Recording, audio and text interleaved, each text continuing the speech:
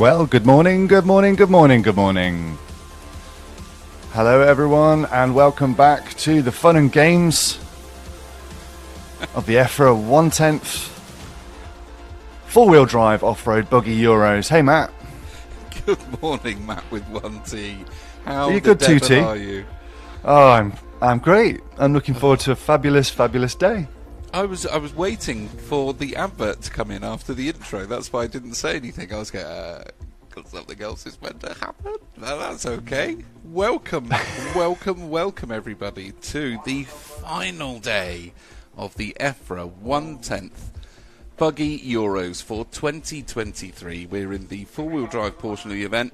We're RC Racing TV, brought to you by Schumacher, Hobbywing, X-Ray, Rodog.eu and S-Works. I'm Matt Guppy, your host for the day, and of course all the rest of the week there's been so far. We've got Wonder Jim up on the camera over there. We've got Matt with 1T, Mr. Matt McCallum, back in the UK doing our awesome technical, wonderful wizardriness and all kinds of magic that he's creating today. And I think James Parry's floating around somewhere. I'm not too sure where he is, but I'm sure he's somewhere. How are you all doing today? Come and talk to us on the feed. We're here. We're waiting for you. But what have we got going on this morning, Matt? Well, this is practice, isn't it? It's not particularly exciting. It's just some practice to get everyone bedded in. And then qualifying up about 10:15 local. Qualifying round 4. Sounds good. Sounds good. Sounds like after being all round the houses, backwards and forwards, maybe we'll have an extra round yesterday, maybe we won't. Then there's rain, then we had drying the track, and then it got wetter. It seems like we're back to kind of plan A, what finals day was meant to be, with 2 rounds of qualifying in the finals. That is exactly right. That's exactly what's happened.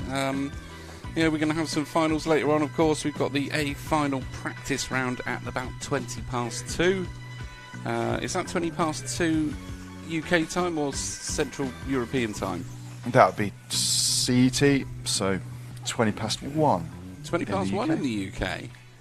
So, and then at 2:20, we've got the first of the actual proper A finals, and then we'll go through to the KJ and all the way through. 3:20, 4 if you're over here, is A2, and then 4, or 5 if you're over here, is A final number 3, and the end to an awesome week of racing.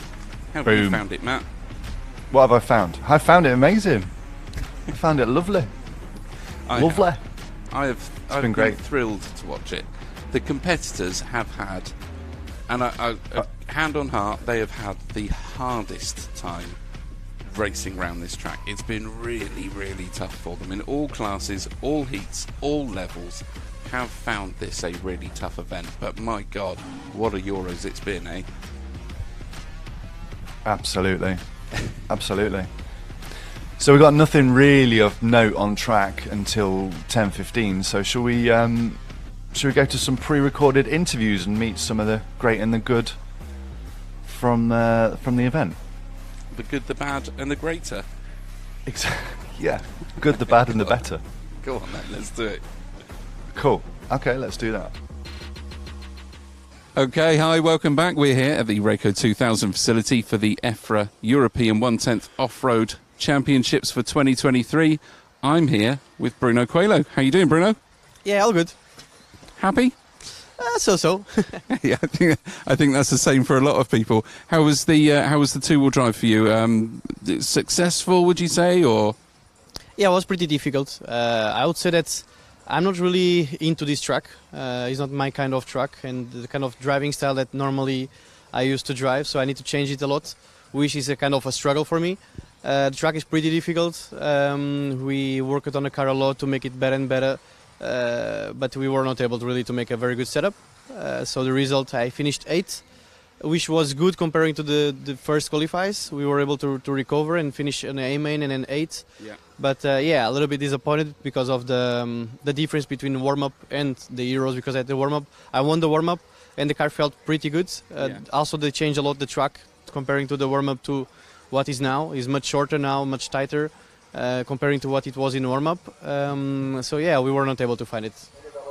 No, it's understandable. I think a lot of people really struggled, and like I've said in a couple of the other interviews, I think it came down to luck as much as it did skill, really, especially in the finals. Yeah, it's a strange track, as I said, because it has a lot of bumps, you know, but normally you can recognize them and you can avoid them.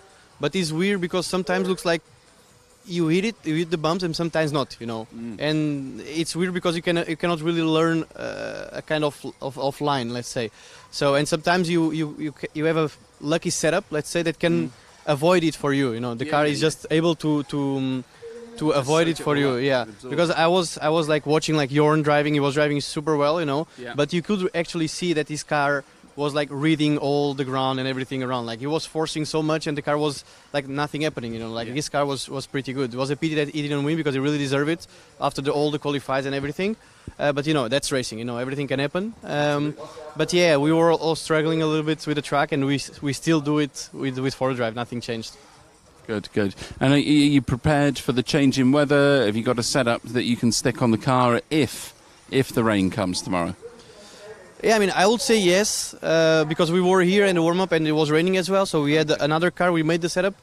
But the track changed so much that our dry car is completely different than it was in the warm-up, because the track also changed a lot. So I would say yes, we have a ready car, but I'm not sure if the setup is correct for the conditions. Yeah, I got you. What do you think of the wall ride? It's okay. It's nice to watch, but I mean, I think it doesn't really bring anything. So you don't think it adds to the actual like the racing for you guys? I don't know. I think it brings something spectacular. You know, like you can see the car there. But for us as drivers, I don't think. I would prefer the double in the middle that we had at the warm up. Okay. That they didn't put it yet now this time, than the wall. Yeah, that's fair enough. I mean, the rhythm sections, the doubles and the single double, the first set of jumps that we come across, that's really where we're seeing a lot of mistakes happen. Are you finding those a bit easier in the four-wheel drive now we've switched over, or is it just about the same? Yeah, it's for sure easier in four-wheel drive because you can actually jump longer, let's say, and then still make the other double. Because the problem in two drive is you need to be very on the limit, like very short on the first double, so then you can make the second double. Yeah, of course. With four drive, you can actually like jump it a little bit longer and then still do the double. So it's easier for sure, but the problem is the double is on the corner. So you need to steer and at the same time make the double, which is very difficult. Yeah, it is. I've seen a lot of people in the two-wheel drive when they were overshooting the first double. They landed on the flat and the car's just totally unsettled. And it doesn't seem like the four-wheel drives are doing that as much. Is it? Do you think that's just because they've got the drive on all four wheels and they're being pulled through it, or what's the kind of difference? Yeah, because on four-wheel drive you can actually hit the throttle harder when you land, so you avoid that bouncing, let's say. And two-wheel drive you cannot. You need to wait a little bit because it's only two-wheel drive. So if you do it, you might go to the left or right, which you don't want. Yeah. So you kind of need to wait a little bit before you kind of punch it, let's say. I got you. And what's the kind of plan for you guys then on the team? Because there was some, for everybody in the event, there was some mixed results yesterday, and I'm guessing you guys are going to be putting extra effort in today to try and make sure you've got as many X-rays in that A final as you possibly can. So what's the kind of attitude in the pits today? Has the morale been picked up a little bit? Are you guys all sort of prepped, and have you got any sort of forward plan to make sure that everyone's having success? Yeah, that plan started actually already in tool drive. Because we knew that it was something on the car that we need to work around to make it easier and to avoid the mistakes. Because if you read the lap times, at the 5 minutes we were okay, but our problems were all the time some mistakes that came from the track conditions. So we tried as much as possible to find what was that small detail that we could find on suspension, on the flex, on whatever, to try now to pass it for four-wheel drive. You know, so we actually started already in two drive to try to find the problem, so we can do it on four drive. And I think we started already very well, much better than two drive, let's say. But we still need to work a lot and try to make a car easy to drive in 5 minutes because everyone is doing a lot of mistakes. Yeah. So we just try to make easier car. Good stuff. Bruno, always a pleasure to catch up with you. Before I let you go, apart from yourself, who's your hot tip for the win? I think on this track, no mistakes. Driving smooth and easy, and try to avoid the mistakes. And who's doing that the best? I think Orlovsky is pretty confident, especially in in four-wheel drive. I mean, I was really surprised about Jorn in two-wheel drive because I think everyone was because he was not here in warm-up, and I think that's why. And Orlovsky was here in warm-up and he was super strong. Also four-wheel drive, he was super strong. So I was like going for Orlovsky, but then I was surprised with Jorn, which I was also happy. But I think Orlovsky's pretty confident, and his four-wheel drive looks very good. Yeah. Nice to see you on back up there, though, fighting with everyone, right? It's been a long time. Sure, yeah.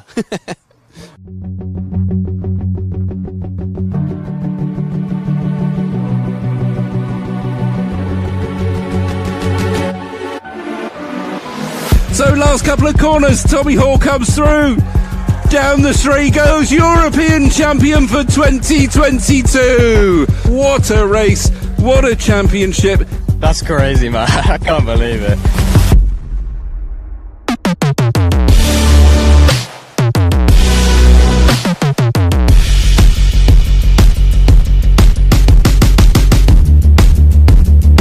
Flicks it up nicely through the step up into the switchbacks, and your European four-wheel drive champion Marcus Carup takes it across the line. Good, making my dad proud means a lot to me, so it's good to win.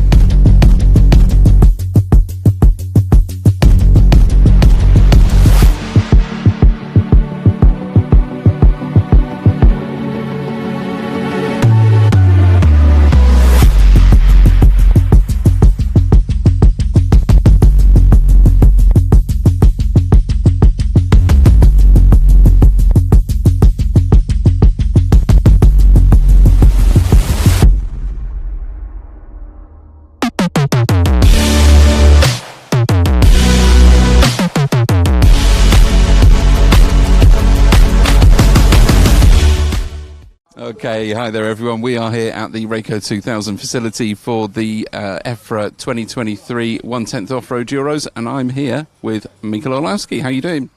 I'm alright, thank you. Happy with the event so far? Well, tour drive was exciting, was very difficult 3 days, lots of hard work put into the event, and losing it in such a stupid way, it's a shame, but that's how racing is. And I'm happy because I was there fighting for the win until the very end, and we really worked hard for it and deserved to be out there. Yeah. And it being so close, it's gutting, but that's how racing is. And this is, I think, my 5th podium in the last 7 or 6 Euros in two-wheel drive. So I've always been there, but didn't get the title so far. So I hope one day it will come my way. You must be asking yourself what else you've got to do, because you certainly are putting the track time in, and the prep time and everything like that. So you must be sort of questioning, how else can I get one of these titles under my belt? Yeah, probably right after the run yesterday, that was my thoughts. But I know how racing goes. I've been racing for a long time, and I've been on a really good streak last few months, I would say, or maybe even last 2 years since we started racing after COVID, and I've been going really strong in so many different classes. So it's just one of the races that didn't go our way, but we're still, second on the podium, which is awesome. And Marcus is very fast. And then Jorn was extremely fast also, and then he finished third behind me. So I'm really gutted not to win, but it's just extra motivation for this week, for forward drive, and for future events. Well, I mean, I think the positive you've got to take is that you finished ahead of the guy that TQ'd every single round of qualifying. So, you've got to take some sort of consolation from that, I guess. Carup, of course, was very quick, but I think on the track out there yesterday, luck played just as much of a part in those finals as skill.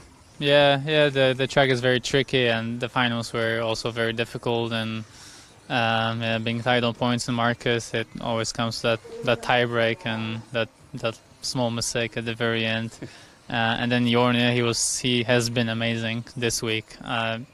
I haven't seen him drive so well in a long time, so it's awesome to see, because we've been teammates not so long ago at Schumacher, and I always enjoy working with him, and we're good friends, so it's nice to see him on top fighting with us, and I miss that. I miss racing with him, so it looks like he's also quick in four-wheel, so I'm looking forward to the rest of four drive racing with him. And then I've been racing Marcus for whenever he's started to be out there in the front. So it will be exciting forward drive, and in two drive Jorn was very, very fast, and he also deserved the win, definitely. And then he won A1 as well. I put him under a lot of pressure, but he held on. And then I think the one mistake he did in A2 when I got by, and then after that everything kind of dropped and didn't go his way. But he also is very experienced, and just like me, he knows how those things go. And that's just another race. And now he's, I'm sure, even more motivated to win forward drive on Saturday. Yeah, you can't carry it with you. You know, you got to let it go and then move on to the next race. Take it as the experience and learn from it.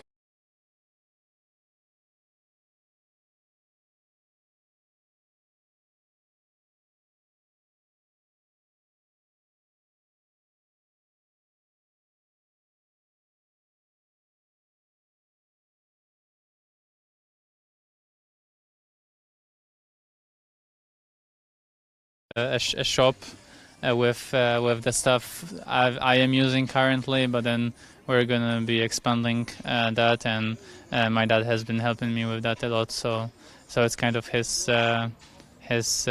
duty now. I would say I'm the face of it and trying to help where I can, but my main focus is still racing, and that's what I'm doing.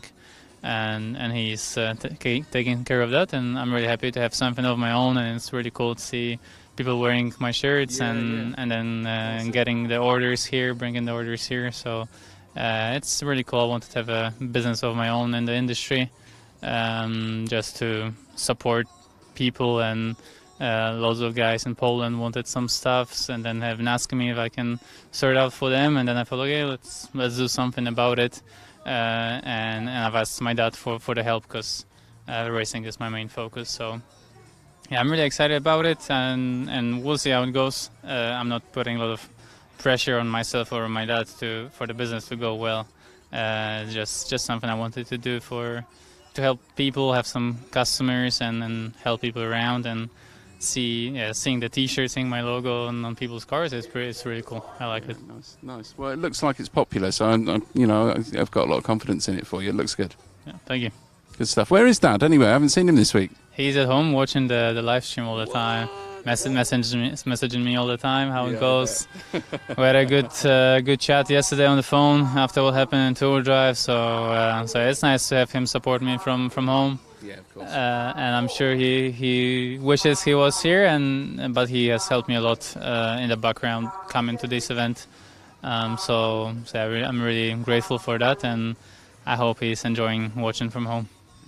One last thing before we let you go. Who is your favourite for the event, for the four-wheel drive? Apart from me, or? Apart from you. Apart from me? You can't pick yourself.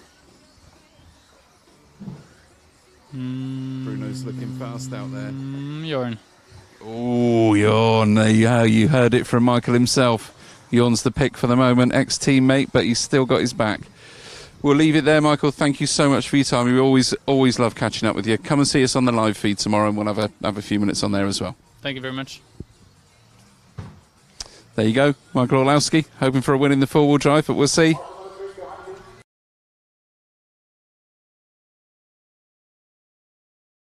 Few little blasts for you. We've got a few other ones of those that we did during the off day, if you like.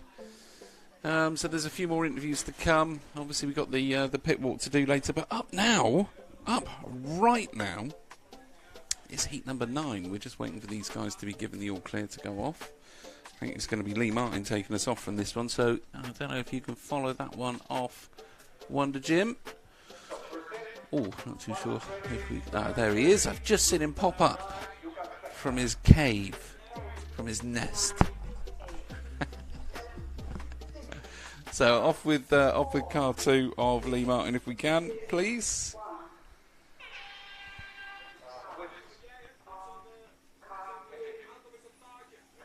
There we go. So got here this morning. Track was a bit wet, to be fair. You probably see, if you follow me on Instagram, and you can probably see some of the pictures that I put up there of the footprints, and writing my name and stuff like that in it. But it was pretty wet.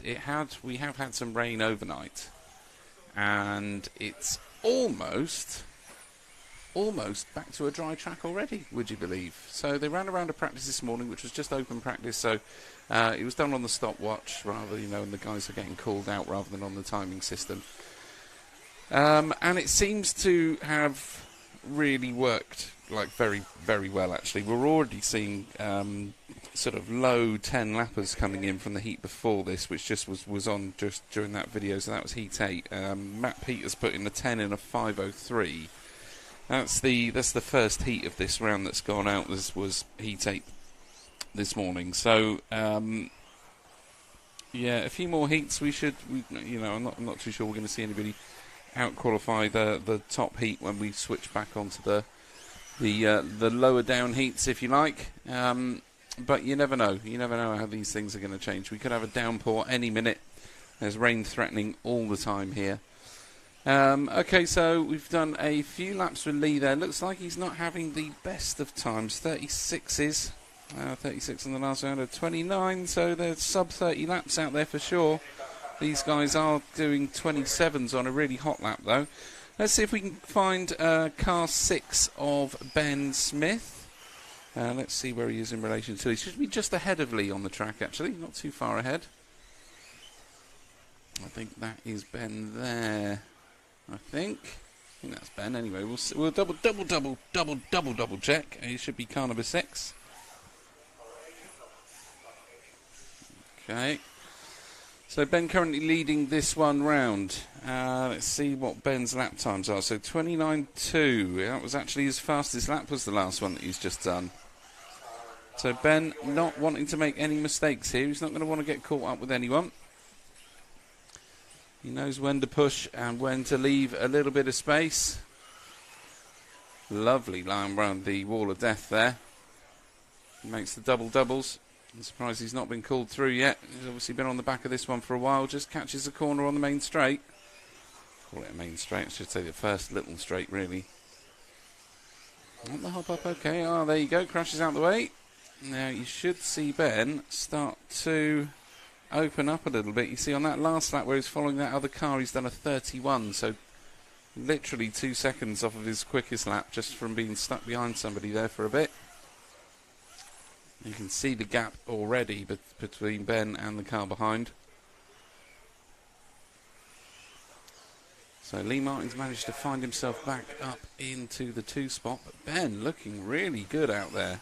Really, really good. Predicted 11 in a 5:27. So the only one in this heat on for an 11 right now.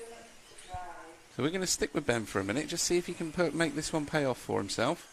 If he can get this 11, and 11 we know is a really, really hot ticket in this event right now. So, single doubles. And we did see this morning when it was a bit wetter, the double single coming into effect quite a lot. It seems to be the way on this track that if it's wetter, you do the double first and single out.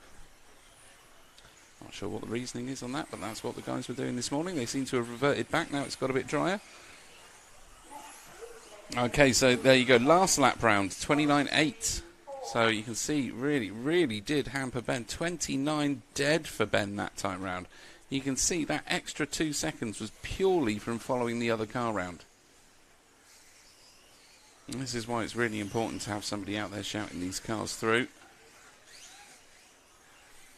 Everyone works together that little bit better. And the guys here at the club doing a great job of making sure everybody knows pretty much where they are on track. So Ben round for another one. Lee Martin's putting in some good runs this time. He is a way off of Ben though. Lee Martin only looking at, he's got a short 10, so 10 in a 5:02's Lee Martin's predicted. Holdsworth, 10 in a 5:05. Well, 10 in a 5:02 predicted, so, blimey. That's Luke Holdsworth, by the way, predicted an hour 10 in a 5:01. Lee Martin, 10 in a 5:02. And still Ben Smith, 11 in a 5:24. He's got a little bit of leeway to work with here. He's got a little bit of space in front of him to the next lot of little group of cars there. nicely past the cone of justice. Smashes it into the wall of death. Powers down. Quick little touch of the brakes. Corrects himself before the double doubles. Okay, so he's going to get past that crash car. Lovely. So, Ben finishes 11 in a 5:25. The first 11 number. Oh, look at that. Luke Holdsworth 10 in a 5 dead. Lee Martin 10.504. Hubert Honegal 10.505. 10.511 for Florent Gallet. 10.517 for Sam Powells. 5.17 for Josh Holdsworth. Jamil Gabrielson 5.18. Tingy Bell 5.21 and Elias Johansson a 5.31. All on 10 laps except for Ben Smith.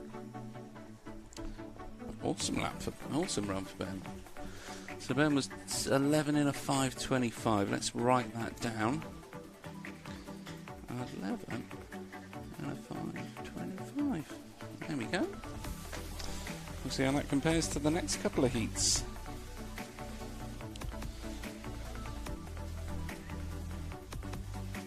So currently TQing this round would be Ben Smith.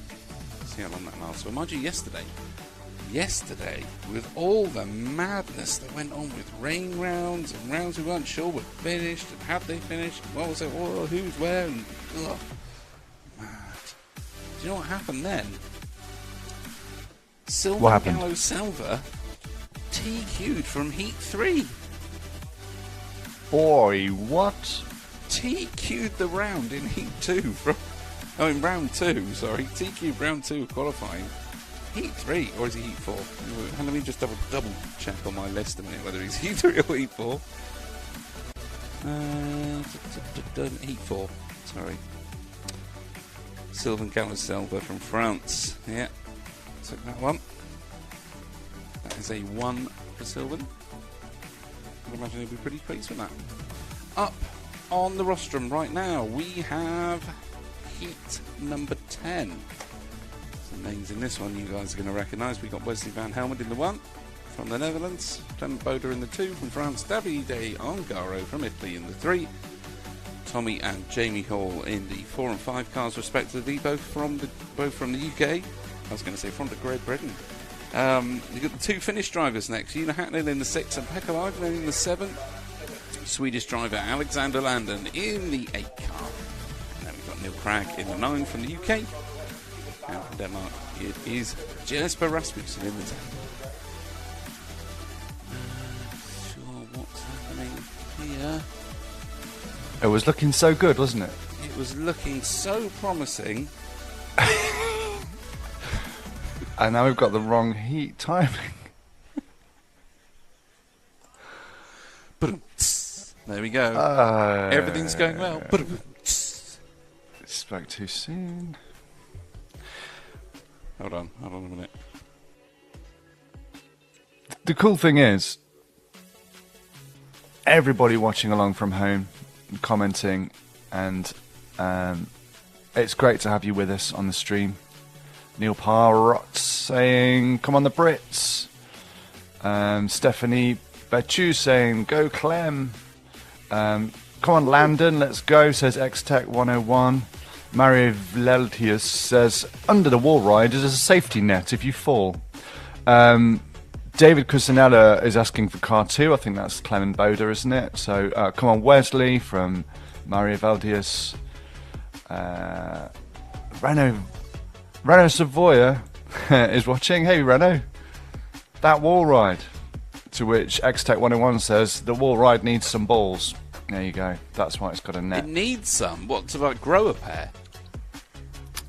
I think you need some balls to attack it, maybe, is the is the suggestion. I thought you just meant that the wall ride needed some balls. Oh.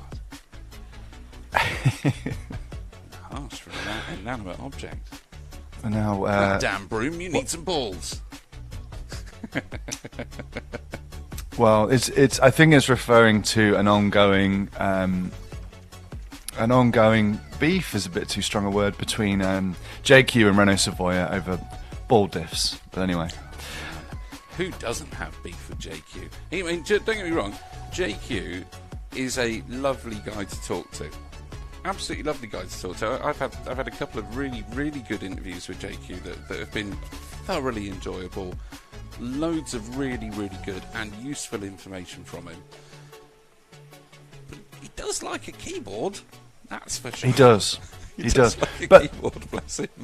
But more and more, I think it's not about JQ anymore. It's about invisible speed, and invisible speed, it cannot be denied. That is changing the way people learn about RC, and I think it is a fantastic initiative that he started. And Invisible Speed, we're very happy to have them sponsoring our coverage of the Nitro Buggy Euros in September, end of August. So yeah. Invisible Speed, you've got to go and check out invisiblespeed.net to learn more about RC and how to improve your racing. I don't know if they do a course on... Well, no, I won't say that, actually. Because the timing issue is no one's fault. So, anyway. Except for the Gremlins, of course. The Gremlins, that yes, we had exactly. Here last night and fed after midnight. For those 1980s kids out there. Damn it. I'm pretty sure Jim got one of them wet. That'd be it. Can't get hard them to wet. keep them dry in this climate. What are the rules? You can't get them wet, you can't feed them after midnight, and Don't take a photo of them. no bright That's it. lights. Yeah, camera flash. Come on. Yeah.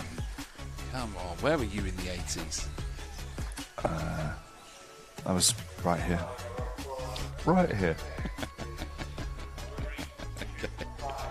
Alex C looking for... Oh, are we up now? Are we on? We're going. They're there. They're Oh, on the okay, line. cool. More comments in a bit then. Stopwatch is on the go. Bits of paper ready to be marked for each lap that's done.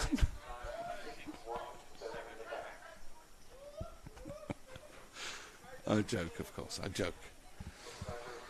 Okay, we've had a request for Clement Boda. So Clement Boda's probably going to go off second on this one. He is car 2. He's that sort of green one with the green. There you go. He's on it. I think he's going to go off second. So it'd be Davide Ongaro in 3, then Boda in the 2. So that's Ongaro. And that's the one we want, Clement Boda. Clement Boda is in the hotel room next to mine with his dad, or the family, or whoever else is in there. Very noisy, I must admit, when they come in the evening. Very, very noisy. Like to have a nice, loud conversation in the hallway before they actually go in the room. I'll tell you the habits of the French team before they go to bed. That's a great insight. Yeah, it's good. There's loads of them, actually. There's loads in our hotel that we didn't realise, because they're all coming... Well, I mean, we're in bed by the time they all come back from rebuilding the cars at night. But occasionally I'll see, like, Alex Landon and his dad will come through. And they're great guys. Love to stand and have a chat with them in the foyer of the hotel almost every night since we've been here. Yeah, lovely couple of races. So, who else have we got? The Care-Ups are in there. We've got a few of the other French team are in there as well. There's loads of races in our hotel that we just didn't realise, literally, up until this morning when everyone's bringing all of their bags out. And we're like, no way! Look at all these guys in here with us. Sorry about that. Could have got some real insights there from everybody. But unfortunately, I didn't. I thought I was going to wake up with another headache this morning, Matt. Woke up, a little bit of a headache going on, and I was like, oh God, I didn't even drink last night. What is the matter with me? What's going on here? A couple of tablets later, and I was fine. I was all over it today. Okay, so now we've done a little bit of time with Clement. Now Clement is flying out there right now. 28.9 from Clement is the fastest lap we have seen. No, 28.8 is the fastest lap we've seen from him. Just pop forward one car to Davide Ongaro, because he's actually leading this one. So there's Davide in the Associated.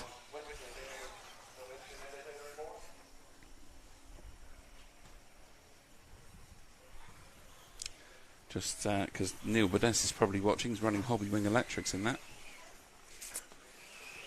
There you go, so that you know. I don't know what servo he's running, Neil. Haven't been told that information. So, single doubles. Catches the top of the last double on the first set of rhythms there. But he's still out in front by about a second. Just over a second, actually, on Boda, who's right behind him. In the green car, of course. That was a lapped car. Oh, what a tight line around there. Lovely. So, Ongaro really showing he's got some pace in this penultimate round of qualifying. On for a an 11 in a 5.16 now. Ben Smith's not going to be happy about that. About 9 seconds quicker than Ben Smith. So, these guys are certainly going to affect the top of the charts.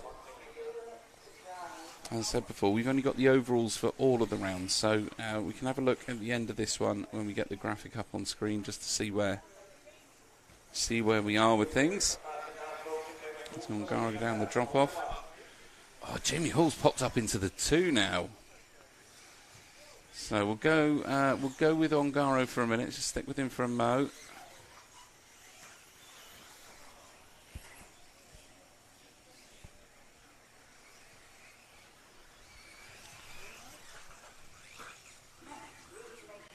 Okay, so I think Jamie's just going over the line now if you want to pick him up. First of those 2 cars that are going down the straights.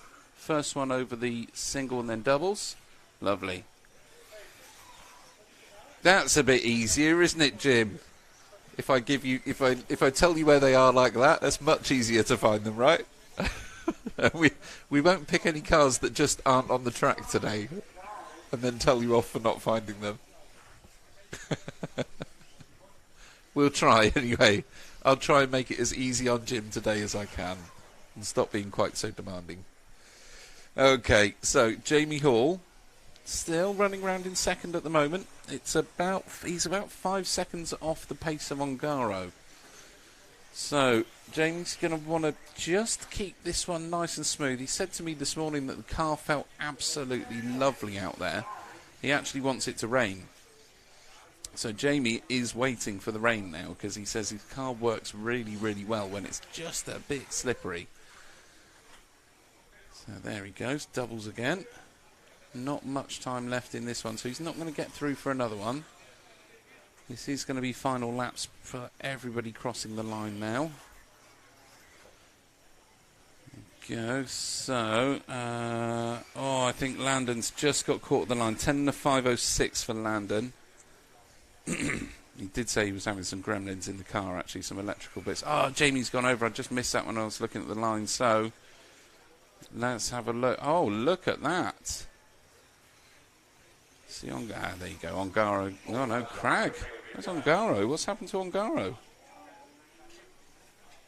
Has he crossed the line? Can't have counted one of his laps. Either that or he's broken on the... That would be a nightmare if he's broken on that last lap. Because at the moment it's Neil Cragg with an 11.522 that's taken it. I mean... oh, crikey. So Ben Smith could be fourth in round right now.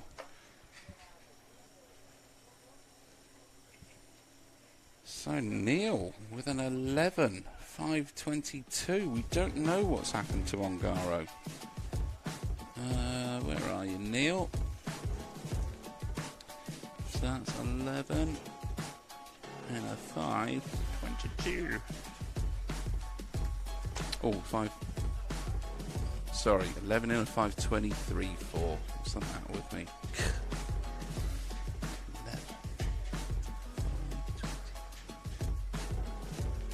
11.4. Okay, there we go. So top heat, or heat 11, I should say. Differentiate between these guys being top and bottom heat drivers because they're all champions in their own right, of course. But in the champion of champions heat, Max Gotzel from Czechoslovakia is in the 1, and we've got the Polish driver Michael Orlowski in the 2. Marcus Kerr from Denmark in the 3.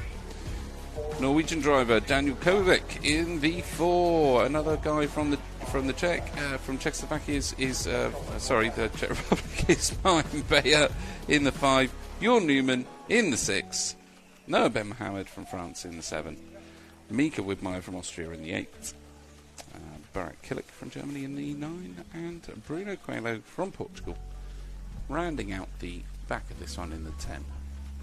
Requests.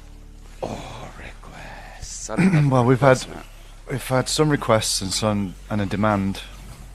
Wow, we don't do demands. Well, you were apologising for being demanding, so I think you started a craze. X-Tech 101, we demand car 8. However, that could have backfired because it may have been for the last heat. Name and heat not specified. So I don't know. Well, I mean, it's Mika Widmeyer, and we have given Mika lots and lots of love, so... Yeah.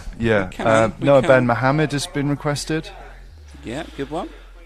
David Cusinello is requesting car 7, please, and thank you. So that's a lot more polite. Yeah. A king has asked, where is this being held? It's the Breako 2000 facility in Utrecht in the Netherlands. Come see us. Okay, let's go Noah Ben Mohamed off the line then. We'll go with the 7. See, this is why we get confused. Look at that 7 on the side of his car there. Could be a 1, like a 1. Could be a 7. This is why we get confused, viewers. They have a habit of sticking their stickers on terribly. Okay. There is young Noah on the drop-off for the first time in the penultimate round of qualifying. Triple single, as seems to be fairly standard in the 2- and 4-wheel drive events. Oh, that was pretty tight around there. So it is Widmeyer that's gone off with a 28.6. Let's see where Noah Ben Mohamed is, a 29.1, so a nice opening lap.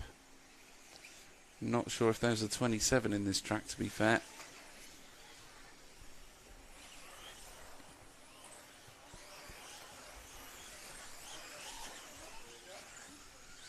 Nicely through the switchbacks. Car's looking lovely out there. Really is a difficult track for these guys to get round. Every single driver has said how tough this has been. And I guess that's what you want for a European Championship. Is you don't want a really easy track. You need a train of traffic going around. You want this to be a test. Maybe not quite as much of a test as we've had. But where do you draw the line? Where do you draw the line? On what's too hard and what's not. So Noah Ben Mohamed, doubles over the line. All right, we're going to pick up your Newman in the 6 in a second. About quarter of the way around the lap. So that orange one there at the back. There we go, yellow wheels. Lovely. Triple sickle. Triple sickle. There you go. Round the wall of death. So I'm not too sure who that is in front of him. Wesley Van Helmen, possibly. Kovac, sorry. It was Kovac. Okay. Yeah, Van Helmen's not even in this one. Of course that's not going to be his car. Alright, so we're with Newman. Orlowski's pick, as you heard in the interview, for the 4-wheel drive. See where he is as he crosses the lines. Looking pretty solid out there right now. So Widmeyer goes top, Newman goes top. There's nothing in it on the times you can see on the screen there. These guys definitely affecting the top 10, as you would imagine they were going to. So everyone up to Beyer, everyone up to Martin Beyer is currently looking to push Ben Smith out of his spot. But we'll see how it goes towards the end. Oh no, Newman's had a nightmare there. We know that's about 3 seconds that's cost him. And maybe more because of the other car that was going past that held the marshal getting to him straight away. So what was Newman's last lap? Last lap was a 30.5 compared to 28s. So you probably see a 29 on this one maybe. Oh no, maybe not. Maybe not. We'll see. Obviously, it was the other side of the line when he crashed. So it wouldn't have affected the next lap. But we'll see as he crosses the line. So 28.2. Okay, he's back on pace straight away. So he's picked that rhythm up instantly. But it's Widmeyer in the 8 that is leading this one round. Now, Widmeyer is currently about halfway round the track, so not too far away from where you are, actually. I'll let you know. Should be coming to one of those cars there. One of those. It's the one with the red on it, the 8. Lovely. So there's Mika. Leading this one round now. Predicted a 11 in a 5.11 currently.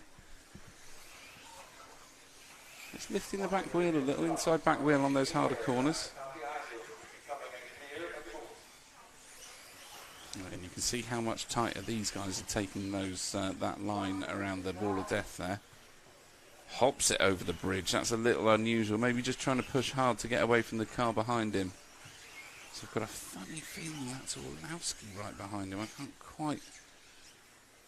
Yes, it is. So he's being chased down by Orlowski. And Orlowski at the moment is running around in 4th in this one, 5th. It's Barak Killick that's up on the 4th spot, just knocked Orlowski down. Oh, Mika gets a smelly old line through the last double. Made it through there, kept it on its wheels. Newman back to the front. He is putting in some smoking laps now. Right behind Mika is Newman there. So we'll keep an eye on these two. Mika and Jorn, both at the front of the pack right now. Jorn is ahead of Mika on times though.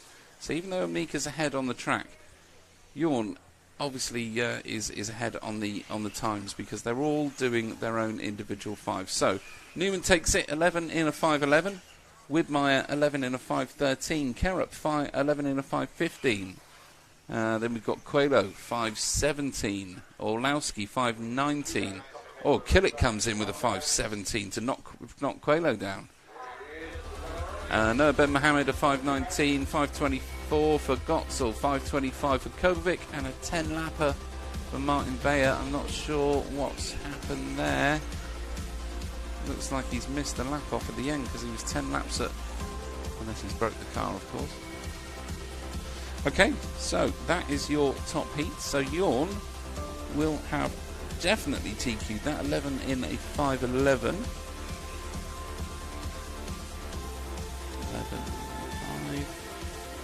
11. Okay, that is very, very interesting. Because I think that's shaken up the scoreboard somewhat. I think Orlowski was looking pretty hot out there. Okay, and there you have it, Freddie Russell, overall TQ for the event. Of course, this is not the right screen because he has got a 1 nan, 2 nan, 3 nan, 4 nan, 5 nan. Been to a lot of Indian restaurants right there. Oh dear. I love it. I love it. Love it. Okay. So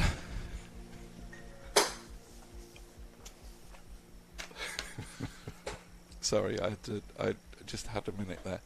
Anyway, coming back to this one, we are now, of course, looping all the way back to the very, very beginning, and we're going all the way back to heat number 1 because we started with heat 8, remember? So we're going to finish this round of qualifying on heat 7, and then we'll go into the last round of qualifying, which will start with heat 11. Boom. How do you like that for a tasty biscuit? I do like it a lot. Good. I like it. People at home, loving the action, chatting along. It's all great. Pelly Martins, please just follow the contenders for TQ. Well, you know, yeah. Hey, you can't please Of all course. the people all the time. You can't. But we are keeping an eye on the TQ as well. As we've just seen, it's clearly going to be Freddie Russell. So, who knows? On social media is on again this morning. Big boys, step away from the box. Where are the rostrum stool police? with a police car emoji. Good point. We got no offenders in this heat, I'm pleased to say, that I can see, standing illegally on stools. So that's good. No, there is no stool use right now. No stool use up there. Gary Turner, I always admire how clean and tight the pros can keep things with these bullets on wheels. Absolutely.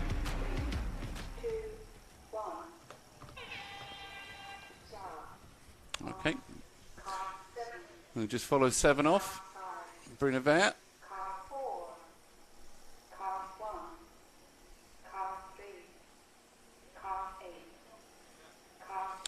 So Estonian driver, Bruno.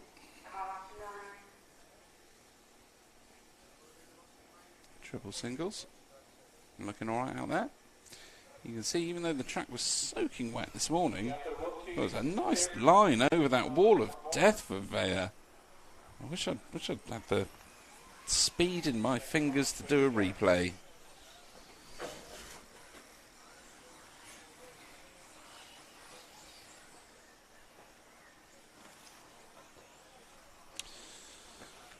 Well, we'll keep an eye out for that one, Epic Music. Because apparently, what I've just heard here is a little rumour about Robert Scar. And that is that he always jumps at the stand when he jumps the car. I'm not sure how true that is. I actually don't know which one Robert Scar is up on the top there. I don't know his face well enough. Otherwise, we keep an eye on that.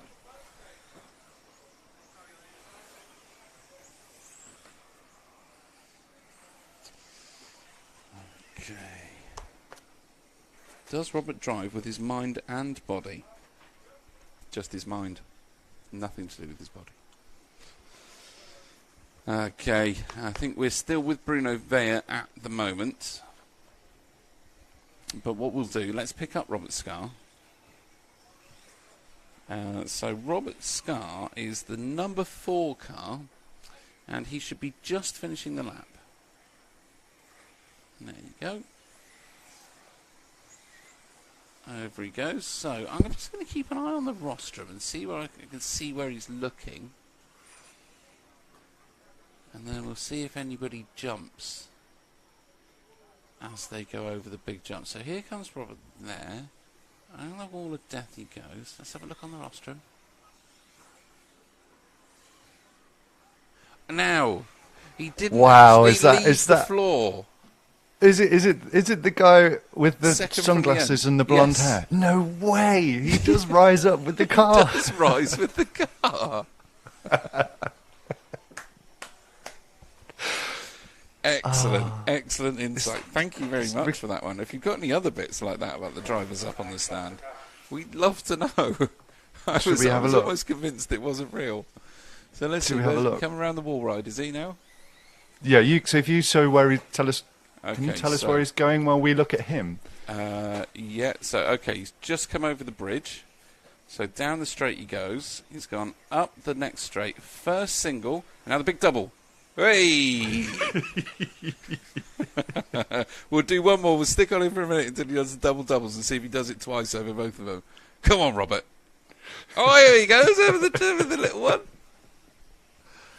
Come on then. Go on, round the wall of death. Make it round there nice. Nice. Up. Up. Up. Love it. What a great guy. That is amazing. That is awesome. We'll give you another couple of laps for that, Robert, just because it was really cruel to video you doing that on the telly. Very, very good. He's actually leading this one. He's actually leading this one as well. He deserves it as well. He does. He absolutely deserves it. Let's have a clean run, Robert. Come on. 9 in a 5:04 currently is Robert's time. He's done a 31.8, which was his last lap, actually. So there you go. Obviously, having a little rise over the jumps helps. Just keep the car settled. There we go. Single double. Out the hop up. Now the car just gets out of his way nicely. He's really keeping this together well.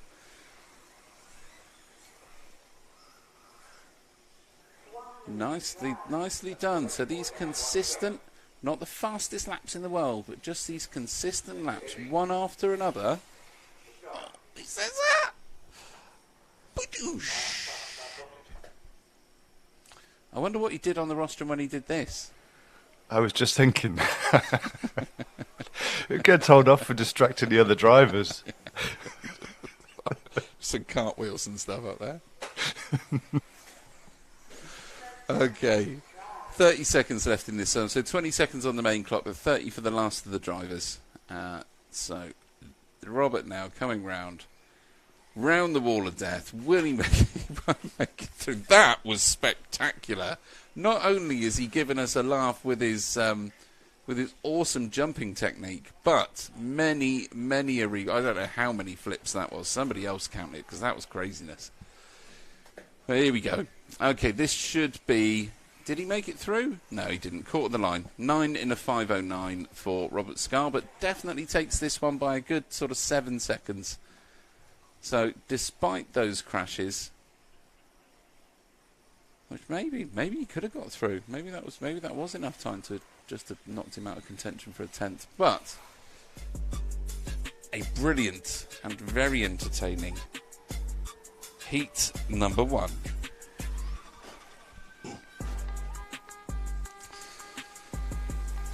Do you know who our sponsors are, Matt? Because honestly, I don't know where a list of them is that I can just look at and read them off.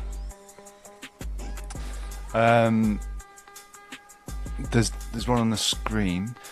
Oh, yes, of course. It's Schumacher, Hobbywing, X-Ray, Rudog.eu and S-Works. We must be RCTV in that case, and you guys must be watching the EFRA 10th Off-Road Buggy Euros for 2023 here at the Rayco 2000 facility in Utrecht in the Netherlands.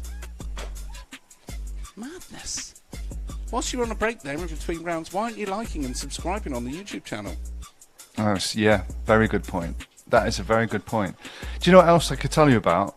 If you happen to be watching on the RC Racing TV YouTube channel, you might see in a chat there's a featured product, which is an RC Racing TV cap. A camo cap, which you can buy and wear upon your head. So if anyone bought one, I'd be amazed. It'd be amazing. It'd be really cool. And I can actually say, hand on heart, they're really nice quality. And I'm only sorry that, Matt, you don't have one. But you will have one. It just didn't arrive in time. But you will have one upon your head if you choose to wear it. That would be wonderful. I have got quite a big head. Yeah, it's multi-size. It size caters fits all. for... It's got the kind of poppers on the back, you know, Good. so you can... Good. Yeah. So as a kid, I So, used yeah. to chew them off. Did you? I did. Yeah, I don't know why. It's like bits of plastic. It's a really weird thing to do. I used to eat raw sausage meat as well as a kid. What's that about? Oh, wow. God, Did you get proper ill? Psycho, I was. Wow. I didn't get ill. No. It's the 80s. None of us got ill from doing stuff back then. I think you weren't supposed to have raw eggs in the 80s, though, were you? Because of salmonella. No, and that was Edwina Curry that did that to everyone. Yeah, allegedly, for legal purposes.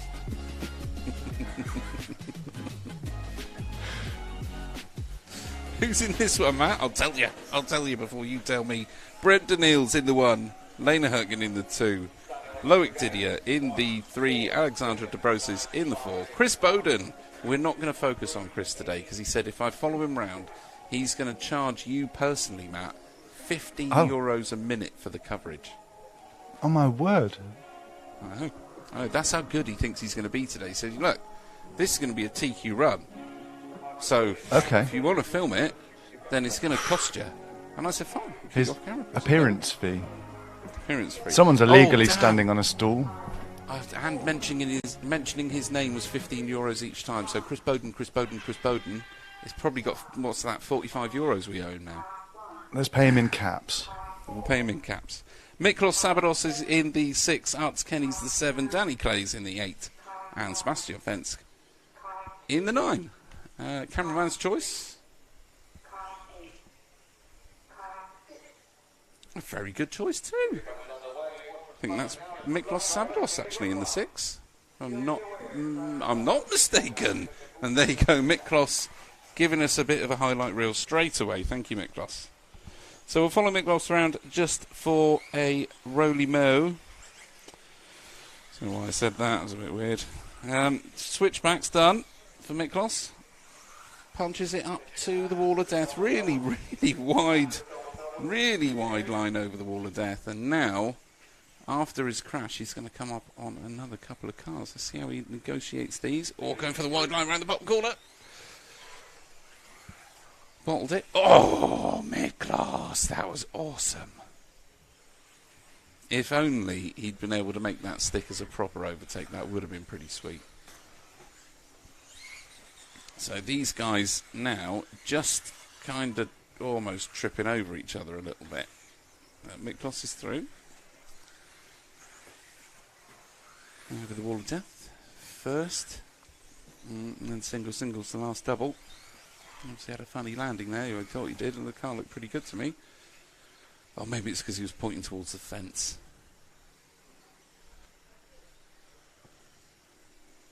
Okay, down the drop-off. Off camber corner done. You can see the grips there. They're certainly getting the drive out of these cars, and no shininess on the tyres. So the yellow's currently working. We are predicted rain fairly soon, though. What's the time now? 11 o'clock. So at this point in the day, if you've got the Met Office app, you can go on there and you can have a look at the rain radar. Go and check out where the track is. Zoom in and just push play on the radar and you'll see what time we are predicted rain, and we should be due it any moment now. So it could change things quite dramatically for the last round, but then we are running backwards, so who knows how this one's going to pan out. Okay, so let's see where Miklos is. He's running around near the sort of back of the pack. He's just crossed the line now. That's jumped him up into the 3 spot in this one. What's the predicted time for Miklos there? It's a 9 in a 5:11. So clearly not the fastest one we've seen this round, but a good, clear and clean-ish run for Miklos. I think he's going to be fairly pleased with this one. Funnily enough, I think we're going to have to go off Miklos because that is the number 5 car of Chris Bowden behind him, I'm pretty sure. There's 15 euros for Chris. So Chris is going to want to get past Miklos because he's obviously... Oh, lovely bit of driving from Miklos there, just to give him the space, and then out of just pure joy, decided to throw it away on one of the jumps. So Miklos was running around third. We'll stick with Bowden just for a minute. Miklos was running around in third. We'll see what what damage he's done after that crash when he comes across the line. Now, I spoke to Bowden yesterday, actually, and after his run, we did have a bit of a laugh about it this morning, bless him. I kind of said, what happened? What happened yesterday? And he said, do you know what? The car felt great, but the driver just didn't turn up to the track. And it happens sometimes, you know. It just happens sometimes. So that was car 4, actually, that's just gone past Bowden. So if we stick with that one, that's Debrosis. And Debrosis is leading this one. Alexandre Debrosis is leading this one out from France. Not actually in France and leading out, but the driver's from France, of course. So Debrosis over the line again. Lapping around 30, so 30-second laps-ish. Only one predicted on for a 10-lapper at the moment. No, Brendan Niels comes in and is predicted a 10-lapper as well. We'll stick with Debrosis till the end, though. But it is the top 2 in this heat that are looking the quickest, of course. So we'll see. Now, Debrosis is going to come through. Will definitely get past the line for the next lap. So that is 9 laps done, onto the 10th lap now. So definitely guaranteed that 10-lapper. We'll see if Daniels gets past as well. So definitely guaranteed a 10-lapper for Daniels. And I think Hertgen is going to get caught at the line. We'll just see. Yeah, I think Hertgen's done now. I think that's going to be Hertgen out. So 9 laps for Hertgen. But Debrosis comes over the line for a 10 in a 5:14. Hurtgen does a 10 in a 9 in a 5:05. Daniil's 10 in a 5:22.9. Okay. Not too shabby for Heat 2, that's for sure. I don't know what happens to what's happened to Bowden there. Bowden's right down the, only on a 6th lapper, whether he had a crash and then came back towards the end. Well, there's just some laps haven't counted. He's going to be pretty annoyed if the laps have been missed off, though. And there you go, confirmation on the screen. 2 Brits in that one, not doing as well as they would have wanted to do. But it is Alexander Dubrosis that takes it, 10 in a 5:14.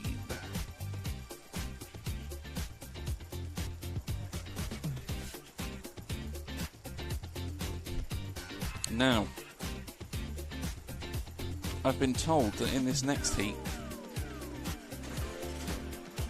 we've got an emperor. But what is he the emperor of? You tell us on the feed. Let us know what Martin Owen is the emperor of. But he's in car 2. Car 1, Cedric Ricard. 3, Harriet Thames. Daniel Tunnison in car number 4. Freddie Russell in the 5. Lee Charwick in the 6. Cone Middlecoop in the 7. Vladimir Fedorenko in the 8. And our very, very good friend William White in the 9. So I've got Bowden just outside the window. Chris, you only get 6 laps. Yeah, he's not very happy. He's had a tough, really, really tough week as Bowden. I feel bad for him, to be honest. His car looked great. He actually looked really good then. But that's a disappointment for him, and I feel sorry for him, because every single one of them, I know they're walking around. Some of them look like they've had a bit of a spanking, but they really have taken a beating on this track. The drivers are struggling out there. It's a tough track. I'd love to sit here and tell you that, you know, you could just come along and you could drive this and you could have 5-10 minutes of driving your buggy round, of having great fun. But unfortunately for these guys, this is a tough old track, this one. Great for us. Loads of thrills and spills. Really hard work for the drivers. So, if you know any of these guys and girls when they get back, make sure you show them the support and the love they need when they get home, as they've had a tough old week playing with toy cars. Oh, it's a tough life, isn't it? Tough old life.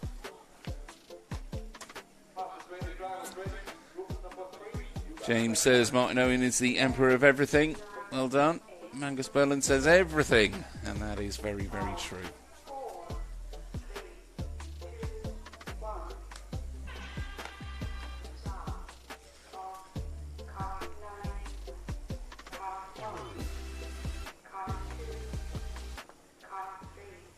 Lovely, Jim. I was just going to leave it up to you to follow around. And that is William White from Raceway 1 that we're with now, in the number 9 car. William, not too familiar with his cars or equipment for this event. He only picked up the Schumacher brand as a race with, and built the cars the week before he came here. No time on the track with either of them. But a veteran racer, we'll call him. Veteran of the racing scene. 30 years on the track. So this is how far you can get if you spend 30 years banging toy cars around. That was brilliant. What timing. Did you know that was going to happen? I didn't.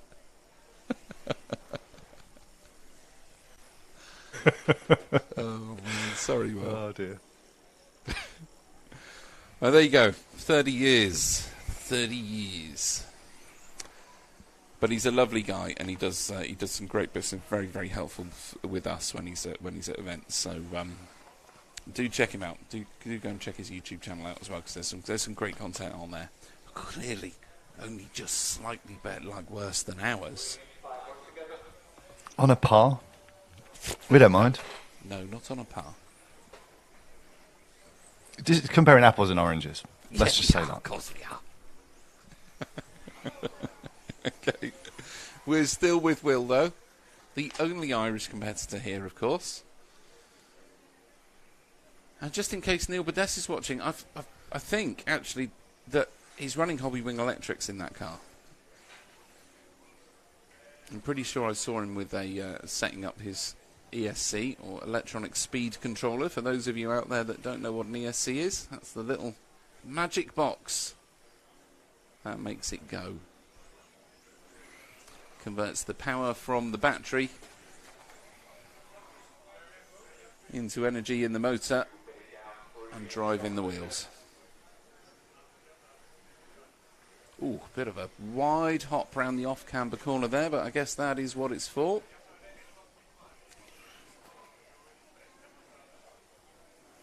I had a chat with Mr. Damon last night, would you believe it or not, Matt? Did you? I did. Lovely little chat with him. Oh. He's my what should we call him? My good luck elf. Sponsor. No?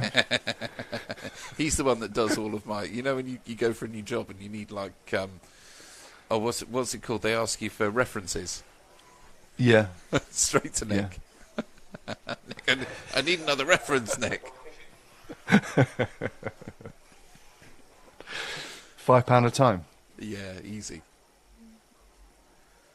Ooh, lucky to make it on back there was Will. Okay, we've done over half of this race now this qualifier with Will. So what we'll do, we'll try and pick up Daniel Tonneson, who's just about to cross the line. Just about to cross the line. Sorry.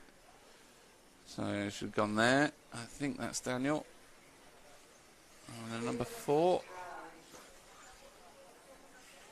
I'll trust you if you stick with him, Jim. Okay, there we go. Daniel Tonneson just running around just behind Will.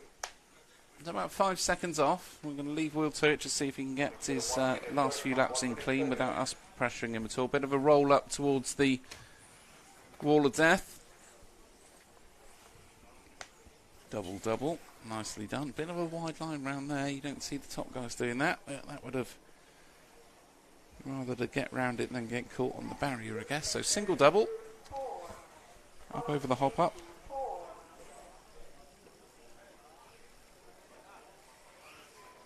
Flicks it back. So triple single over the ripples. Nice. Nicely done. Out to the wall of death. I think these are definitely finding it easier with the four-wheel drives. I'm seeing a lot less crashes with the four-wheel drives than I was in the two-wheel drive. Do you not think? I think Absolutely, yeah. Yeah. Yeah, so they were shorting that a lot. That single double at the start, that first little rhythm bit. In the two-wheel drives, even the top heats were shorting that loads. So yeah, I think they're definitely finding it easier. Say easier, just less difficult, which is easier, of course.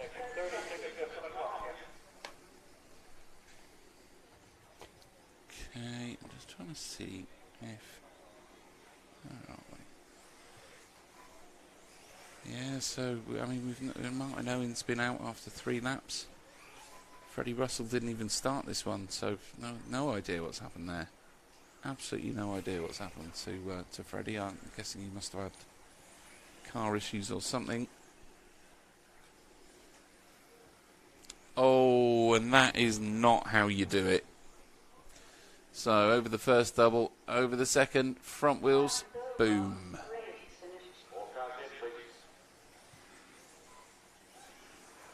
And a lovely little skip at the end for the marshal. Okay. Will White takes that one. 10 in a 5.22. They're getting quicker. Cedric Ricard, 10 in a 5.30. Sorry, 10 in a 5.21 for Will. 5.30 for Ricard.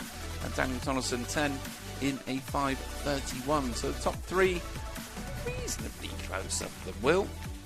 Certainly a bit of a step ahead of the rest of them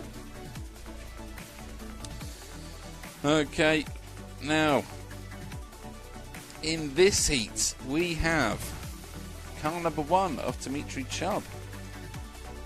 2 is Manny Panesar. car number 3 is round 2 TQ man, Sylvain Gallo-Selva from France, would you believe? You wouldn't believe it. Then we've got Cyril one and Costello. only. The one. Bit like Chesney Hawks, eh? Exactly. Cyril Castaldo in the 4, Sven Ruddig, event sponsor, one of our associate sponsors, in the 5. Joey Cockhill, or Joey Seacup, in the 6. Christian McConaughey in the 7. Rennie Levezzo in the 8 car, and we've heard from him lots this week. A little bit of a interview with Eugene. You'll find that one a thrilling one when we get to Eugene on the pit wall. He embellishes on all his answers, gives a full, frank, honest and open answer every time you speak to him, does Eugene. Lovely to have a conversation with. And that's refreshing. Oh, I think his wheel's going. That's his wheel. On the, if you can see it, Marshall's just picked it up. Who is that? Get it back to the pits, man. Get the wheel on. You're just standing in the middle of the track. Just wiggling the wheel. I mean, that's salvageable, isn't it? If you act quickly. It is salvageable. Done. There you go, it's back on. Look, there you go, he's done. That was it. He's still in time for a lap there. Not too sure. Who was that? Zoom in on that one if you can. Another 2? 9. It was the 9. It was Eugene. I thought it was Eugene. There you go. That's what happens when you don't do your wheel nuts up tight enough. He'll be thinking about that all the way round now. Let's go with Gallo then. Off the line, the 3 car, the white one there in the middle. So there we go. TQ'd round number 2. A little bit of a rain assist. But let's see how Sylvain Gallo-Selva from France gets on in this one. Now, you said to focus on possible TQ men. Well, what are we doing here? James says, follow C-Cup, Matt. I will get there. Morning, James. Basher NZ said, I can't hear them. Zing, zing only. Wow, Nitro is the glory, yeah. Pretty crazy chat. Aussie homies. Thank you, Brad, on Basher NZ. Showing little gimmicks like the horseshoe. The horseshoe. The wall of death. Yes. Yeah, it's not heard it called a horseshoe before. There's a new one on me, but hey ho. Okay, so we're still with Gallo-Selva at the moment.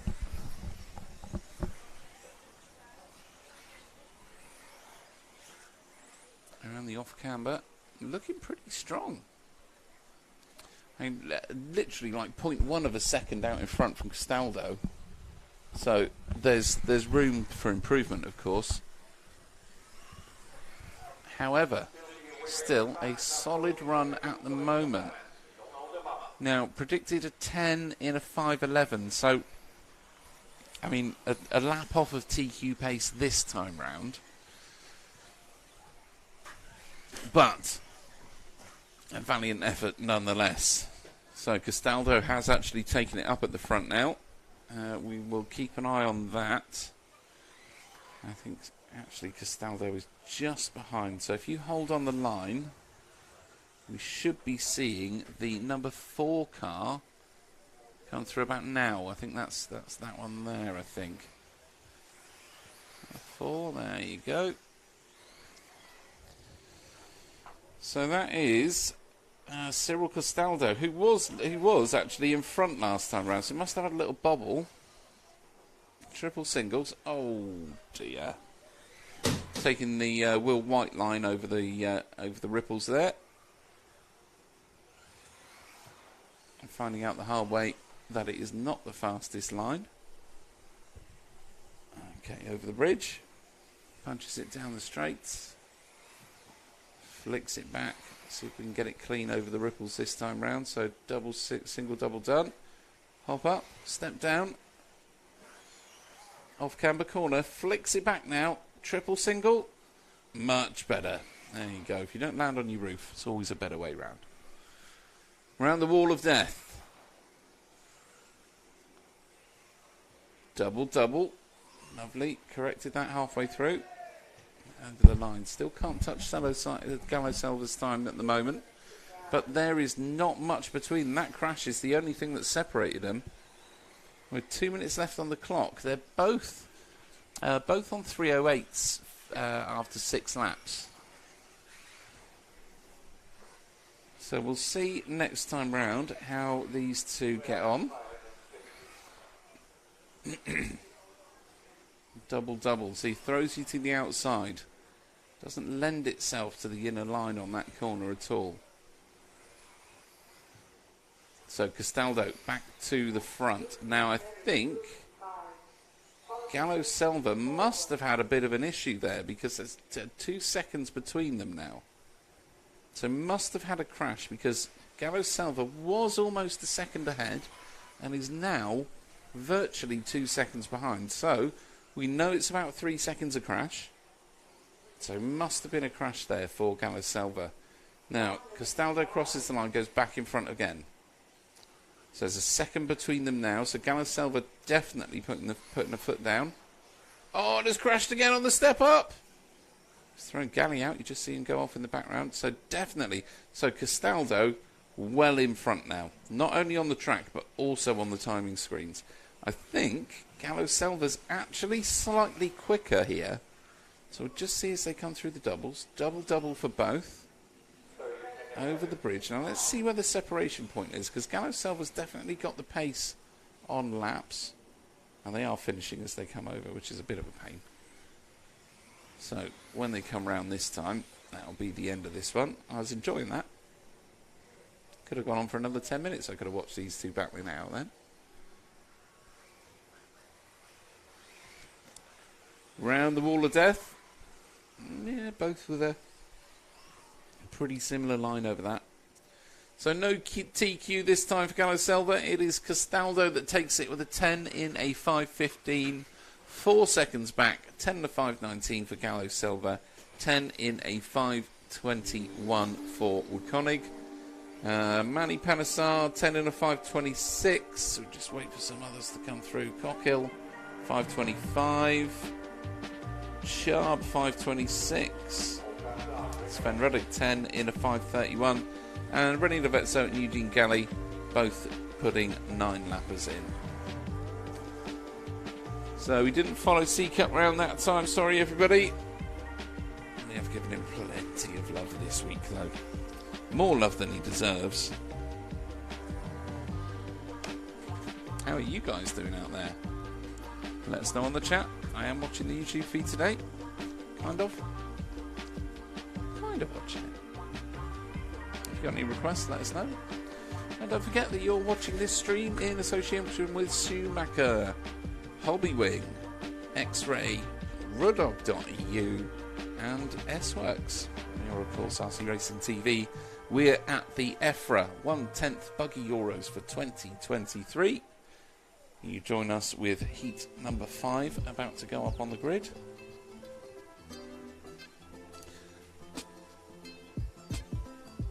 You've been here all week, really. Why not come and see us if you're at the track? Plenty of racing going on today. We had a little bit. Yesterday, somebody spotted the action on the stream who lived locally and said they were going to come and have a look today. That is awesome. What better example could there be of somebody spotting something online and then going to have a look at it in the physical way? Yeah, we've done it a couple of times. We did it at Robin Hood last year's Euros. And we had a couple of people turn up after we shouted people out to come to the track. It's actually one of those moments where you go, oh, maybe I shouldn't have done that.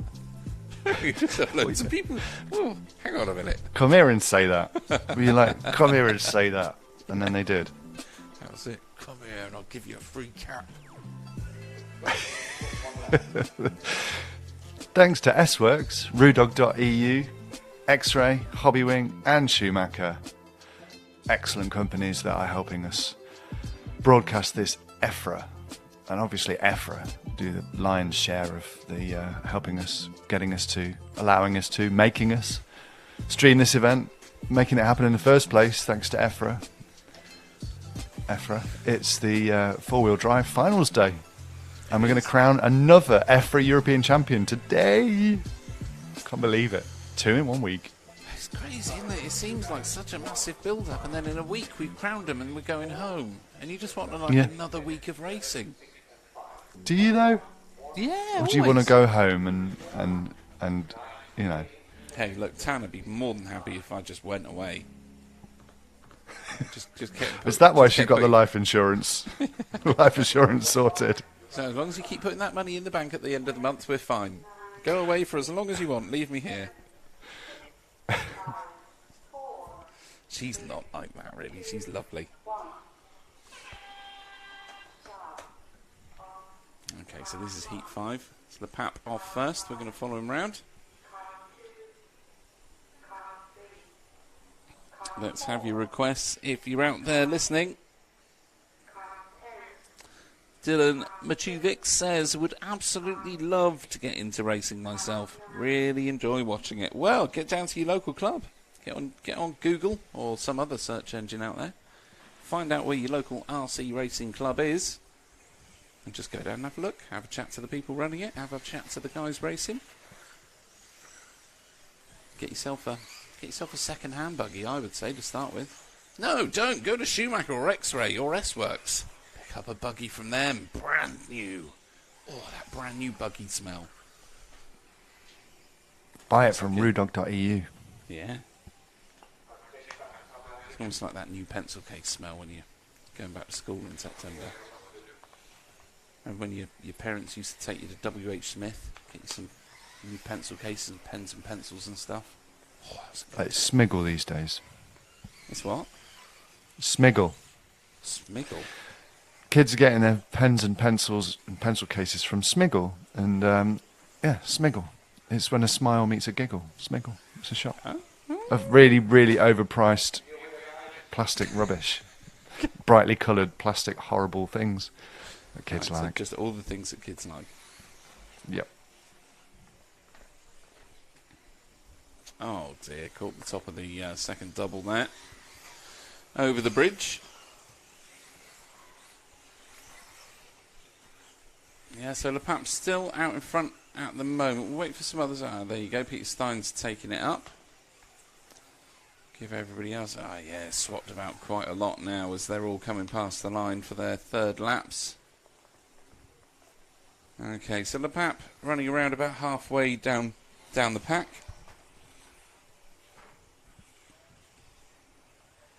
31-second fast lap, 35 on the last one though.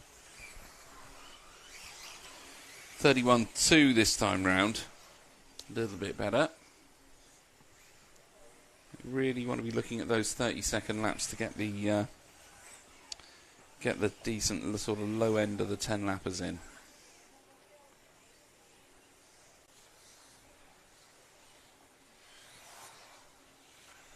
'29s. If you want the 11s.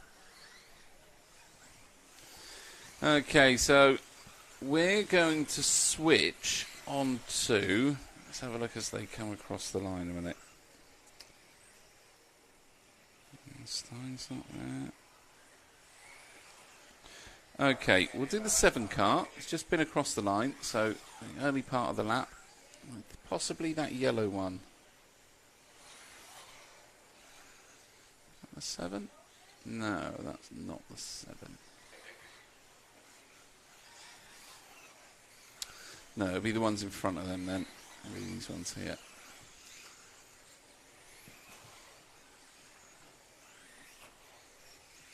Okay. So there we are. Cedric Didier now will take us round for a bit.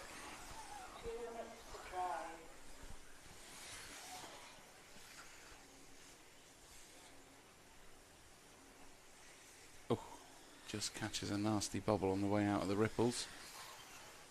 Punches it up the back straight. Round the wall of death. Double doubles. Has to just punch it over the last one because it was getting a little bit out of shape there.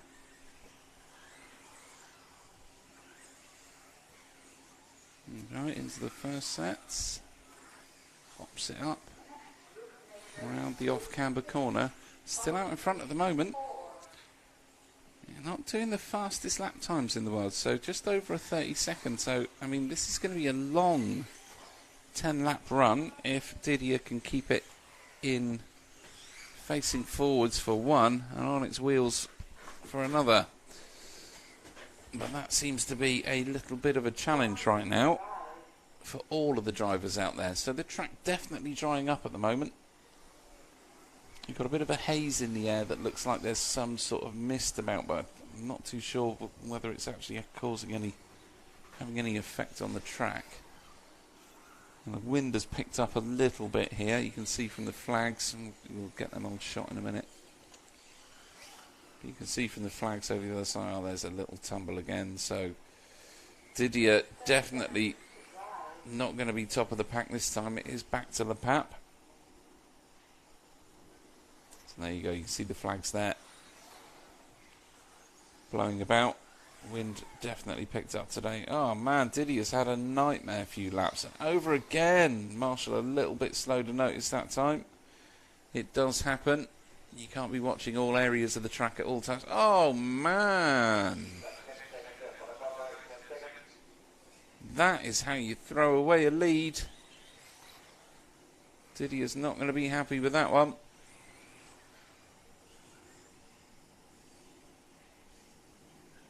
And there you go, was running around at the front of the pack. So, finishing this one out, Le Pape 10 in a 5:19, 10 in a 5:21 for Stein. Carl Volter 10 in a 5:26, Cedric Didier 10 in a 5:30, long old lap, 10 in a 5:30 for Assac. And the last one in the 10s, Rennie Bertrand, got a 10 in a 5:31. Now, Dick Dawn did make it through and finish this one because the other three didn't, and got a 9 in a 5:05.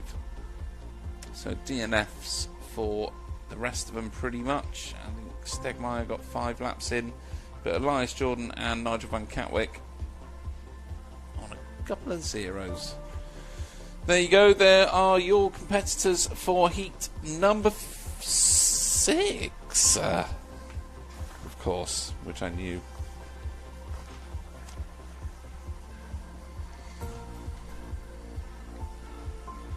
Yeah, you can see those flags there on the wall, which I've got to say, those flags aren't always there. They put up those flag poles and the mounts, if you like, just before the competition. It's all work that's been done by the team. They said they had one that came off, but that got put back up pretty quickly. Was that the Brexit one? I think we'd all like to take that one down.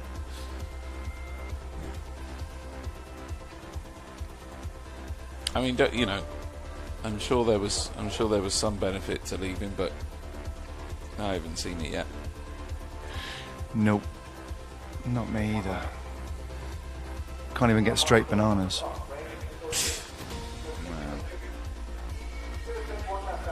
And everybody wants a nice, long, fat, straight banana.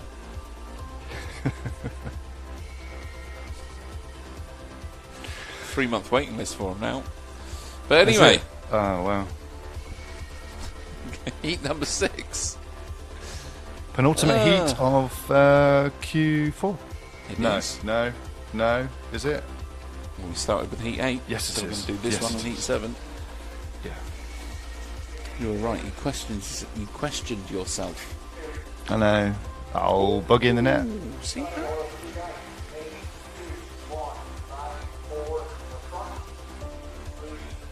I think you've got to hit it with confidence. It's got to know you're coming for it. Yes. You can't just dilly-dally. You can't just, gently go round, politely go round. You've got to, go at it, full pelt. You have. You got to smash it into it. Yeah. Let off a little bit and then smash it out of it as well. Okay, first one off the line if we can. Should be Archie Bowman.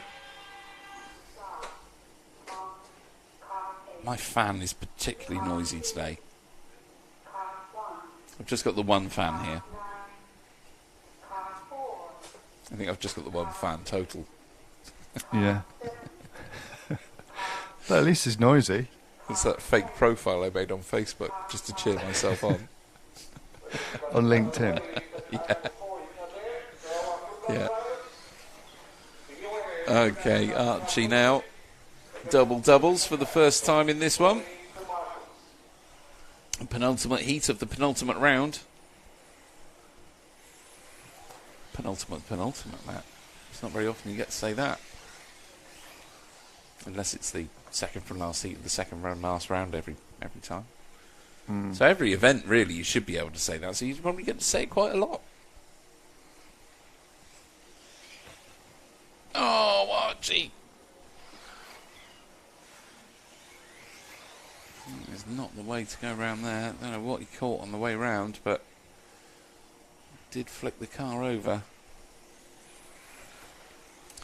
So Koenig takes it up.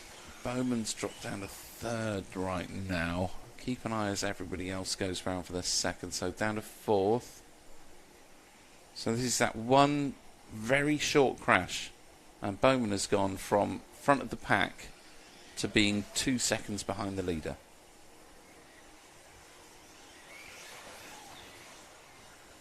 Definitely faster on your wheels. We have seen how quickly this can change though. So let's have a look as everybody else comes through for 3. Bowman up front. And there you go. Back to the front. 1 lap. Oh, not quite. Still Martin's in front by, 0.8 of a second. So not much in it. Archie's definitely on it. Oh, as I say that, catches the switchback. Sorry, I was a little bit annoyed by that marshalling. That's why I had to stop what I was saying. You know, if you're going to marshal a car, marshal it properly. Single double. Up the step up goes Bowman. There is Martins at the front. Bowman back down to fourth again after getting stuck in there. Going to be extra cautious this time, so he took an extra wide line round it that time. Here it comes. Double. Oh, no. Come on, Archie. Pull it together.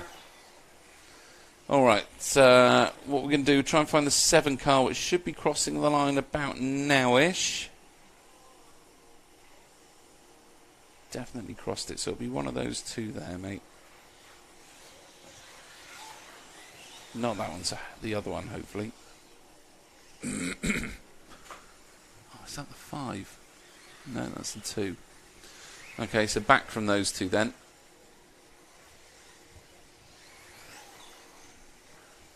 And we'll just hang on. Let's keep an eye on it again. So we want the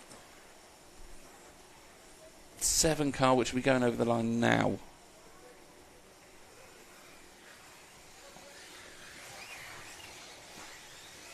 There we are. Okay. So Jonas Martins, when I started to look for this car, was the one running around in front and has then had a blooming disaster. So it's Kai Koenig that is at the front, but we're going to go around with Martins for a little bit. Bowman's got himself back up into second now. We're going to see what Martins can do as they come over the line. Okay, so over and back into second, so 4 seconds off the lead. Not too sure what's happened there. We'll pick up Koenig for the last minute, so we'll watch Bowman till the we'll watch Martins till the end of this lap, and then we'll be looking for car number 1. So I'll check out where Koenig is. Okay.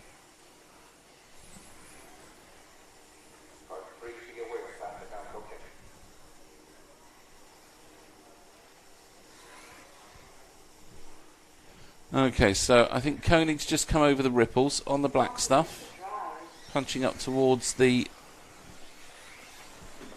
wall of death, and is just coming over the double doubles now. So if we flick on to... Oh no, we're at the end now. It's okay. It's 40 seconds on the clock. So just stick with that one for the time being then.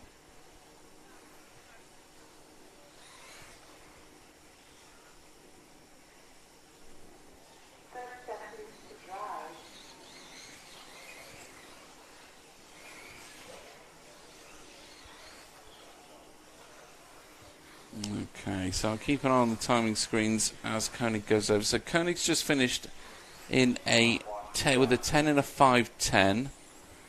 Bowman with a 5.16. So we'll see what Martins does. Oh man, don't want that on your last lap. So you just needed to get across the line clean, really. So Martins over now and stays there with a 10 and a 5.19.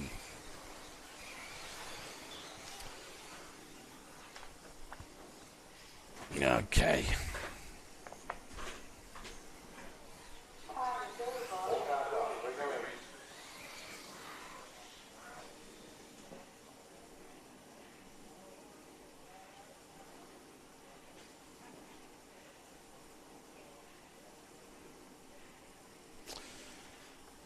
We have it.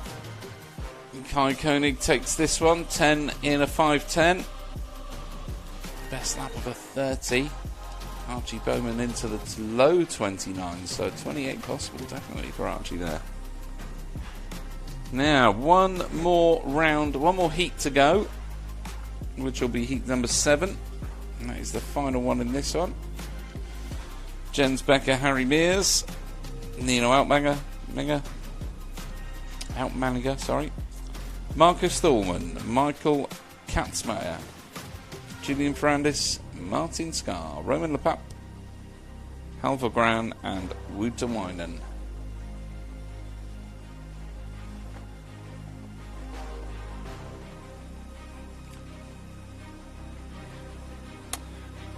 Just remembered, need to apologise. We had a little issue during the Michael Olowski interview earlier, and then when we returned back to it, we cut off the beginning of talking about his new shop.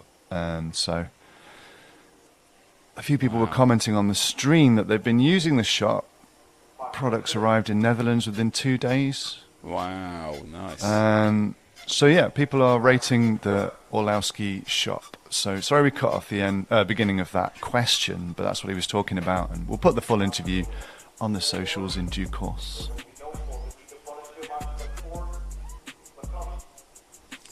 Alrighty, Katzmeyer off the line, please.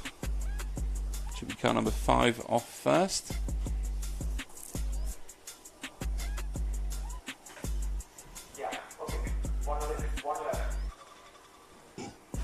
Okay, they're off for a practice lap.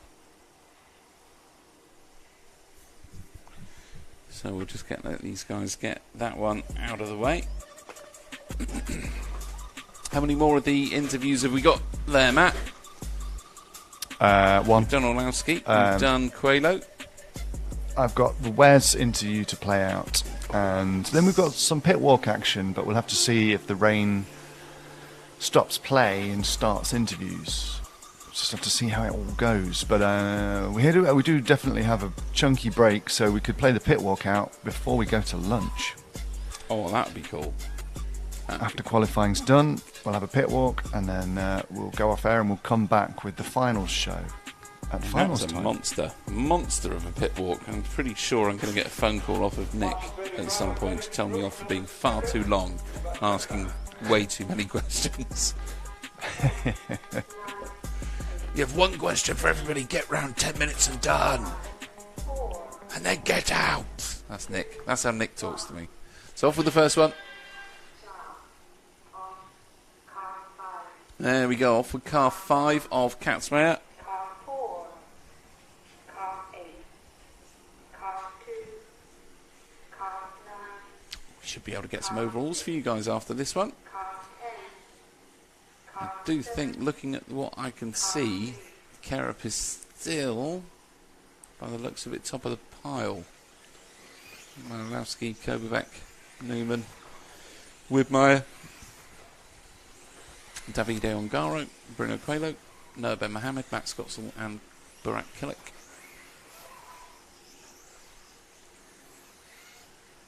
Again, if it keeps up like this, the likelihood is we're probably not going to have any Brits in the A final.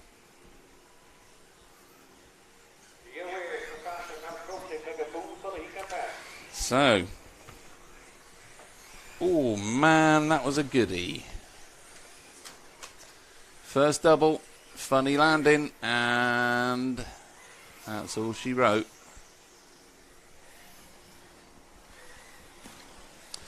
Okay, so we are with Katzmeyer, who obviously had that disaster of a super spin crash on the last lap. So I'll follow all the way through to the end of this one, and then we're going to flick over onto the number 1 car of Jens Becker, who's just crossed the line. So the one in front of that should be the one. Lovely. So there's Jens. So leading us round now, lapping around the sort of 30. So 30.1 was the last and fastest lap from Jens Becker.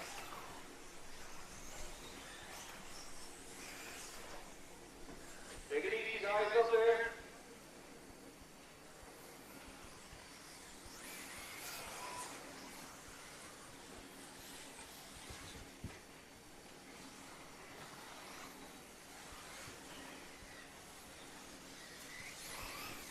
I don't know who the pop along boys are. Super Ruse Matt.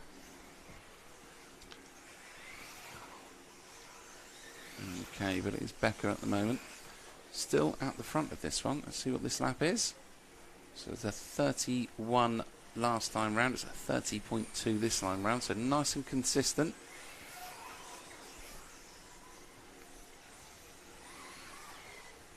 Keeping up that pace, we'll see Jens get a 10 in a 5:02.7. It's about 5 seconds ahead of anybody else on predicted times at the moment.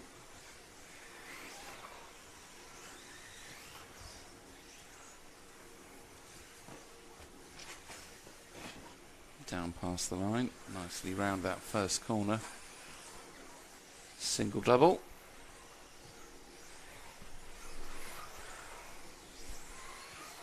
Yeah, nicely round the off camber. A lot of people go really, really wide on that one, leaving it pretty open for the next corner overtake.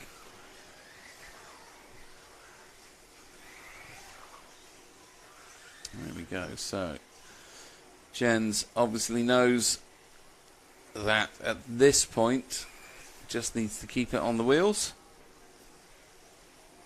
Single double again. Nice landing. A little bit of a front wheel lift, but nothing too crazy. So who's this that Jens is coming up on now?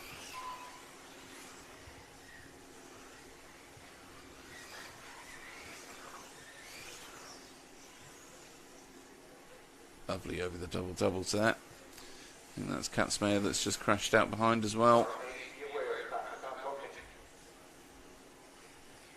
It was. So it looks like Jens is actually on for a really good run here.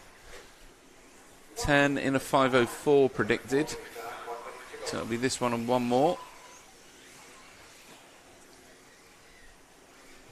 Don't think there's anything really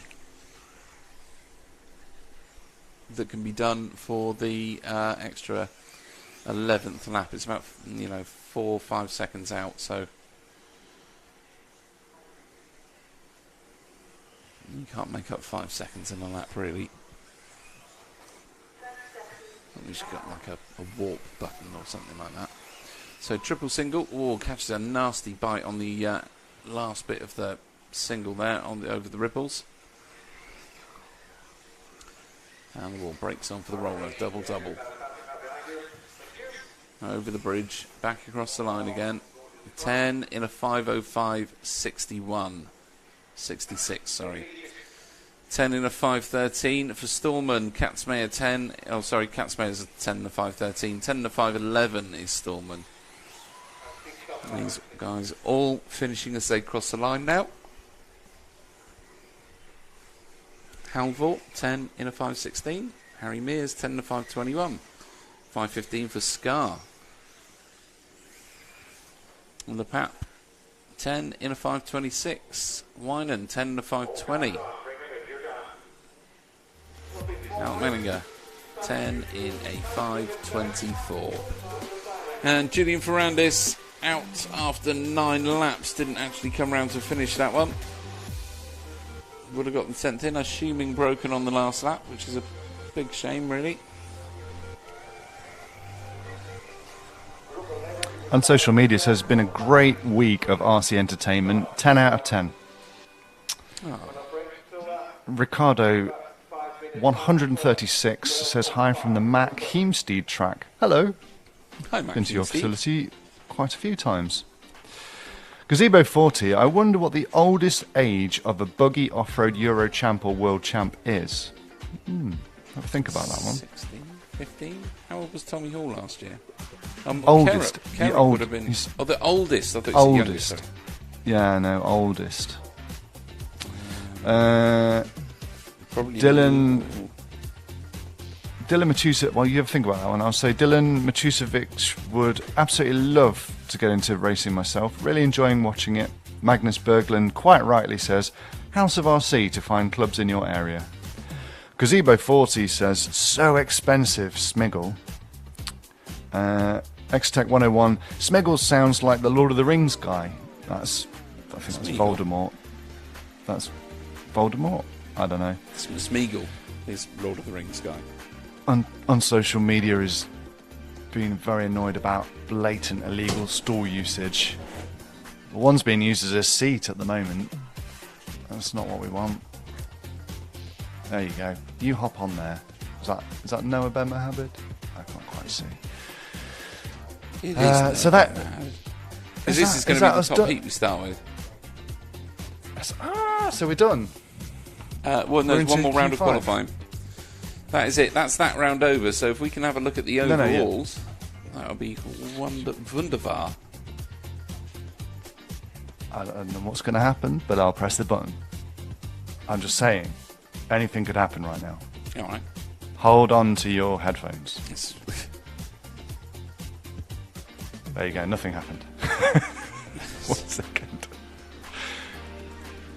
Oh, there they go. Did you see it? Did you see it? So, it's Orlowski is current TQ. Kerr up next. And then we've got Newman with a 4. Joint with Newman is Mika Widmeyer. Then we've got Kovacic, Kilak, Coelho, Ongaro, Noah Ben Mohammed, and Martin Bayer rounds out the top 10. Now, we have not, actually, let's have a look. So 10, 11, 12. So, pole in the B at the moment is Max Gotzel. Then we've got Clement Boda. Then we've got Jamie Hall. Massive congrats to Jamie Hall, crikey. And then we've got, obviously, the People's Champ Neil Cragg. Wow. Look at that for a lineup. Star-studded.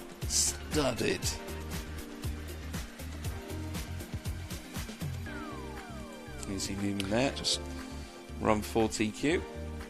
Nobody in the top, what's that, top 14 having any run 2 scores that counted, you'll know. I wonder why that was. Look at them all with 99s and 50s in round 2. Where's that? Marcus Kerrup is 67th in round 2. Oh, 91st. We've got 91 in round 3. Jeez. So looking at the timetable you sent me earlier, 12:09 is when we're actually starting. So it looks like we have a bit of a break. Yeah, we do. Yeah, we got 10-15 minutes or so. So that might give me enough time for a natural break, actually. Yeah, let's get this off the screen. Do you want to get off? There we go. And then let's come back on again. Do that again. And say goodbye to that. Cool. Okay. So should we go to a break and you can have a break and then we'll all come back and we'll get into the final round of qualifying? Sounds should we do awesome. That? Awesome. I'll let you know when we're back so that we can come back in. Okay, great. See you all in a bit. Bye for now.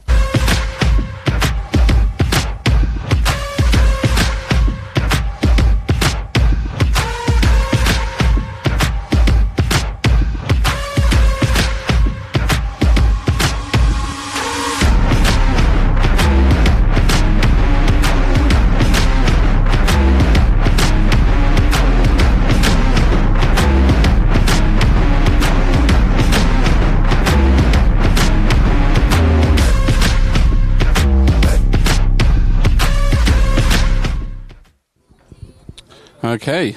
Hi everybody, we're here at the EFRA 1/10th European Championships for 2023 in Utrecht in the Netherlands at the Reco 2000 track. We're here with Wesley van Helmen, two-wheel drive A finalist from yesterday. How you doing, Wes? I'm doing good.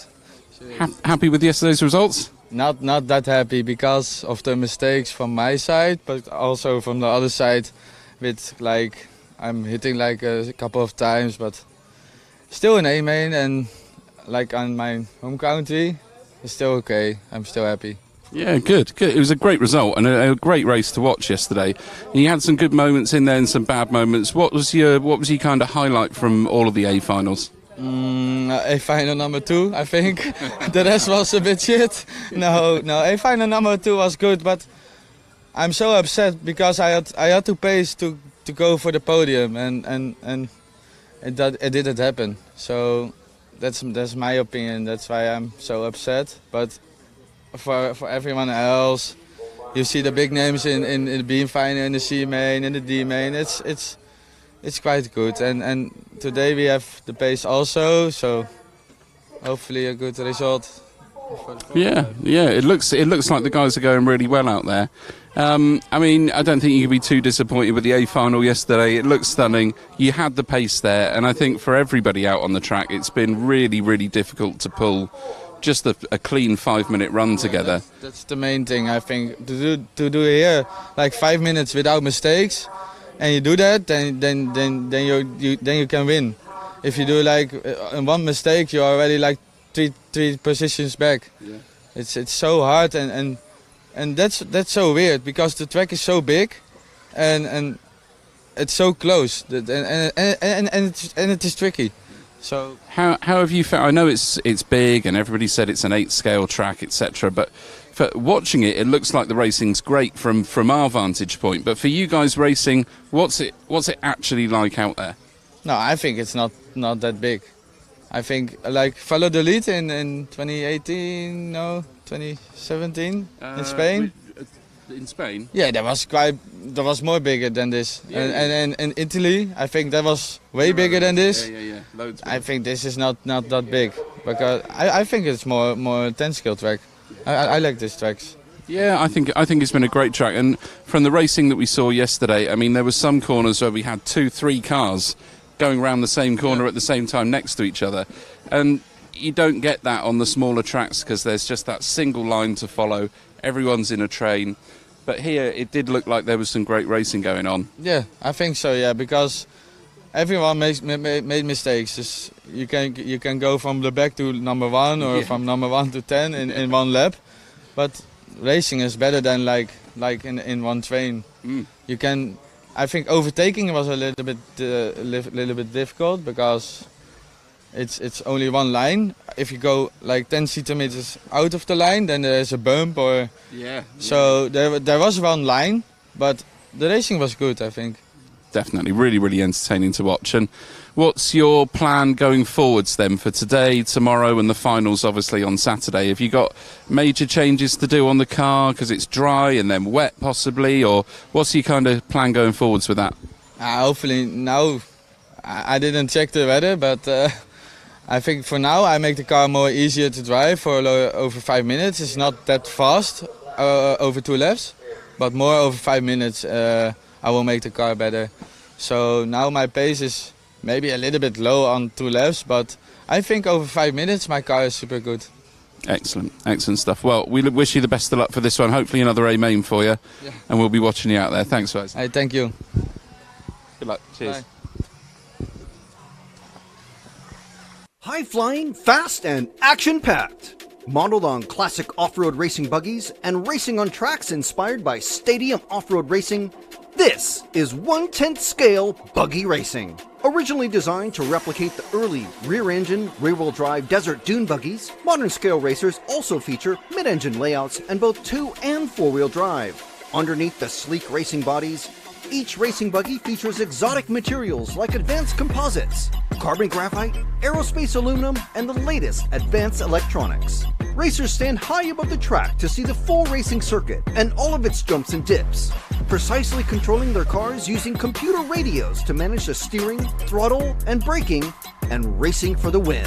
Racing in groups of up to 10 cars for 5 minutes at a time requires excellent reaction speeds and perfectly prepared cars.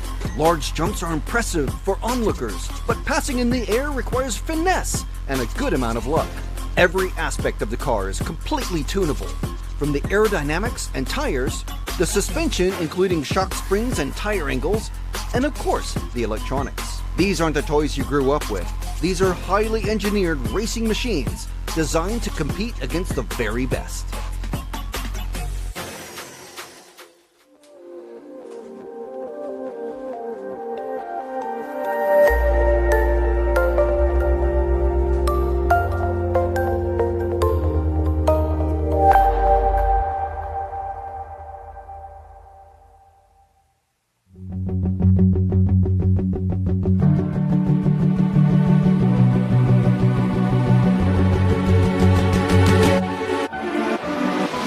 So last couple of corners, Tommy Hall comes through. Down the straight goes, European champion for 2022. What a race, what a championship. That's crazy, man. I can't believe it.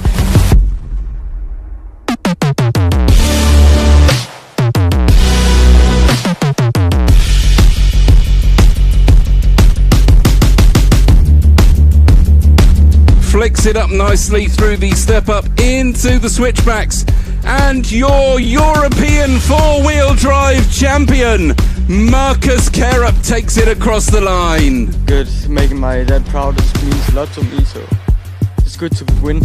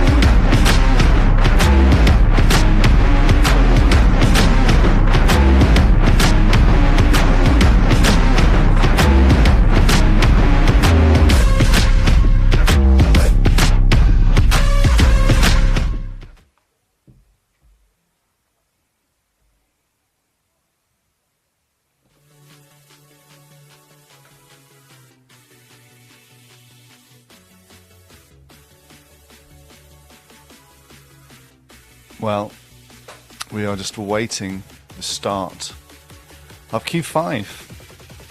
So a quick look on the driver's stand. Noah's very eager. Oh, and there's two-wheel drive champion Marcus Carup.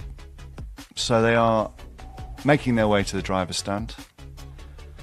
Still a few minutes to go though, so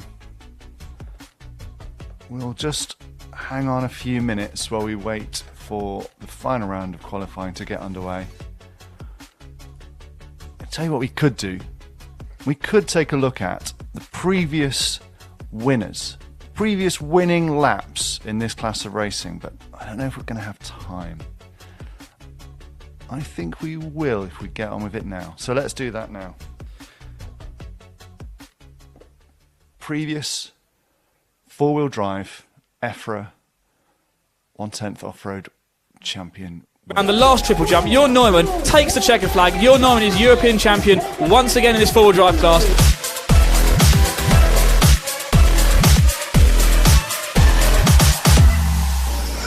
Jorn trying to go on the outside. He likes that outside pass.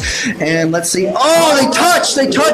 Jorn goes, cuts around David, and now Jorn is in second. So now can he pressure Martin? Oh, David, massive crash. So that is it. Martin Bayer from Czech Republic driving his XP4. It's the new four-wheel drive EFRA European champion for 2013.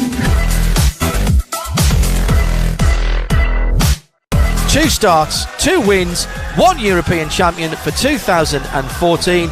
Jon Neumann on the Durango will convert. It's been a fabulous run for him. He just managed to get through and start another lap before the time counted down. And this should be about it for him, I think. Fantastic run from the German. And he is confirmed as European champion for the 10th.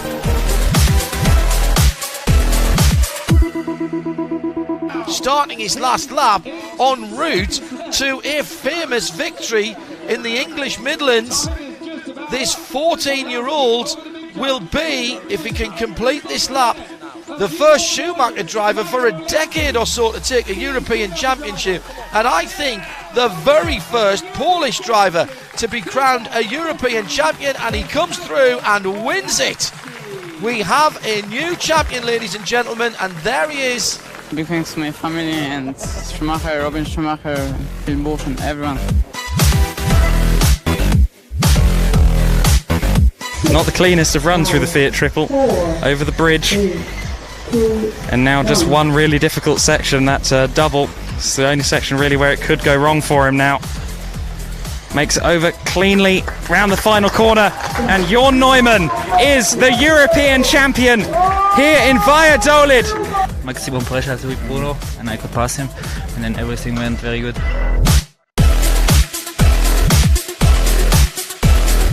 Over the double jump now and the ski jump, coming over to take the win. 2017 four-wheel drive European champion is Bruno Coelho. Yeah, it's a great feeling. I skipped it last year by mistake, so this year I got it, so I'm very, very happy.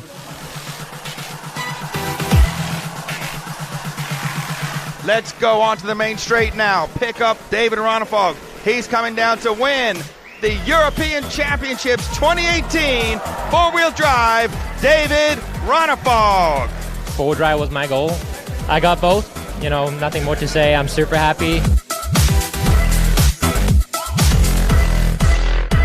And we are with Kovacic as he is about to start his victory lap for this third A final, taking the win. But David Ronefalk wins the 2019 four-wheel drive buggy European Championship.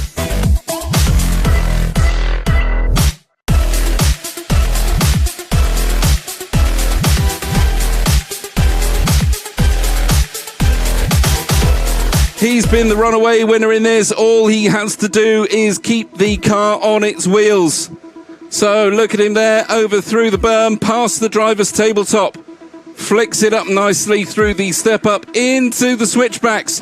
And your European four-wheel drive champion, Marcus Kerup, takes it across the line. It was so good. Making my dad proud means a lot to me, so it's good to win.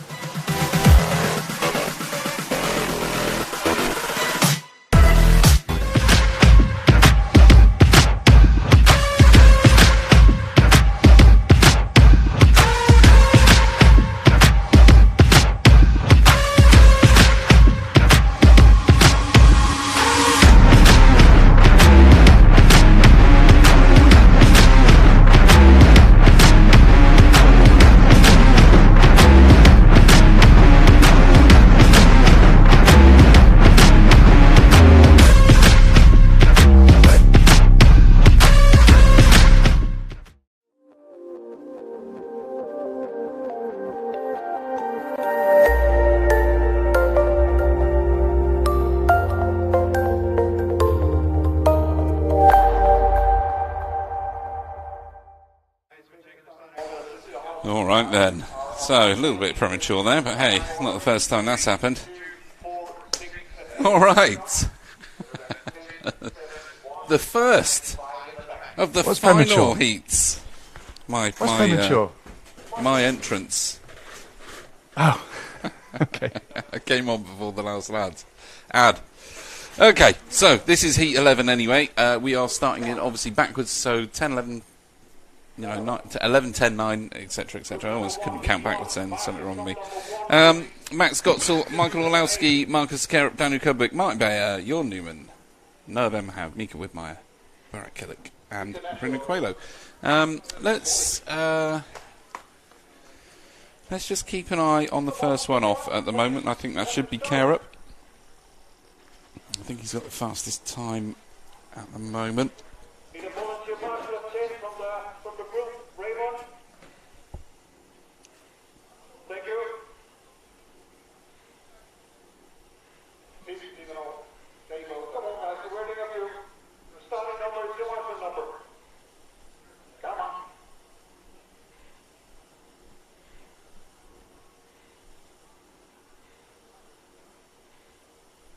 Marshal training, driver's ready. You can take it one lap.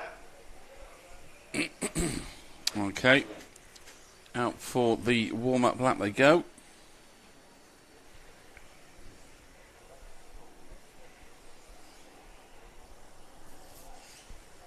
Had a few people come through on social media. Can you say tumble wumble? Tumble. I know tumble wumble for us all. I mean, I can. I'm pretty sure I just did. But I might be able to fit it in somewhere. Do you mean rather than the ripples, call them the tumble wumbles? I'm not doing that. Okay, I might do it once. Not during this heat.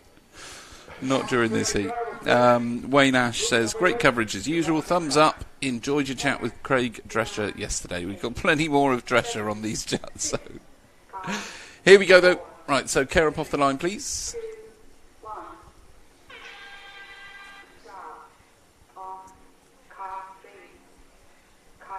So Carup takes us off. We'll keep an eye on these guys as they go round. And as per our request last time, what I'm going to do is I'm going to try anyway. I'm going to try and focus on the one who's in front on whatever lap it is. And we'll just see how that goes.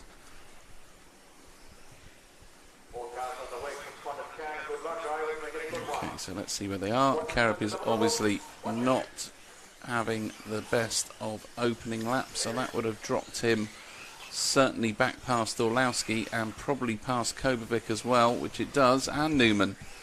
So it's Orlowski, so 2 cars forward if he can to Orlowski. There he is. So Orlowski currently top of the pack after 1 lap. Doing a 28.021. That is a quick opening lap. Orlowski does not want this one to get away from him. I think Michael's already got a TQ in 1 round, hasn't he? So with a TQ here, I think he's secured the TQ for the event. I think. It's Coelho, though. Coelho's gone top of the pack after 2 laps. We'll stick with Orlowski for a minute. We'll just stick with Orlowski for a minute. So Coelho did a 28.2. 28.6 for Orlowski on the one before. So it comes through again. See him at the top. Carup goes second. Kovacic goes second. Carup third. We'll just see what happens when Coelho comes across the line. Because if Coelho doesn't get back up to the top. So Coelho back into third now overall. So we'll stick with Orlowski. I knew that was the right thing to do.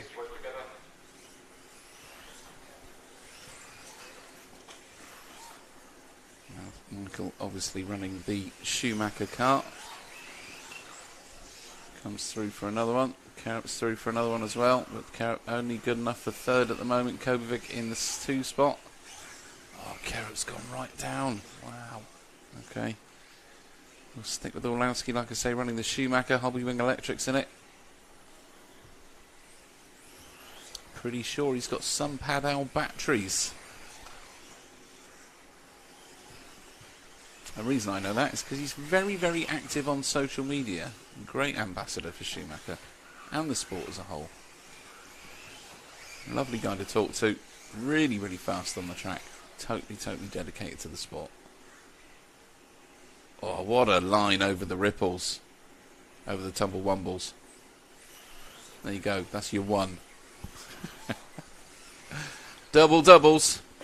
Over the bridge. Punched it down for another one. So 6 in 2:49. Kovacic 6:2:49.5. Half a second between the top 2. So we'll keep an eye on it. Too sure where Kovacic is compared to Orlowski. Actually, Kovacic is the car not far behind Orlowski. So Orlowski's just been round the wall of death. Kovic's just been round the wall of death. So there's Olowski across the line, and there's Kovic across the line. So Kovic just behind Olowski at the moment. Olowski's just pulled out about 1/4 of a second on that last lap. You can see them both in the picture there. So it's that first car over the ripples and the second car over the ripples. That is Olowski and Kovic. So we'll try and keep an eye on both of them just to see what that gap's like.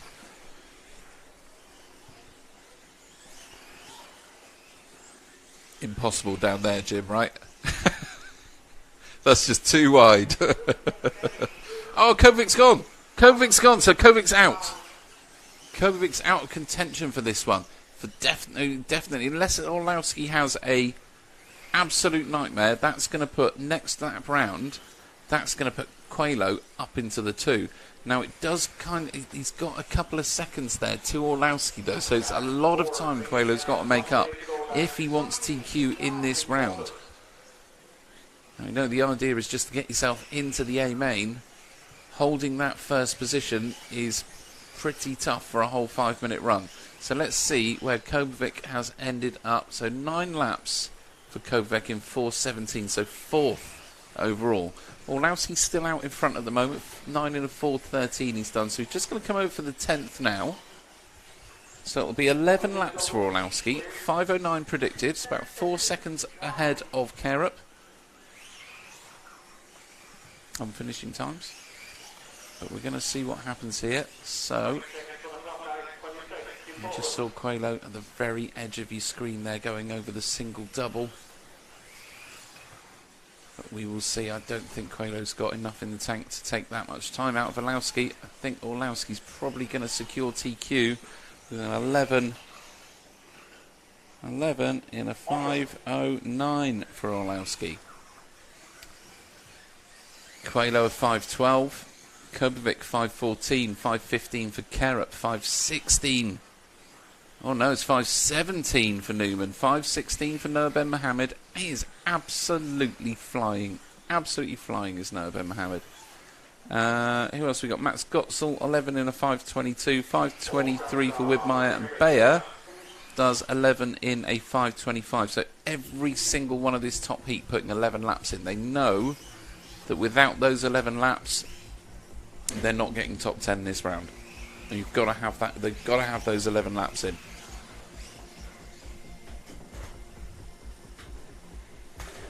Okay, you see the guys just checking out their times. Lovely camera position there, just under the timing screen. So we'll see these guys, how happy or disappointed they are with their finishing times. Noah Ben Mohammed not looking like he was too worried. Kirik has a quick look.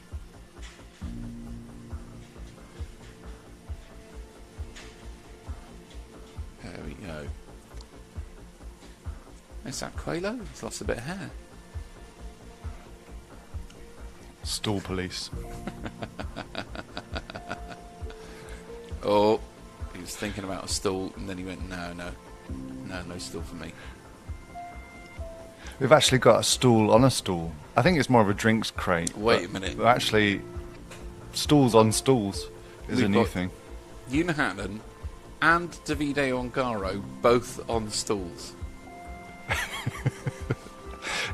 I'd go so far as to say it's unsportsmanlike. I'm going to say it. I've said it. Sorry. Sorry, but it is.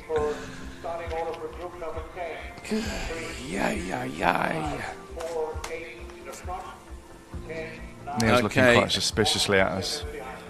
He would be. And Landon there, look, Landon had a little side glance at us too. You don't give us side eye. Almost as bad as the side boob I was giving everybody in the pit walk video yesterday. Oh, you're too hard on yourself. I'm not. I saw that video. In fact, maybe I'm being a bit hard on myself. Maybe I should be a bit harder on you on getting me a very, very small t-shirt. What size are you, Matt, before the competition? Oh, I'm a double XL, Matt. Double XL in pretty much everything, because I'm just a disgusting fat body. No, XLs and larges, that's what we've got here. One double XL shirt. I sent double XL.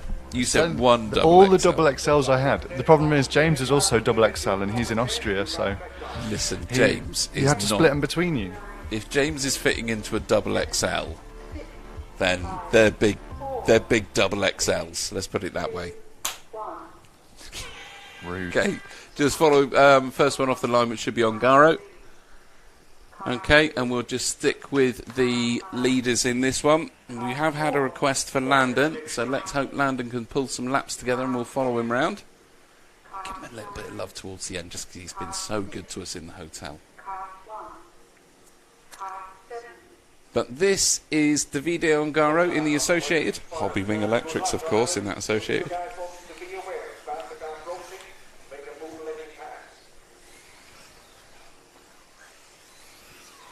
Clean opening lap of a 28.5 from Ongaro.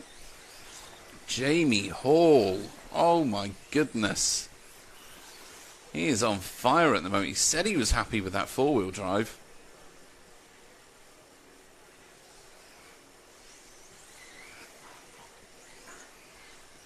Okay, so Ongaro up to the line, and then we're going to drop back to Jamie Hall. So just go back a few cars. I think that's Jamie Hall there. It was. Yes, it is. That's Jamie Hall there.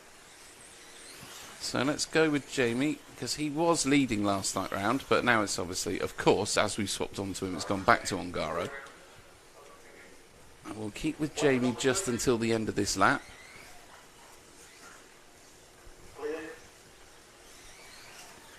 So he is looking very comfortable in that car right now. Now I know he's running the Reedy electronics in the Associated there.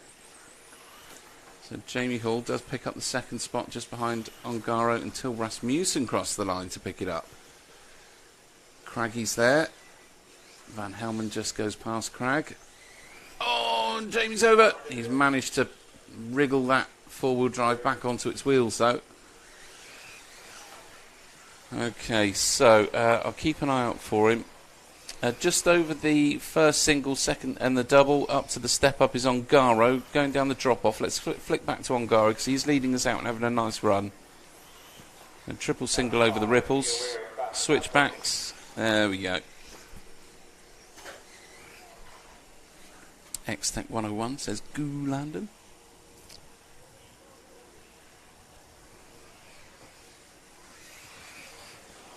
I think we've got to get Pecco on at some point. So we'll just give Davide another lap or two, because we know just how consistent Davide is. What a line through there to get past the cone of justice.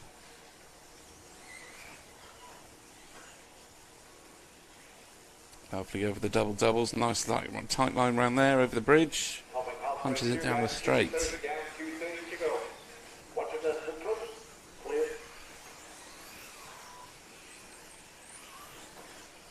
Okay then, so round the off camber. Oh, Tommy Hall putting in some laps.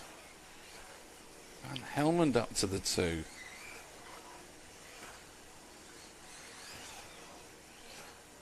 So Landon, Ivan and they're having a bit of a battle a bit further back down the field. Let's just, shall we just pick up who have we had the request for? I think it was Landon. So there's should be a bright orange car on the track somewhere. Let's see if I can find him. Just gone down the end of the second straight. First single and the double. There he is. So this is Landon. We've had a request for Alexander.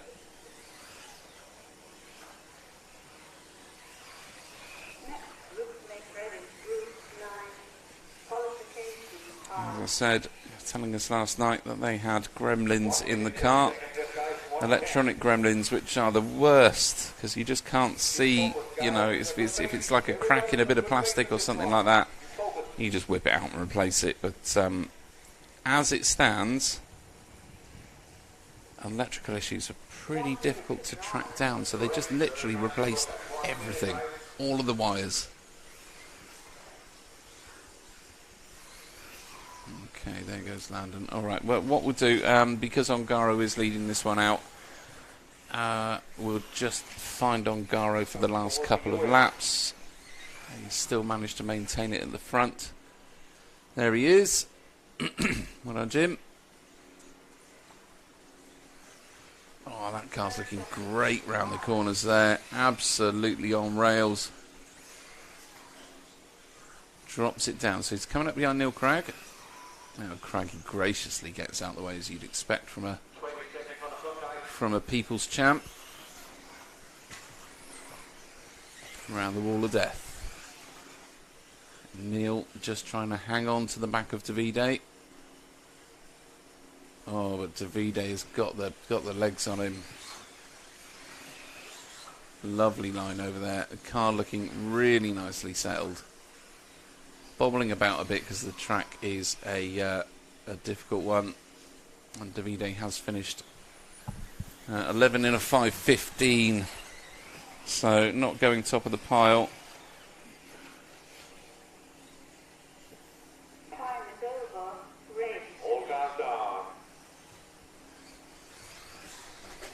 Rasmussen 11 in a 5:20, 11:5:21 for Tommy Hall. Pekka Voivinen 11:5:23, 5:26 for Boda. Van Helmond 5:26, 5:26 for Landon. 10 in a 5:04 for Craggy. Hatton 10 in a 5:12. 5:13 for Jamie Hall. So after a blistering start from Jamie Hall, he's dropped back, lost that 11th lap. Car does look good though. See those guys just checking the scores.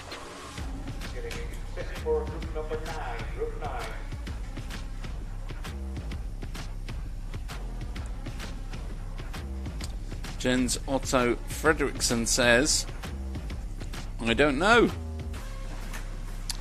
Superoos Matt, do you know what turn motors they're using? Now, I would agree with Coro there, normally 5.5 turn, normally. But I don't think these guys are pushing it that hard here. There aren't the straights that they need it for, and the four-wheel drives generate so much more forward drive. And we'll try and get Olowski in. We'll find out off of him in a bit. See if we can get him in after the after we've done these next couple of heats, maybe.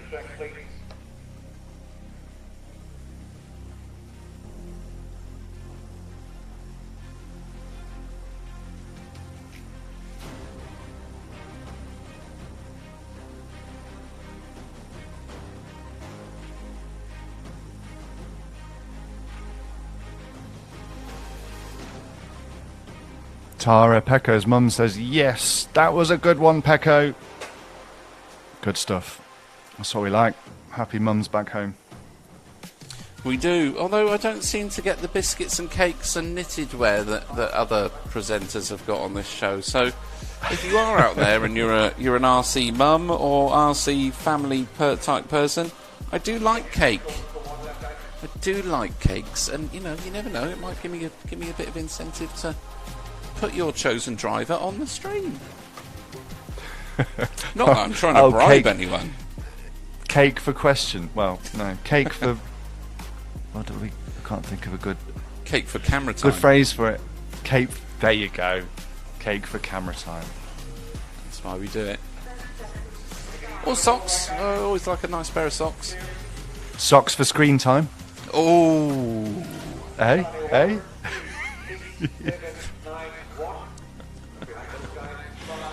Lee Martin gave us a bit of side eye there. Did you see that? Yeah, he didn't appreciate my gag at all. He didn't. He almost spat on the floor. That was the only thing that look was missing.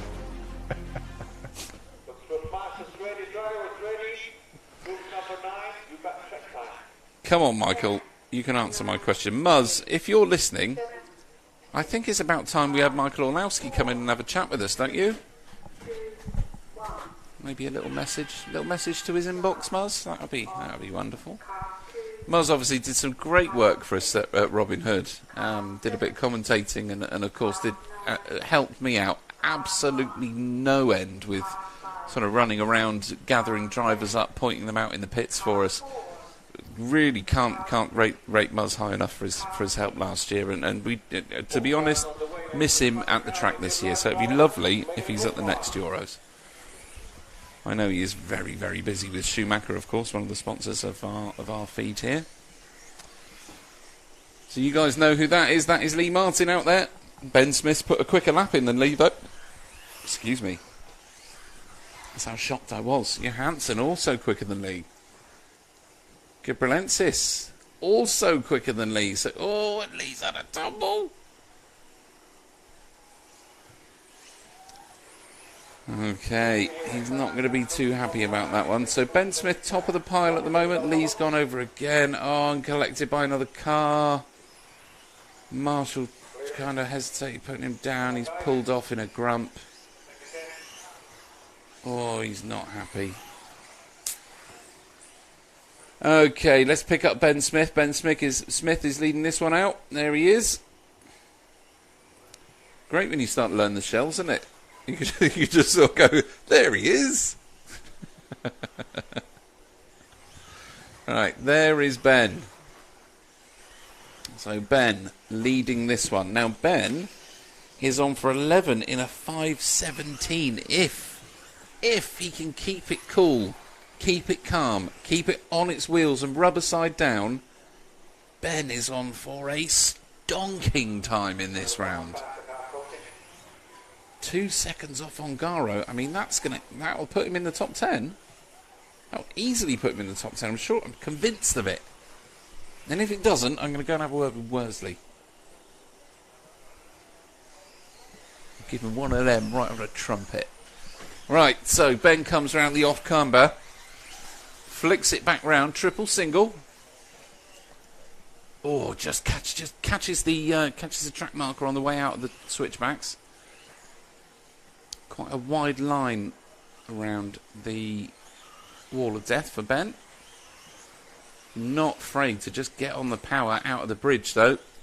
You see a lot of drivers, they come out of the bridge, they absolutely power it up to that first kink, and then have to let off and power again, and it's like 0.2 of a second every lap that they lose out on the guys that can just power through.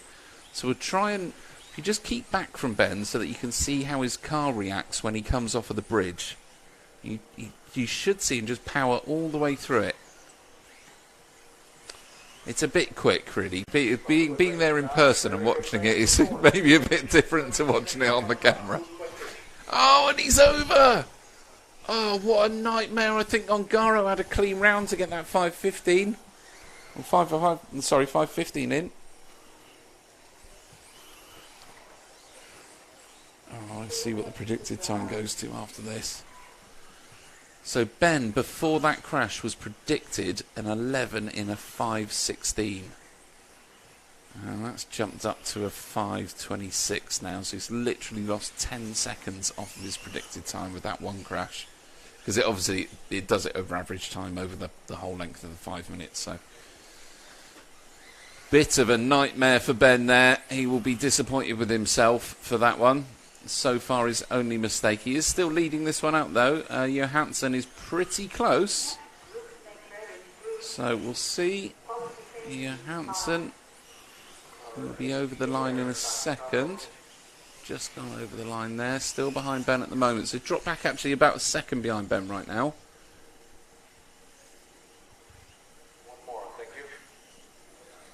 That's him, the green and white one. The one in front of them. There he is, round the wall of death. That's the single out to avoid the marshal, which is sensible driving. So Ben still at the top. Literally about a second ahead of Johansson at the moment. So he's going to have dropped himself down in the overalls.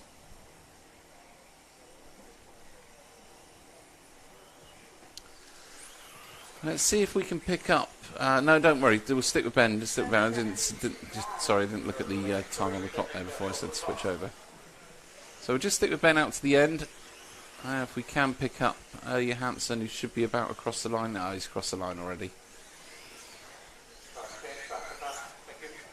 So last lap for Ben. He's going to want to make sure this one is as clean as possible.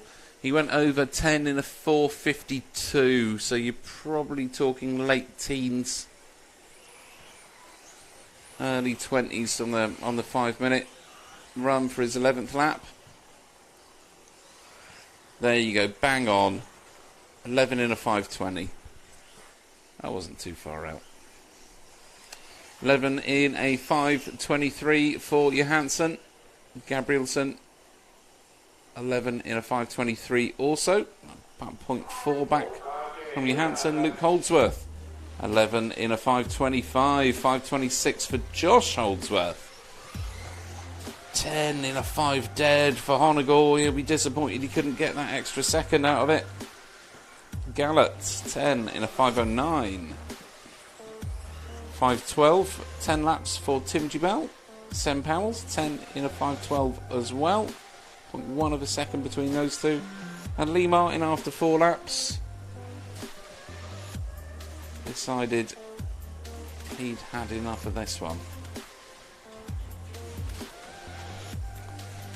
There we go. So hello to all of you tuning in and getting involved in the stream. Thank you so much for all your likes and comments. Really spurs us on to do these shows for you guys. We love it when you get involved. Tell us what you're doing, where you're racing, who you're with. And don't forget, whilst you're doing it, like and subscribe to the YouTube channel, and every single time we do some content or release a live stream, you're going to get notified. Ding You're dong. just going to get notified. Ring my bell. Whilst you're doing that, you could have a look at the bottom of the screen and you could go, oh, these guys are clearly, they're bringing this. It's like it's in association. It must be with Schumacher Hobby, Wing X-Ray, Rogo.eu and S-Works. My God, they're like professional TV peoples. That's been the best joke of the week. And EFRA. Of course. Go to EFRA.ws. Why don't you? Go and check out their website. Find out there's more classes to RC racing as well. There's large scale touring car is on right now. You can go and watch large scale touring car if you want. I would, you can. It's on. You can. You could be it's one the of European Championship. They're crowning 2 champions today, so we've done 1 already. We've done 2 in a week. They're doing 2 in a day. Easy. So Easy. Formula 1 and touring car for them. Yeah. Yeah, you could be one of the 6 people watching the large scale. That'd be awesome. Join those guys. No. I joke, of There's course. A few hundred. I joke, of course. The large scale is massively entertaining. All the races that I've watched on the large scale, they have been awesome. And it's because they look so, they look so much more realistic than the other, literally any other class, especially if you've got the on-road ones. The shells look like BMWs or Aston Martins or, Alfa Romeos, that sort of things, Audis, all kinds of stuff. But, yeah, they are great fun, and I joke, of course. And 10th off-road, clearly the Premier class, but there are other classes out there that are incredibly popular. What's the other stream we've got going, Matt? There's one in Austria. There you go. There's also one in Austria. Touring car, electric touring cars in Austria. Now that will be thrilling. Obviously you don't turn us off to go there if you're already here. Stay. Enjoy the time we've got. Apicora says, Haiva Jamil. There you go. Alright, so we're on to heat number 8 now.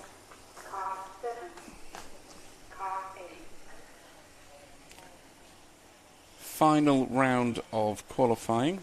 Oh, that's not the right sheet. That's the one. Okay, so we're going to stick with Loudenbach on this one, who is leading us out in the one. Oh dear, the Weird's gone top of the pile after 1 lap. But we'll stick with Loudenbach for a couple of laps. We can see how quickly this changes at the beginning. So we need a few laps under our belts really to be a bit more confident about who we're going to follow.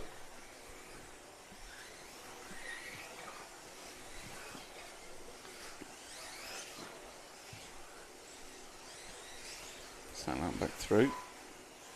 It is. It's Peters that's taken up the front to Weird. Oh no, it's Hamers. Hamers through. Crikey. Nowhere. So Rick Hamers in the 10 cars leading this round in this one. And as if by magic, we put the word out there, and look who's here with us. Only flipping Michael Orlowski. Let me just I was going to say Paul Worsley then. It's not Paul Worsley, no. It is the one and only Michael Orlowski. How you doing, bud? I'm alright. Yeah, going well today? Yeah, it's quite cold today out there. It is. Uncertain with the weather. The forecast keeps changing all the time, but we've been going strong in all conditions this week, so I'm just keeping an eye what's going on out there, and then I have everything prepared to change over to the wet conditions or to dry, so excellent. Just waiting to see what's going to happen. Good stuff. And as far as overalls go, have you now TQ'd four-wheel drive? Yeah. There you go. Congratulations. So there you go. Michael Orlowski has TQ'd this portion of the event, and I'm guessing that must give you quite a lot of confidence to push through for the win. I know it's a very difficult track, and it's going to be on mistakes. You know, we saw that in the two-wheel drive, but you know, you're looking solid out there from what we've seen of the car going round. Really looking good. What have you done to kind of improve it then over the week? Yeah, it's been going well. Going to the last round, there was 4 guys that could TQ. So it's really a good confidence booster. The last round that I had a clean run, just drove away from everyone. So that was really cool. My car felt nice. We've been changing small bits here and there because of the changing track conditions. Yeah. After the rain, the track feels different every single time. To be honest, we didn't really find any magic in the setup. What we came here with was really good from the beginning, and just keeping an eye on what's going on out there and following with what we've learned over the past and with using our experience to get the car to the conditions and get it right for the wet, for the dry, or in between. And this track is really big, so there's a bit of elevation as well. Yeah. So certain parts of the track are staying wet a little bit longer than the others. What's staying wet the longest out there? Usually it's the lower part of the track on the right side at the end of the straight, but then the inside of that hairpin gets dry the first. So going through there, going really tight, you suddenly get loads of grip and loads of steering. Right. Okay. So if the conditions are mixed like that in the finals, it'll be very difficult to race. Yeah. But you know, in those conditions, that's when the drivers matter the most, and the best driver is going to win. So yeah, I'm looking forward to it. Tour dry finals, there was also lots of rain in the forecast, but at the end it was fully dry.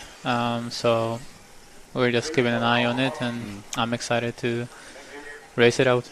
Yeah, I think it's great that this morning we've managed to get through at least up until now without any rain. Yep. Because I think it's made these couple of rounds of qualifying just what they should be, rather than the mixed up rounds we have had in the past. I mean, we had who was it? It was Sylvan Gallo Selva from Heat 4 that TQ'd round 2. I mean, you know, you can't kind of deny the power of a rain assist with something like that, can you? Yeah, I mean, he got lucky, and a few guys got lucky, but that's how racing is, and that's how the format works. And I'm glad they didn't cancel that round for whatever reasons, as I heard some people talking about it. So we're racing outdoors in Netherlands, where everyone knows that the rain is a common thing at this time of the year, and it's very it keeps changing the weather here. So we look at the forecast, and then in 20 minutes it's already different, and there's some new clouds appearing, some rainy clouds. So it's how it is, and basically us drivers, we need to stay on top of the conditions and be prepared for all the conditions out there, and that's how the racing is here. And I enjoy it. It's an additional factor and then a challenge, but I think the best guys are still the top 10. I mean, it is not all the best guys that are here, so it didn't really mix up the field, I would say.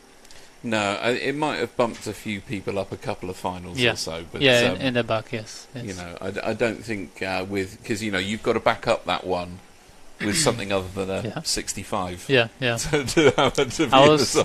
was hoping that there would be another round like that, so we would see some funny names in the top 10. But it would have been funny. I mean, it would have skewed the results a bit, but it would have been for comedy value. Yes. Many clips would have come out on that one.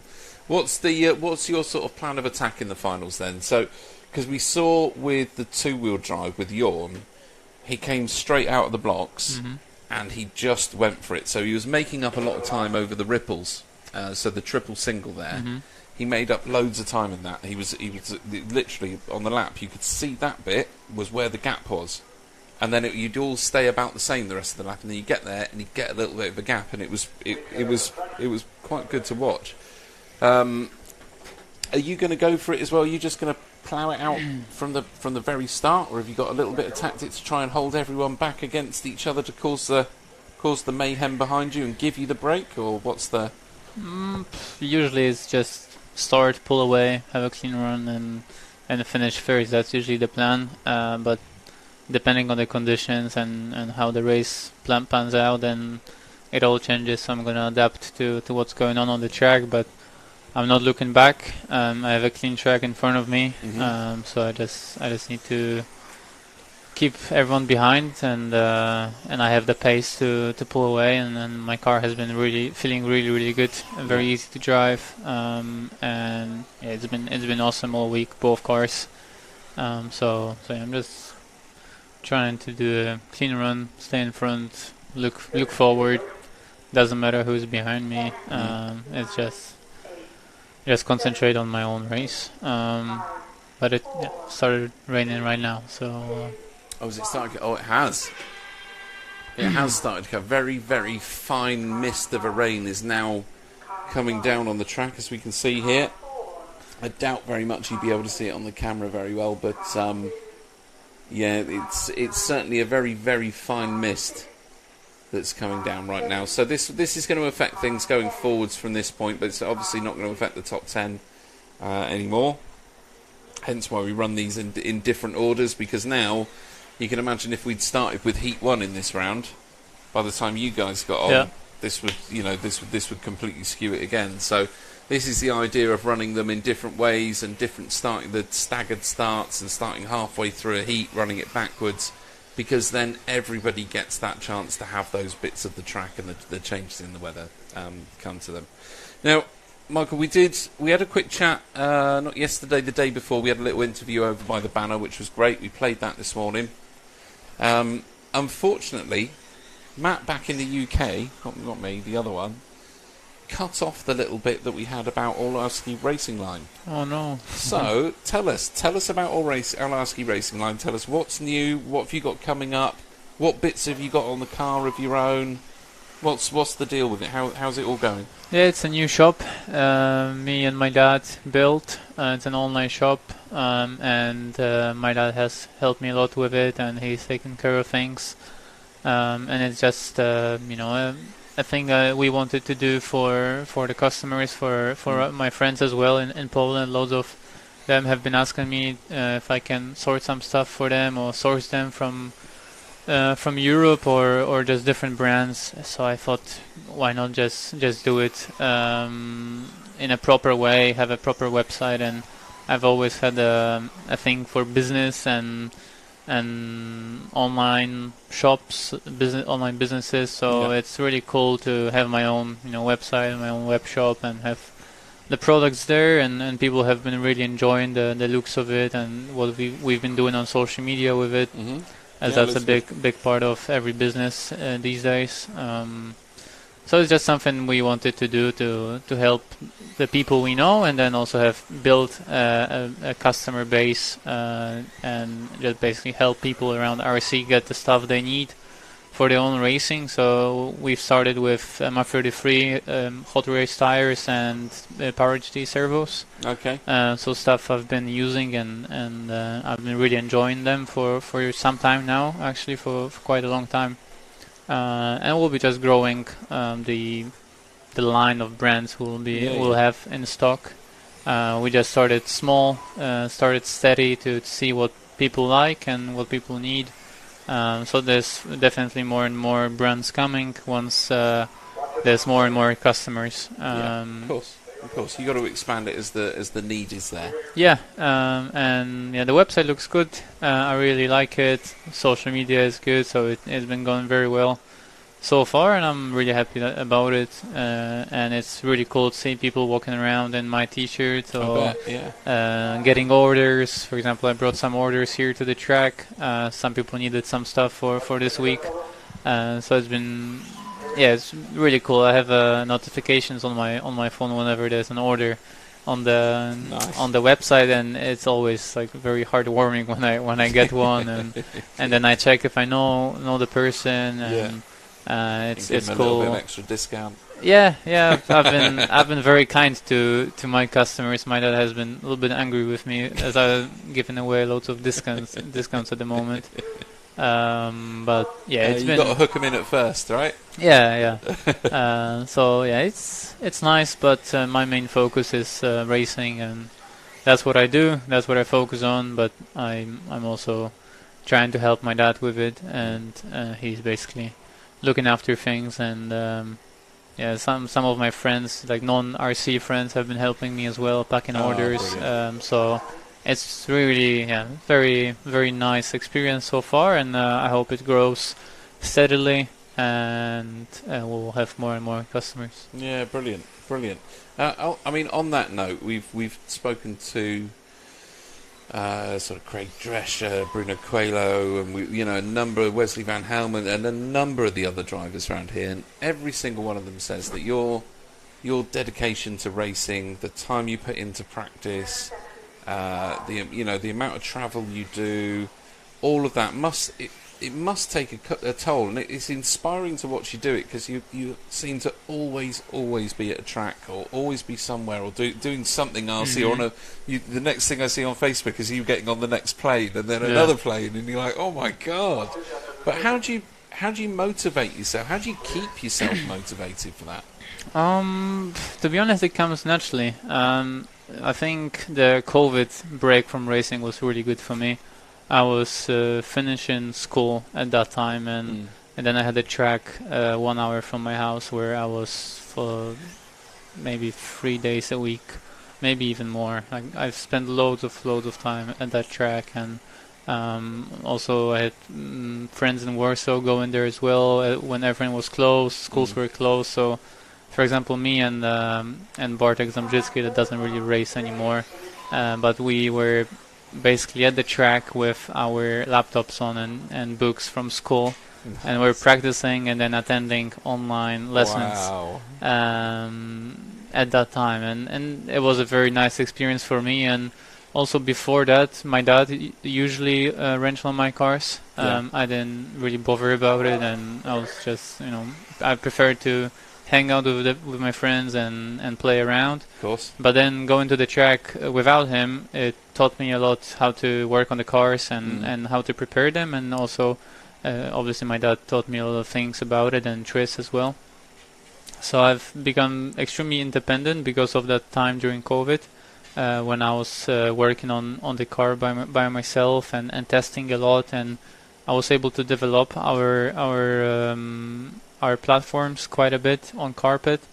And also myself, I've never practiced in my life because I always attended school in between races. So I would come back from a race on Monday, go straight to school from the airport. Monday, Tuesday, Wednesday, Thursday I was at school, and then I was picked up from school on Thursday to go to the airport to the next race. When the guys I was racing against, they were practicing during the week or going testing to these tracks.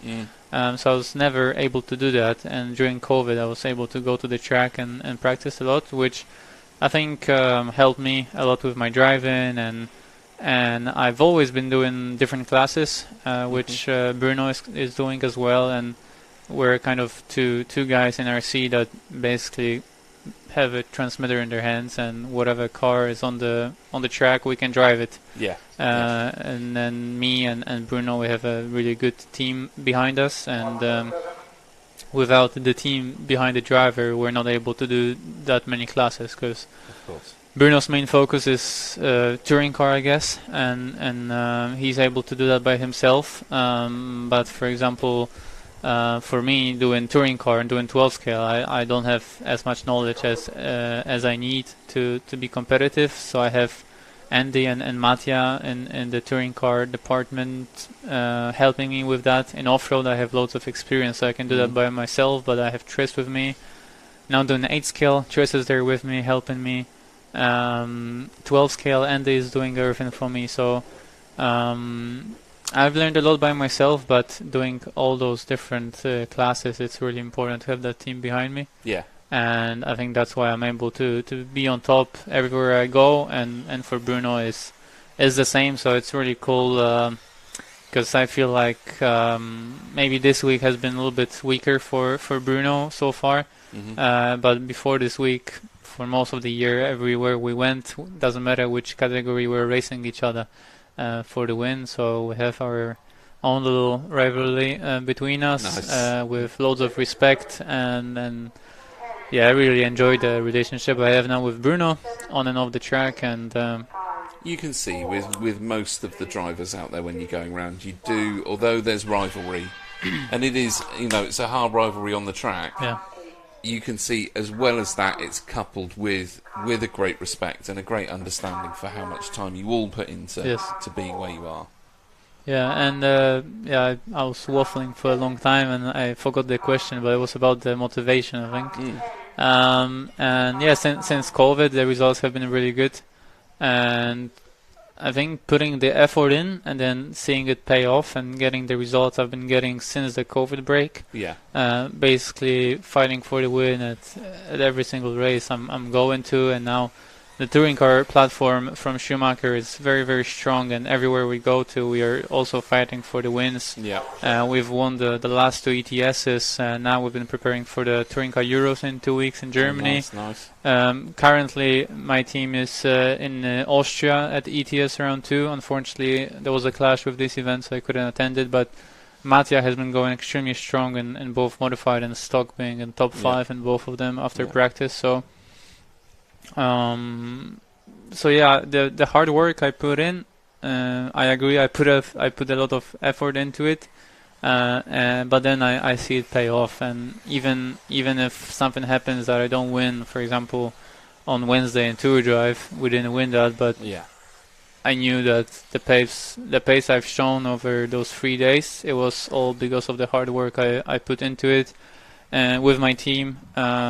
I mean, me and Daniel, we worked really hard for this event, and for him it's been paying off as well here, and he's been going very, very strong. So I have a lot of passion for the sport. I've been doing it for a long time, but still driving around different tracks, traveling around the world, it can get tiring, all the flights and drives around Europe, and not being at home most of the time. This gets really tiring, but then getting the results and showing the speed we have in our products, and then seeing how many customers Schumacher has right now, and how many people I can help at the track. I mean, now we're one of the biggest teams, the best maybe as well, but I want to say biggest teams at the 10 scale off-road races we're going to. But when I joined at the end of 2014, we were maybe 2 or 3 guys sent by the factory to the events, and since then we've grown a lot. We have a really good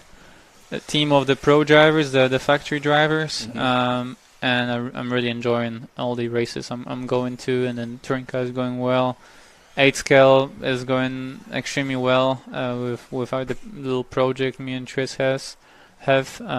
12 scale, our platforms are very strong, so all the hard work we put into it, then we see the results, and it motivates me even more. For example, like winning a race motivates me a lot, and then losing a race as motivates me, I think, as much as winning. So Of course, yeah. I always have this in the back of my mind that if I'm the fastest at the race, or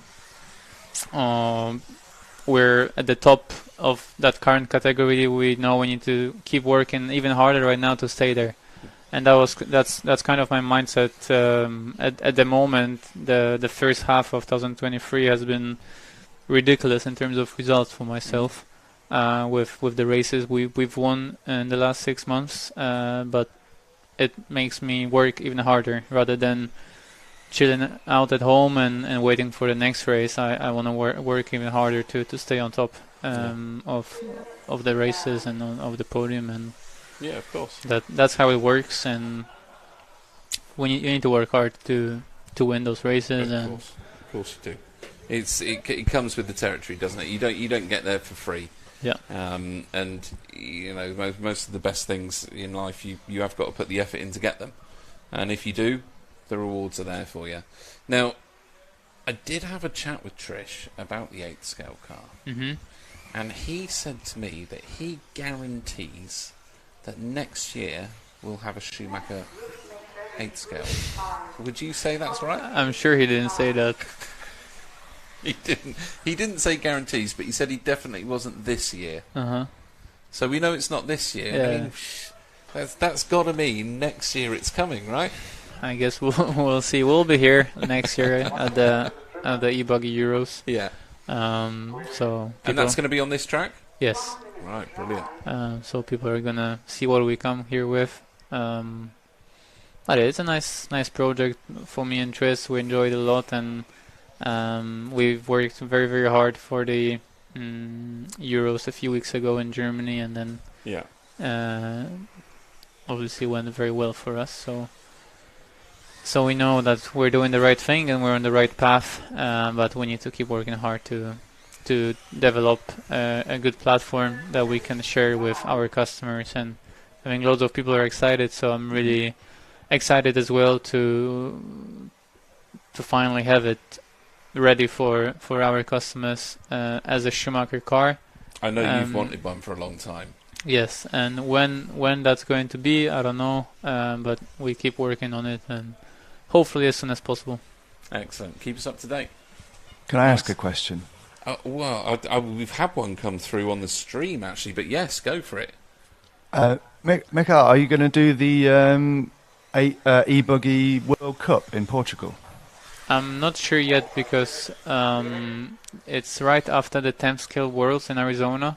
I think is the weekend after, so we'll probably come back from Arizona probably Tuesday, and then Wednesday we'll have to fly out to Portugal, where the car where the car I run at Germany is now retired, and it's really difficult for us to make the parts to make basically a replica of it. So I have something to race with, because it was a one-of-a-kind car. So we are working hard to build another one, but I don't think we'll attend that race. That's a shame. Okay. Shame.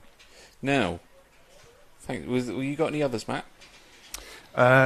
Just people on the stream are saying they're looking forward to seeing Americans watching are looking forward to seeing Michael in America for the Worlds. A question. I don't know if this is the one you were going with, but has Mikael been standing on a stool on the driver's stand? And please, you've got to be honest about this, because this is a serious one. We've had a number of drivers, just to fill you in on the story here. We'll just flick over onto that. There we go, onto that camera there.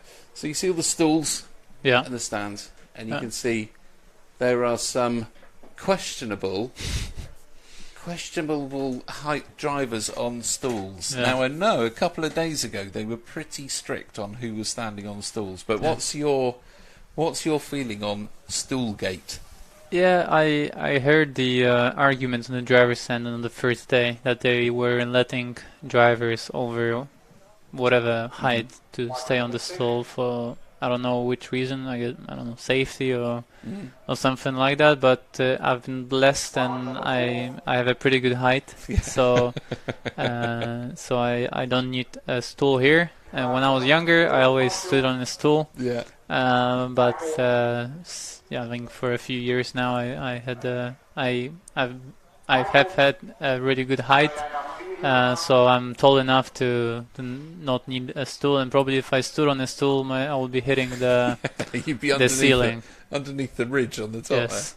So yeah, I'm not using one, but I think probably more than half of the top 10 is on one. Yeah, it does look like So it. if someone takes me out, I can just kick the stool beneath him. And They're easier to push over the railing when they're on a stool. no, I wouldn't do that. just kick them off it. Yes. Okay, nice. Well, there you go. There's your answer on Stoolgate. Just kick them off, Michael Orlowski says. Current TQ at the four-wheel drive EFRA 10th Buggy Euros 2023. A joke, of course. Don't do that to anyone. What's the plans next then? Where are you off to after this? I'm going to Italy next weekend. Yeah. So I think on Thursday I'm flying to Italy to prepare for the Touring Car Euros in Germany, which are in the following weekend. So they start, I think, on the 2nd of August. Yeah. So I need some time to prepare with the team. Hopefully they will wrench on my car and get it ready for the Touring Car Euros, as I don't have too much experience with that. Nice. So you're not too confident for the win there, then? I am. Oh, you are? Okay. I am, yeah. Always more confidence on working on the car. Yeah. I can work on the car, obviously, but making sure it's all perfect, which is very important in touring car. I prefer to give that to Mattia or Andy, and they can do it for me, and then I can just work on it during the race. But yeah, I'm really confident actually for it. We've been going very strong in touring car recently on carpet and tarmac. Yeah, I was there testing at the same time as Ronald and Bruno, together with the X-ray team, and we could compare our lap times. But obviously in touring car, like here, I mean, it always changes from testing or the warm up to the actual race. There's always something different. And everyone is working behind the scenes to get faster. So we'll see how it goes. I'm full of confidence, but I also know that I guess Bruno or Ronald are probably the favorites.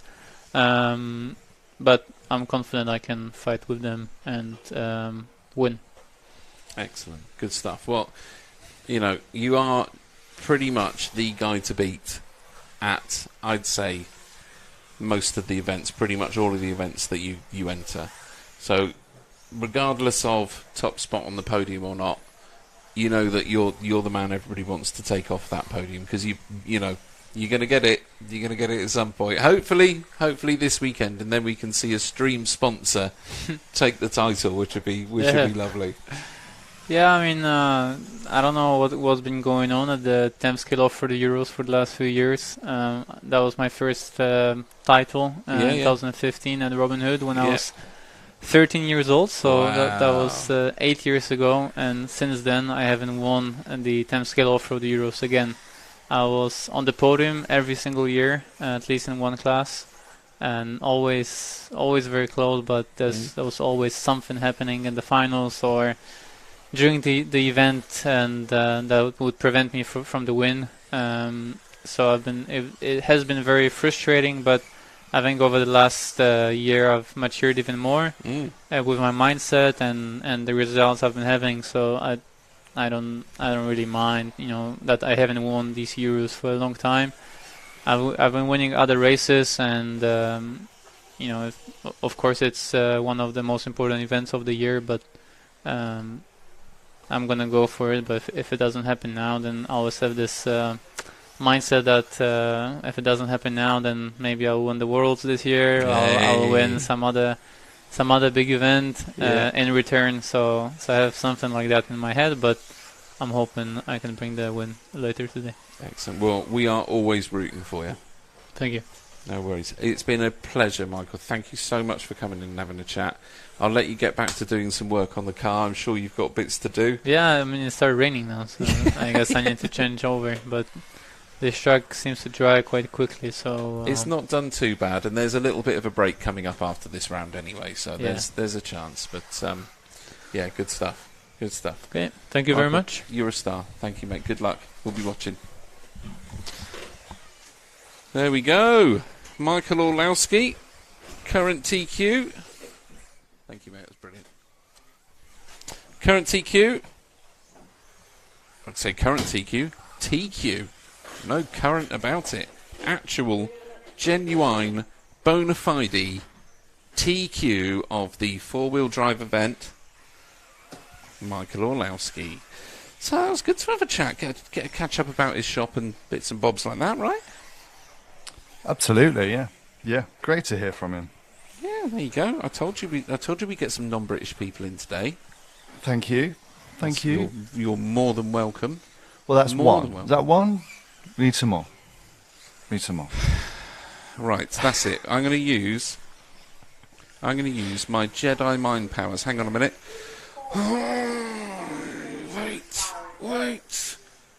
Wait a minute. There we go. And just like that, Bruno Coelho joins us. Bruno, come on in. They're going to be warm because Michael's just had them on. But please, come and... Maybe I get some speed. Yeah, it's catching, right? Okay. Joining us now from the X-Ray team, Bruno Coelho. How are you doing? Hello. All good? Yeah. Getting better, slowly better. It looks it out there. Where are you now? Where are you sat? I have a second and a fifth. And okay. The thing is, everything is messed up. So honestly, I think I will have a 6 overall still. With the second and the, because like many guys have like a 3 and a 3, a second and a second, and they still are like 4th and 5th because it's so messed up everything. So yeah, I got you. At least, I mean, I said to Michael, we had Sylvan Gallo Selva TQ from Heat 4. Yeah. You know, in round it's also mix the things up a little bit. But I don't think really, when you look at the top 10s, I don't think anybody in there has been too affected by that second. Yeah, it was, luckily it was only one round. Yeah. And I mean, it could have been different in this one. If we'd gone 1 to 11, rather than 11 to 1, you guys would have had the wetter track. Same, yeah, exactly the same, yeah. You know, that's it's luck of the draw with these outdoor events a lot of the time. Yeah, it's hard to... It's even hard for the rules to make something that is fair for everyone, you know. Yeah. Like to stop and then to start after, then all the conditions are the same compared to before. How can you know that? You know. Yeah. So it's really, when it's outdoor, it's really difficult to find something good for everyone. Of course, because it's changing all the time. When the sun comes out, the clouds come over, the wind picks up, drops. You know, there's so many variables out here, and it can be just round after round the changes come through. So. I mean, what do you guys do to prepare for those sort of changes when you're going through a round? Yeah, I think even on this event is even more difficult because we only can mark one chassis. Yes, so we cannot really change the car like for a different car. We need, which is make no sense in those days because you can change the blocks. You know, like the front block, rear block. You know, and actually you change completely the car. Yeah. It's just the work you have to do. So I think in the future. That rule should be changed, and especially on these kind of events when it's outdoor and you need to have a wet car and a dry car because the setup changed dramatically. And everyone actually has a second car normally for wet conditions. Yeah, of course. That normally is like a kind of old car. Yeah, you know? yeah. And you just put that car in, and you don't need to have all the work or disassembling all the car and changing for the other car. Yeah. So I think that rule should be changed for the future, which is complete no problem. I think in those days everyone has a second car. But yeah, basically we try to make the car as soft as possible, easier to drive. You know, like soft suspension, softer until roll bars, the diffs as well, soft. Also the car a little bit more flexible to generate more traction. Because also the tires we can run are the same as the tires we run on dry, which are quite hard. So we have really zero traction when we drive on the wet conditions. So the car is really important for the wet conditions. Yeah, of course. And I mean, we've mentioned a few times over this weekend with a few of the people we've spoken to that maybe it's time. Oh, sorry, we've just seen someone do the triple on the first jump there. So I think, you know, a lot of the guys have said maybe it's time that we look at that tyre rule just to say, okay, if it's declared wet, then there's a wet tyre there to at least give you guys a fighting chance. Yeah, as I said, I think outdoor events are always difficult, and especially when you have control tires. it's difficult to have a rule that can make everyone happy, and there will be always one moment that is not fair for someone. Of course. You know, it happened with us when Michael finished first on that wet round that we had. He finished first, but still overall that round he was 20th overall. Yeah. So, and was someone from the group 4 that normally they are like 2 seconds slower than us per lap. Yeah. So we TQ'd. And I mean, it wasn't fair, but still, you know, it's what can we do? We cancel all rounds. Exactly. It's difficult to with the rules we have to make something different and fair for everyone. Yeah. Yeah, of course. And there's, you know, with so many people here, and you know, so much that can change, and so many little parts to the you know, so many rules to consider. You know, at what point do you draw the line? You know, I think you've got to somewhere go, no, this is the cut off, and outside of that is outside the rules. Yeah. But like you say, you're not going to please everybody with doing that sort of thing, and I don't think you can or should expect to. Really. Yeah, it's a unique event, and I think that's why there is no one winning all the time. Yeah. Because it's, you know, everything is changing. Track conditions are changing. Some years, some are strong in some tracks. Some years, some others, you know, are strong in different tracks. You know, that's it. It's like the conditions change so much, and this track particularly is very difficult. Really very difficult. How many titles have you got for the Euros now? Titles? I think 2. I mean, not the total. So in this category, in the four-wheel drive, just two in the drive. 4 and 2. 2 times. 2 times. Yeah. Just both 4-wheel drive. Yeah. Okay, I thought you had a 2-wheel drive. No, I never. Oh, one that you haven't got. I think one day I win a big 2-wheel drive race. I will make a party at home. I will invite everyone. I'll make a party. No, as long as you invite us as well. That's amazing. I will do to make sure everybody celebrate. Yeah. No, 2-wheel drive is very difficult for me. I struggle a lot with 2-wheel drive. Not the car itself, but I feel like it doesn't suit my driving style. You know, because I'm more aggressive. I'm more like going to the corner hot. You know, like sliding and everything. And the 2-wheel drive kind of not allows it. Yeah. There are very small conditions where it can work. You know, so especially on the carpet, it can work in some tracks. So it means I need to completely change my driving style, which in certain moments it will kind of make me slow or make a mistake, because I will escape from I need to think about not doing it, you know. Yeah, of course. And of course, if I'm fighting or if I'm doing something more stressful, I will make a mistake because I'm going back to what normally I am. Yeah. So I think that's why I struggle so much with 2-wheel drive normally. But I mean, that's it. We need to work and try to make the setup to fit my driving style. Of course. Of course.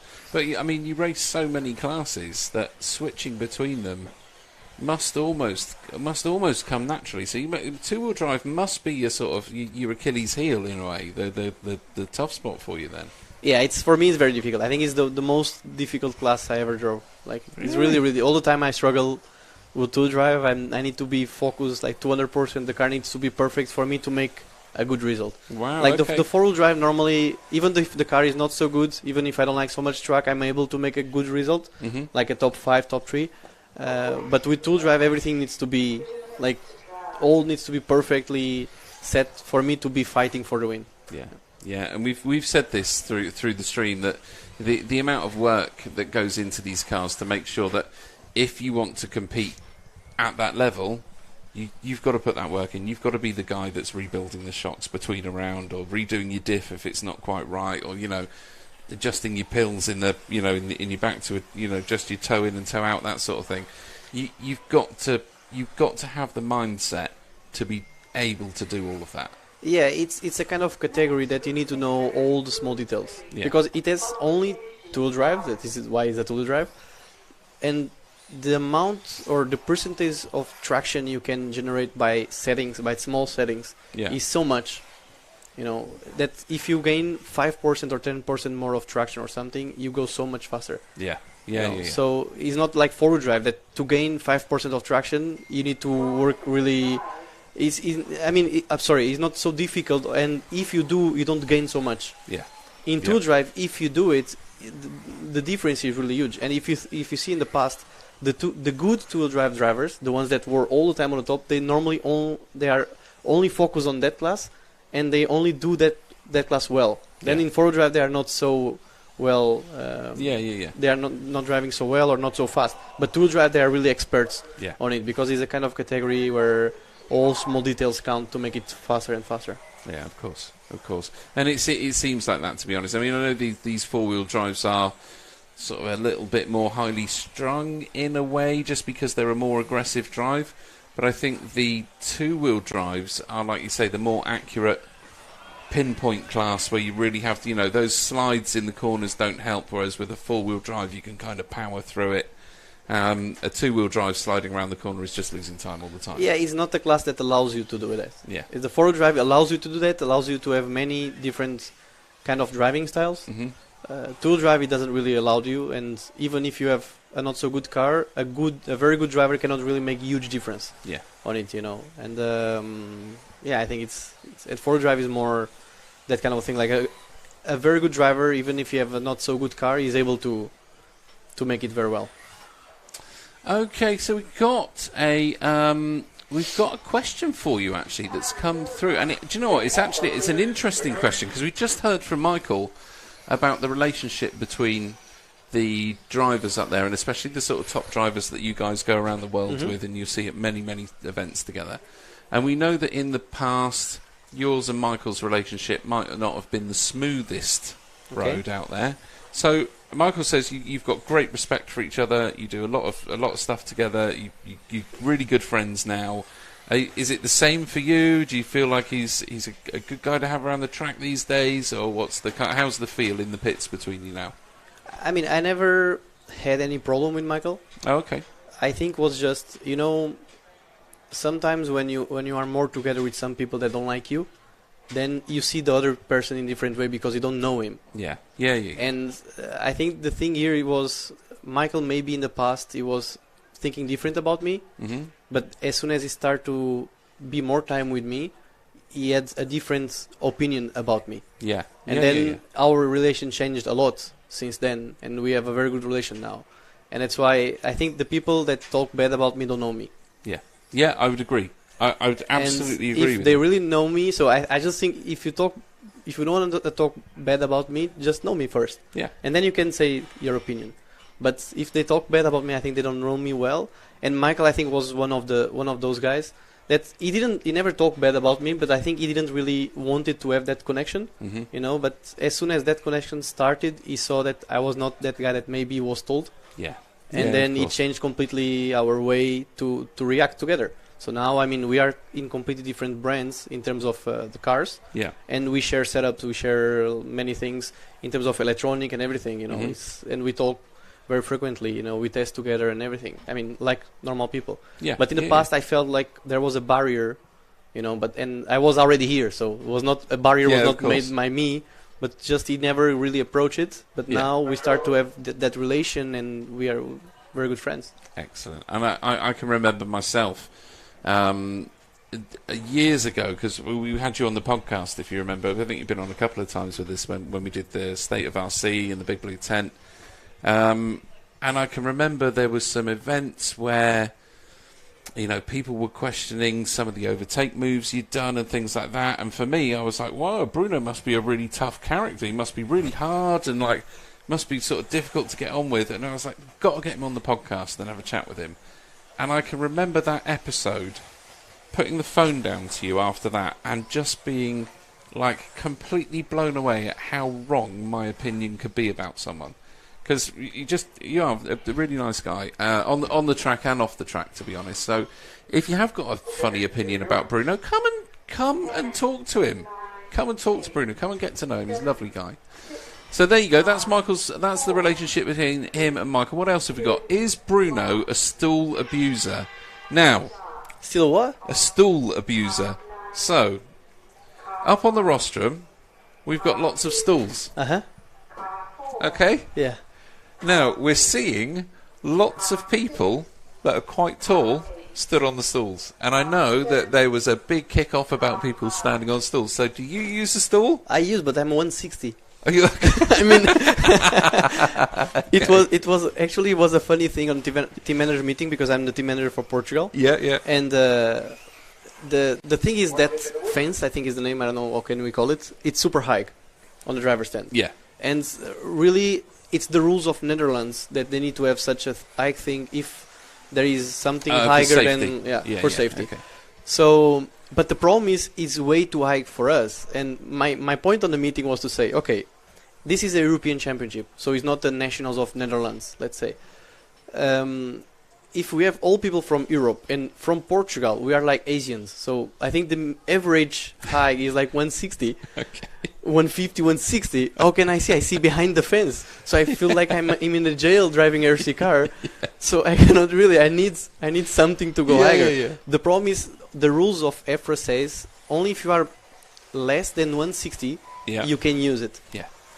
But then there was, like Netherlands people were like, but this is the rules, and then EFRA also you cannot use these. And I say we need to have common sense now. I mean, we need to use it, and in the hand we use it, and I think it was the best for all. But I mean, the high guys that still use it, they should not use it. I mean, it needs to be a common sense about it. There are a few questionable ones up there, I must admit, but. From what we've seen, it's mostly the younger guys that are picking them up. Yeah, I'm using as well, but I'm super small. I need to drive like with the arms super high to keep on the road, and it's very weird. We'll keep an eye out for you. Next time you go up, because you can see the camera we've got up there, so that, where is it? That one there will show us. Next time you go up, just give us a wave. I will try to remember. I know you're thinking about other stuff when you're up there. What's next for you then, Bruno? What's coming up for you after this? So now I have a week free. This week is coming, and then I have the European Championship in Germany. Okay. 110 on road. Yes. Electric. ETS. No, European Championship. Is that not the ETS? ETS is happening now. Oh, my God. What's the matter with me? In Aigen, in Austria. Yes, of course it is. So it's the European Championship. I'm surprised Matt, the other Matt that's in our ears, who'll come through in a second. Hello. There he is. Hello. He's in the UK doing all of this. I'm sure he would have picked up that on the ETS there, wouldn't you, Matt? Yeah, ETS is currently live on RC Racing TV, as well as the large-scale touring car, as well as the 1/10th Buggy. Wow. I know which one I like watching. All of them. There's one more question on the feed. Do you want to just ask that one before we let Bruno go? Yeah, if Bruno's got time. You got time for one more? Sure. Yeah. Okay, go on, go for it. So a question from Rimfire is saying, obviously when you go and race in America, you obviously race a lot around Europe, but when you go to a big event in America, is there some X-Ray team drivers whose driving style is similar to yours that can help you with setups and stuff? Yeah, Ty Tesman. Okay. He has a very we have a very similar driving style. Like he's pretty aggressive, and he wants all the time the car to have a lot of steering. So I think that normally we share, our setups are very similar. In all races we have been together, not a lot, but all the races we have been together, our setups are always very similar. Okay, great stuff. Anyone who's completely not like you then? Who's the least like you on the scene? Bayer? No, Bayer no. I think probably Alex in touring. Oh, okay. We kind of like go away from each other in terms of setup. Yeah. Like we share a lot of things. Like during the practice for the whatever race we are, we share like I tested this and the car did this. We share a lot of things. But in the hand, we finish always with the complete different setups because I have a different driving style than he has, so we have different setups. Cool. There you go. Right, Rimfire says, very cool. Huge Thai fan. Thanks very much for the answer, Bruno. You're welcome. Superstar. Right, we will let you get back to your pits. I'm sure you've got... well, the rain has stopped, so maybe not a full rebuild for the rain now. Probably not. We'll see. We are ready for that. No, son. You've been a star, as always. We're going to be watching you out there, Bruno. I wish you the best of luck for this one. Hopefully another title under your belt. Michael's going to be going for it as well, man, so stick on him. Thank you. Take care. See you soon. Brilliant, thank you, mate.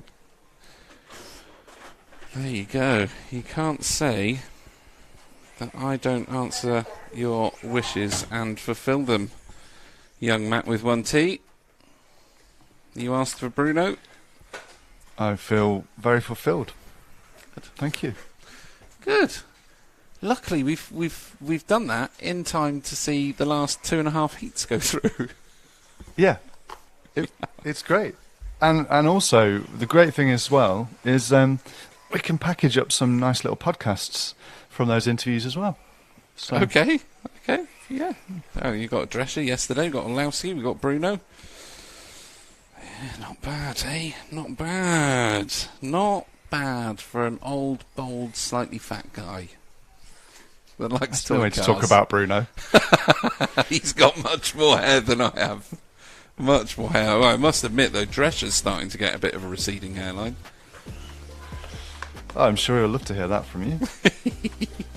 Well, I don't know if he's around the track at the moment. He's going to come running through the clothesline in a minute. Well, for years, I think his Facebook profile picture was Gary Barlow, so I think he fancies himself as a bit of a Gary Barlow lookalike. He is a Gary. We call him the Fat Gary Barlow. Oh, wow.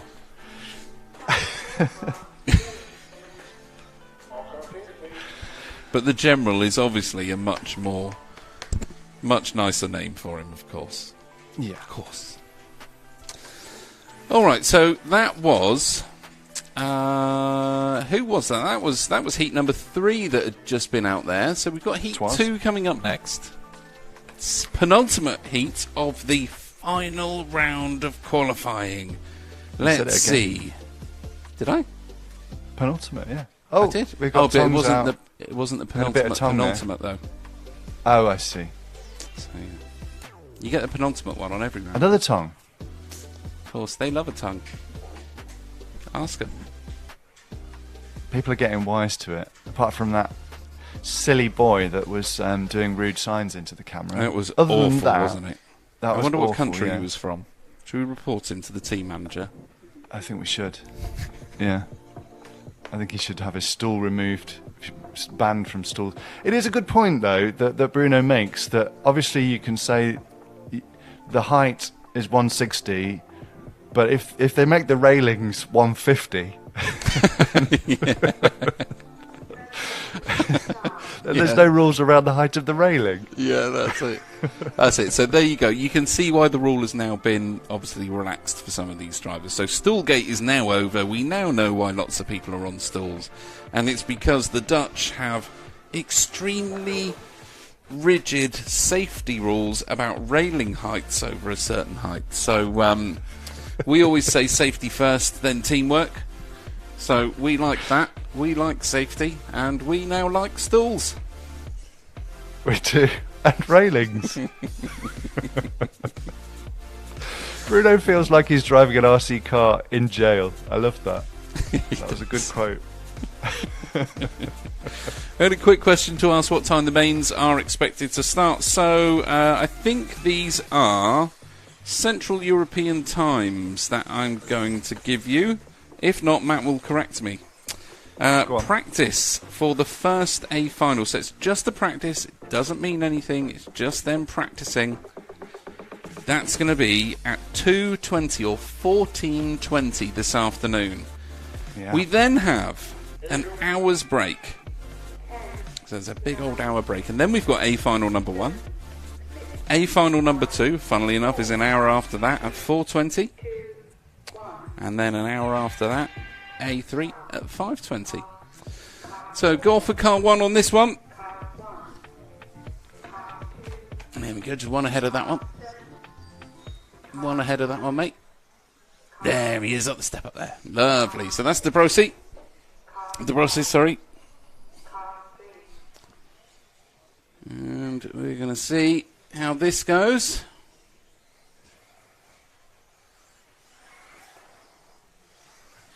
Single, double for the first time in the final round of qualifying. Not the final heat, final round. So there we go. Debrossi comes through with a 31.2 on that opener. And we go down the bank, round the off camber, flicks it back, triple single. Lovely. Very nice through there. And it clambers over the track marker on the corner of the switchbacks, but didn't lose too much time. We'll see what this lap is. It's going to be 31.7, so a little bit of a let off there. It's Brent Daniels that comes through with this one. We're going to go one more lap with De Brosses. Because, you know, how much this can change in a few laps. So we'll give De Brosses a little bit more love in this one before we flick over onto Daniels.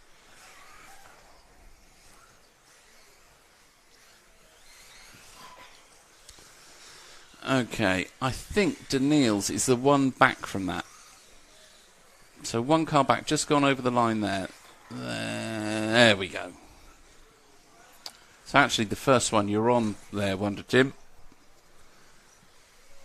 You knew who was going to be winning this one before they even started. That is how intuitive Wonder Jim is on the camera. As if by magic, Daniels is now in second spot. I don't think that's going to be the case this time round though, because De Brosses had a nightmare. You can see that gap has gone between them. Okay, so Daniels definitely to the front of this one. 10 in a 5.18 is predicted. I'd love to be able to tell you where that puts them in the round. I think overall, with the score, that will get them on their predicted time. De Brosses is looking 32nd overall, and Daniels is looking 31st. That's what it seems like. So, what's that? First and second in the D at the moment with these results from these two. Let's see, keep them there. Oh dear. And Daniels is over. De Brosses is going to take up the front of the pack again. So we'll see as they cross the line. Let's get Daniels over the line. Oh, that's if he gets over the line. No. I shouldn't laugh, but that was funny. Okay, so double round and over the bridge, and we'll see just how far those just pop back into second. So flick forward a few cars, and we'll pick up the yellow one that's just gone round the switchback set. So second one of those two, I think that is De Brosses. Yeah, it is. Oh, look at that for a move. Let's just pop back and see if we can catch that one. So over, no messing, adjust the car, and boom. Thank you very much. You're not going to move yourself. I'll jump over the top of you, says De Brosses. Okay, triple single. Pushes up to the wall of death. Roller, doubles it. Oh, caught a nasty little belly slapper on the top of the second double. Nobody wants a slap belly, do they, Matt? Well, I don't know about nobody. I'm pretty sure nobody here. Well, that's a silly thing to say. Who knows, eh? There might be some belly slappers out there. Or slappies. Dogs like a good rub and a tickle on the belly, don't they? I was going to say, they don't like a slap on the belly, though. Not that I've slapped a dog on the belly before to find out, but maybe they do. Let us know at home. If you've slapped a dog on the belly and enjoyed it, please tell us on the feed. Okay. Single double for De Brosses. Now, there's been all kinds of mayhem behind De Brosses here, because now 10 seconds clear of Daniels back in the second spot. So we're going to stick with De Brosses because we're right at the end of this one. So as the line is crossed for the 10th lap, so 10 in a 5.16 for De Brosses there. Almost bang on the predicted time, actually. You see what Daniels does? Should be coming over any second. There we go. 10 in a 5.26, so bang on 10 seconds behind De Brosses. Loic Didier rounds this one up third, so 9 in a 5.15, 9 in a 5.22 for Fensk. Bowden does 9 in a 5.26. Kenny Arts 9 in a 27. 8 in a 5.03 for Clays. Hertgen 8 in a 5.04 and a 5.07. With just the 7 laps for one of the favourites out there, Miklos Sabados. Now that guy's not 1.6. He doesn't need a stall.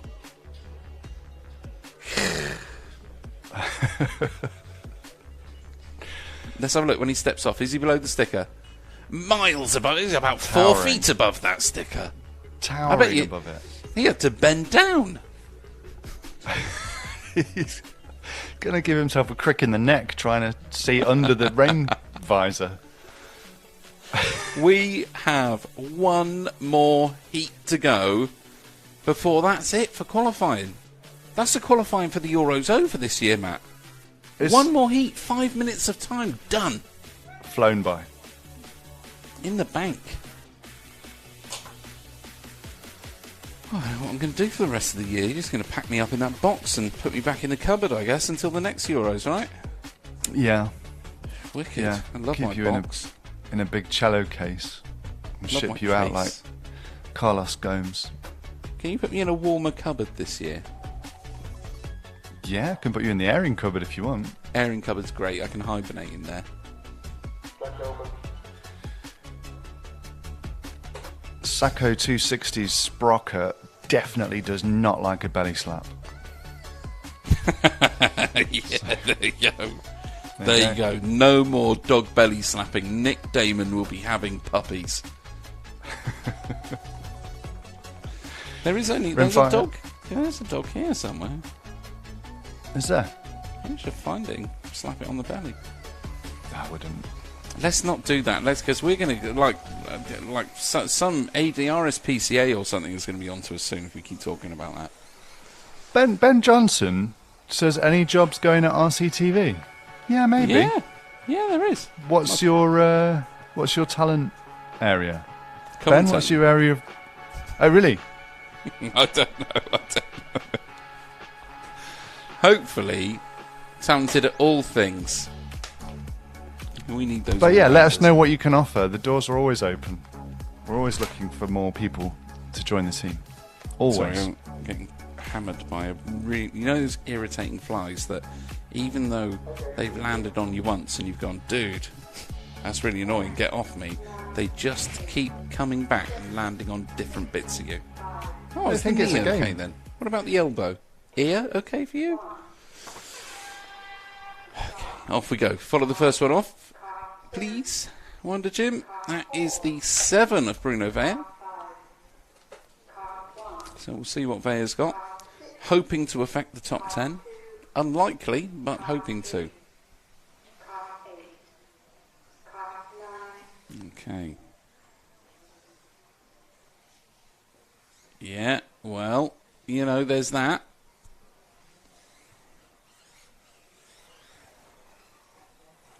Roller.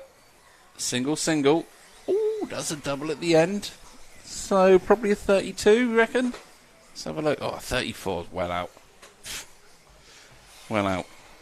Hush my mouth. Tim Donk takes it up, though, with a 32.9. Hang on a minute, because that must mean Vea did... Oh, yeah, 34. Of course he did a 34, not 32. It was me that thought it was a 32. So we'll keep with Vea for a mo. Round the wall of death. Ooh, cut that tight on the pipe down. Now, that looked like a bit of a dodgy line into the doubles, but it actually worked out pretty well. So, the car behind, I think... that's Robert Scar, the car behind. So, flick on to Scar, the one behind. Or, keep them both in if you want, but Scar's the one that has got a bit of a turn of pace. So, we'll stick with Scar. Even though Tim Donk is leading this one, you can see how much Robert Scar's closed the gap onto Bruno Vea there, although saying that, it looks like it's opened up a little bit. So either Vea's had a blinder of a lap. No. Scar decides not to go over the doubles cleanly either. So there's Vea. There's Scar. Pretty much bang on the same time. So 3 and a 1:42 for both of them. Martin's up there. And Donk had a bit of a smelly old lap and is knocked down into the 3 spot. So we will stick with Scar, although I've got a funny feeling this time round it's going to be Vea at the front. I think that oh no, not with the double, not with the two singles. So this is definitely going to be Scar. Now Vea had a nice gap there, right up until the point that went for the single rather than the that fly. Went for the double at the end, and you could just see the gap just vanished, absolutely vanished. So you can see it's starting to build up a little bit there. Both of them on the wall ride. Double doubles for both this time round. So no time lost there, but it's definitely Scar that is quicker over the double doubles. Now, it's, what is that, about 0.4 of a second between them. So both done 5 laps, both in 2:48. 2:48.3 for Scar, 2:48.79 for Vea. Oh, and Scar's had a nightmare. That's going to put Vea back to the front of the pack on this one. That's probably cost at least a second and a half. It was a half crash, not a full one. And we know that the full crashes cost about 3 seconds on this track. So there you go, 3:22.4 compared to a 3:21.6. Okay, so flick back forwards then onto Vea again. There we go. That is the right one, lovely. So Vea, going to want to keep it on its wheels. Of course. Over the bridge. Had to just back out of the first corner. A lovely drive out the bottom hairpin. Pushes for the double and has a bit of a tumble. We'll just have a look at that again. Comes over for that double. And you see the car was all over the place in the air. Turned to the side and game over. So, let's see what that does as we come past the line, because that should have put Robert Scar, unless Scar's had and another one for Vea. So there's Scar's gone past. So Scar is now ahead on track. So stick with Scar. There you go, 2 seconds now. So those 2 crashes from Vea have absolutely lost any lead and put them way behind. So triple, single, lovely through there, a little bit on the 2 wheels, but held it. Yeah, not too bad. Goes past the crash car on the exit, which would have ruined your eye line. Oh, single. So these 2 tripping over each other a little bit, but trying to work together as best that they can. Scar thought better of holding that line up anymore, has let Vea back through. Tim Donk is currently leading this one, though, only just by 0.2 of a second, so it's going to be to the line. Oh, hang on a minute. What am I talking about? It's not going to be to the line. These have already finished. I'm commentating on stuff that's already gone. Watching the blooming clock on the screen again, Matt. I don't want this qualifying to ever be over. Not ever. Don't blame you. Tim Donk takes it. 9 and a 5:02 from Robert Scar. 9 and a 5:02. Like 0.2 of a second in it at the end. We were almost following the right one. Almost. What can you do about that, eh? Well, that's it. Qualifying over. There is no more qualifying to be done at the 4-wheel drive Euros. Your TQ, Michael Orlowski, however you want to call it, say it. He doesn't mind either, we know that.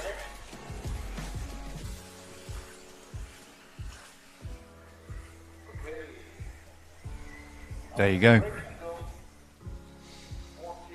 Thriller of a qualifying session. The thrills and spills of outdoor racing, the drama. And there's your top 10. So Orlowski secures TQ at the EFRA 1/10 Buggy Euros for 2023 here at the Rayco 2000 track in Utrecht in the Netherlands. Kerup, defending 4-wheel drive European champion, rolls in second overall. Jon Newman takes the 3rd spot on the podium, on the grid. Sorry, we're not into podiums yet. Mika Widmeyer 4th. Dan Kovacic 5th. And we've got Bruno Coelho. Happy with his 6th overall. We'll see. Barak Kilic, double A main. And then we've got Davide Ongaro, our only Italian. Young Noah Ben Mohamed from France in the 9. And rounding out the top 10, we mentioned him when Bruno was here, but that will be Martin Beyer. There you go. So, what do you want to do now, Matt? Because qualifying's over. It's over, and we've got the pregnant pause of an hour and 40-ish until finals get underway. So, go to a quick ad break. Then, should we take in the pit walk? Should we take in the full pit walk? Which I mean, that's a big old pit walk. So if you guys want to watch that out there, and it is, I don't mean to blow my own trumpet, and I'm not trying to. There's loads of good questions in there. We speak to loads of people around the pits. If you've got a bit of time to sit and watch this one, well worth it. Well worth it. Let's just get it on then. Let's do it. Quick advert, straight into the pit walk, and we will see you after that. Either on this stream or on the final stream. We'll play it by ear, depending on the rain, the weather, the timetable, and everything else. All the other plates we have to spin. See you in a bit.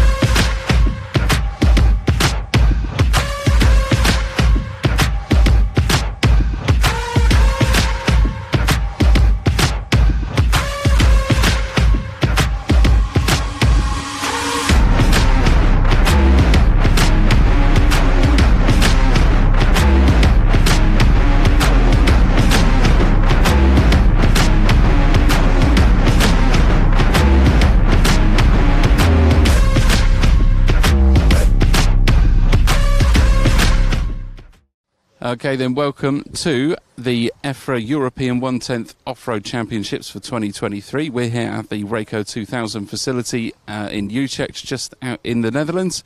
And we're going to do a quick pit walk for all of you guys and girls out there watching, just to try and get to know the teams a little bit better, a few of the players that are in the pits. We'll take a walk down now. You can see next to me here the lead up to the rostrum.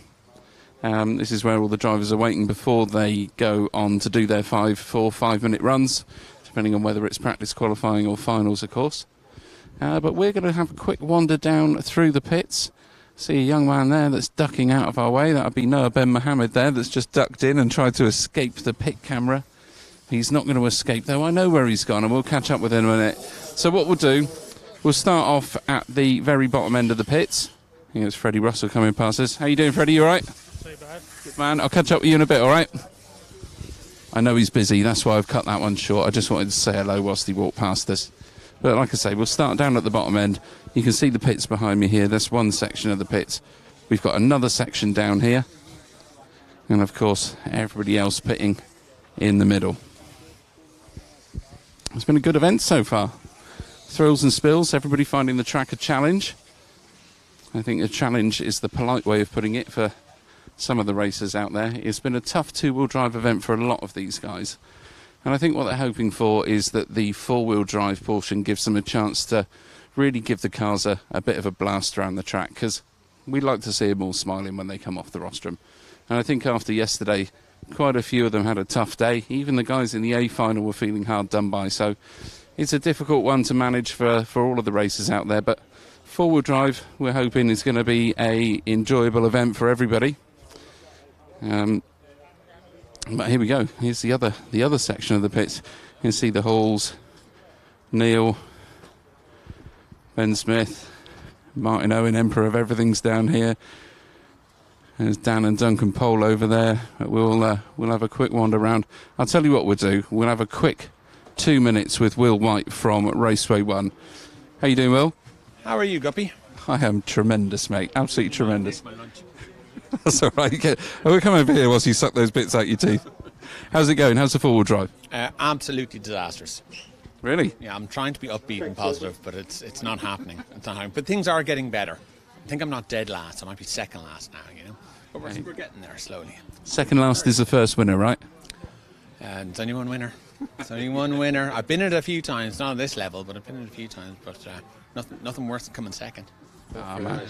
How are you feeling out there with the four-wheel drive, though? Is it more comfortable than the two-wheel drive? Is it more of a challenge, less of a challenge? How's the track running?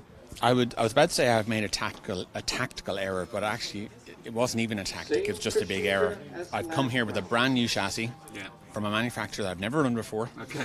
And it had never even had one single battery pack put through before I arrived here.